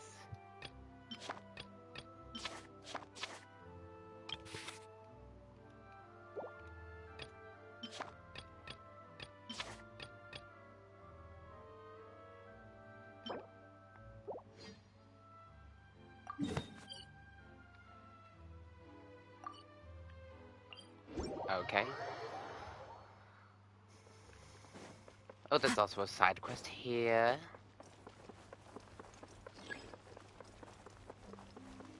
Ah, so this is where the rainbow roses could be.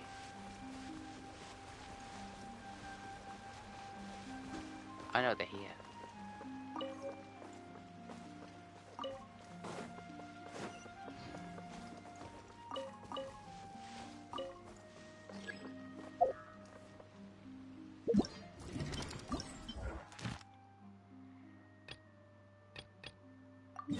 And go to collect. Ah, you're here. That's very far away. Let's have a look at somewhere different.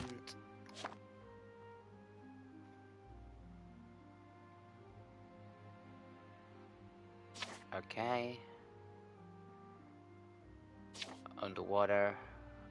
Underwater, I presume. Defeat the Raj of Caparella.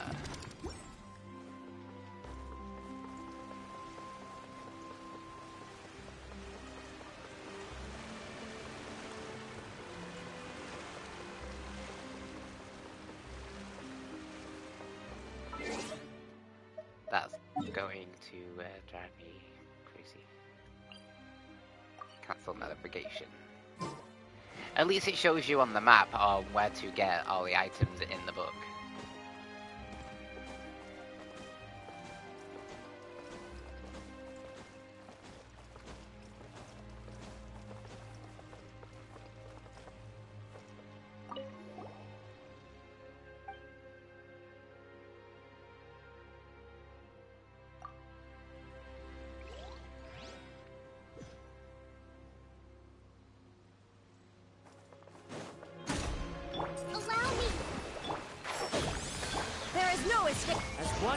Messed up my rotation. One with nature. Let's nip that in the bud. Oh.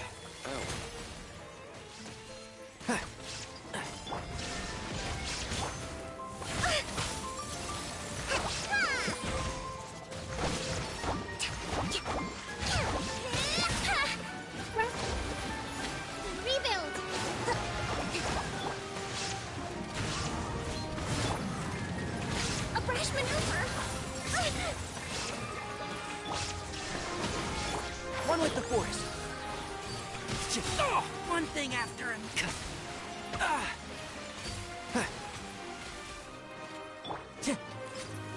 Into the wind.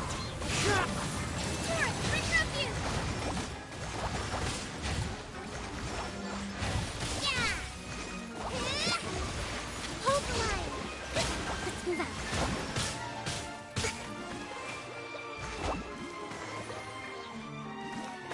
Shine down. Fallen leaves. Adorn my night. The wind knows me. I hear everything. Oh! Keep up. And that's the other one. Cool.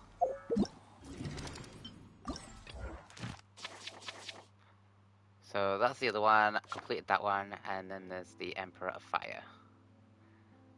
Destroy the Emperor of Fire and Iron's twin, Molten Horns. Okay. We shall do that on a later date. Let the magic begin! Oh, we get a free novelette. Lynette, sorry. Oh, we've already got her. Nice. Let the magic begin! Oh, wow. So I'll guess we'll do some trial runs. So I'm going to work myself backwards and do Lynette last. So we'll do Bennett. Bennett's going to be the easiest one. Why do they never miss? Rain outlines your fate. I'll say that. Let's light it up! Come a little closer. Try not to enjoy. Rain cutter! Teamwork is dreamwork!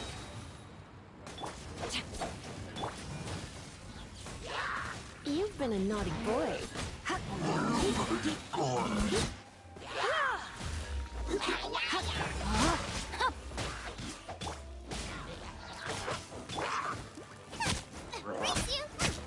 Everybody stand! Surrender and obey. Let me read you a verse. Rain outlines your fate.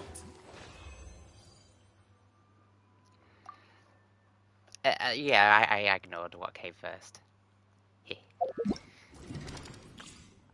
As you can probably tell, I do not play with Bennett. But Yelan, oh, I know.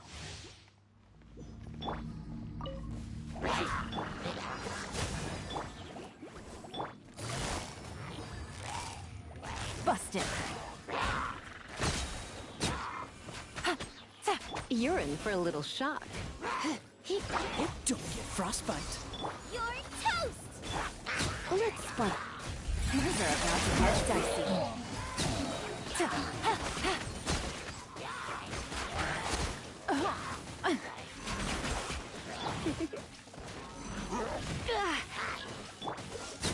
This moment will be frozen. Come a little closer. Surrendering. Game's up. Fun's over. Quietly now.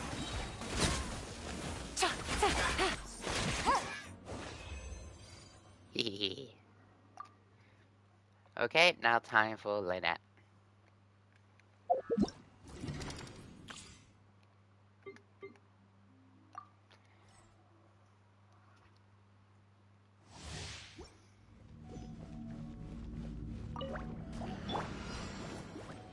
No, my sword! By royal decree! Surprise! Oh wow.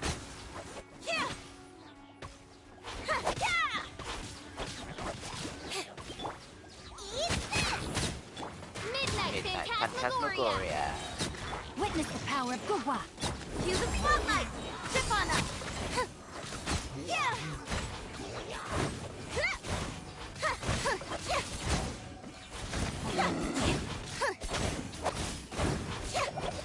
Shadow Raven! Let night fall! After frying pan, it's... Oh cool, she creates a whirlwind inside her hat.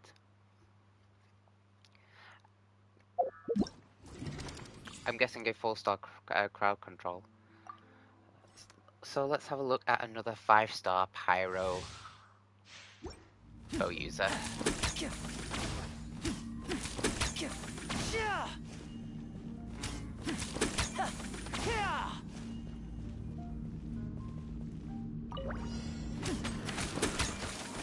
And voila!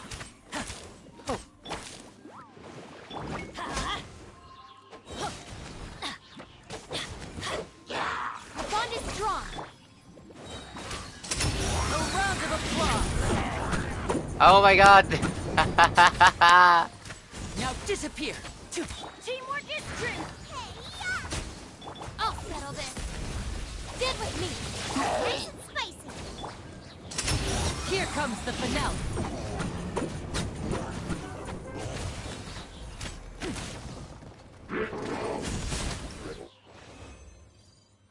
He's very flashy. I like how flashy he is.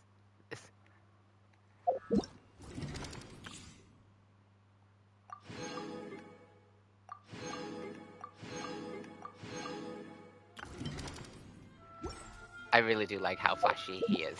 Okay, so it's probably gonna tell us that we have Nicolette. Yeah, there we go, there's Nicolette.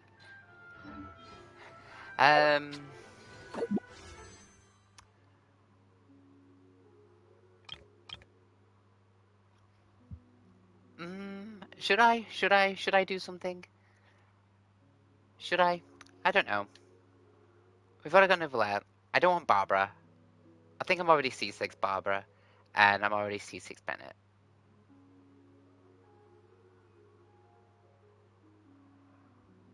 I got another 17 days of this.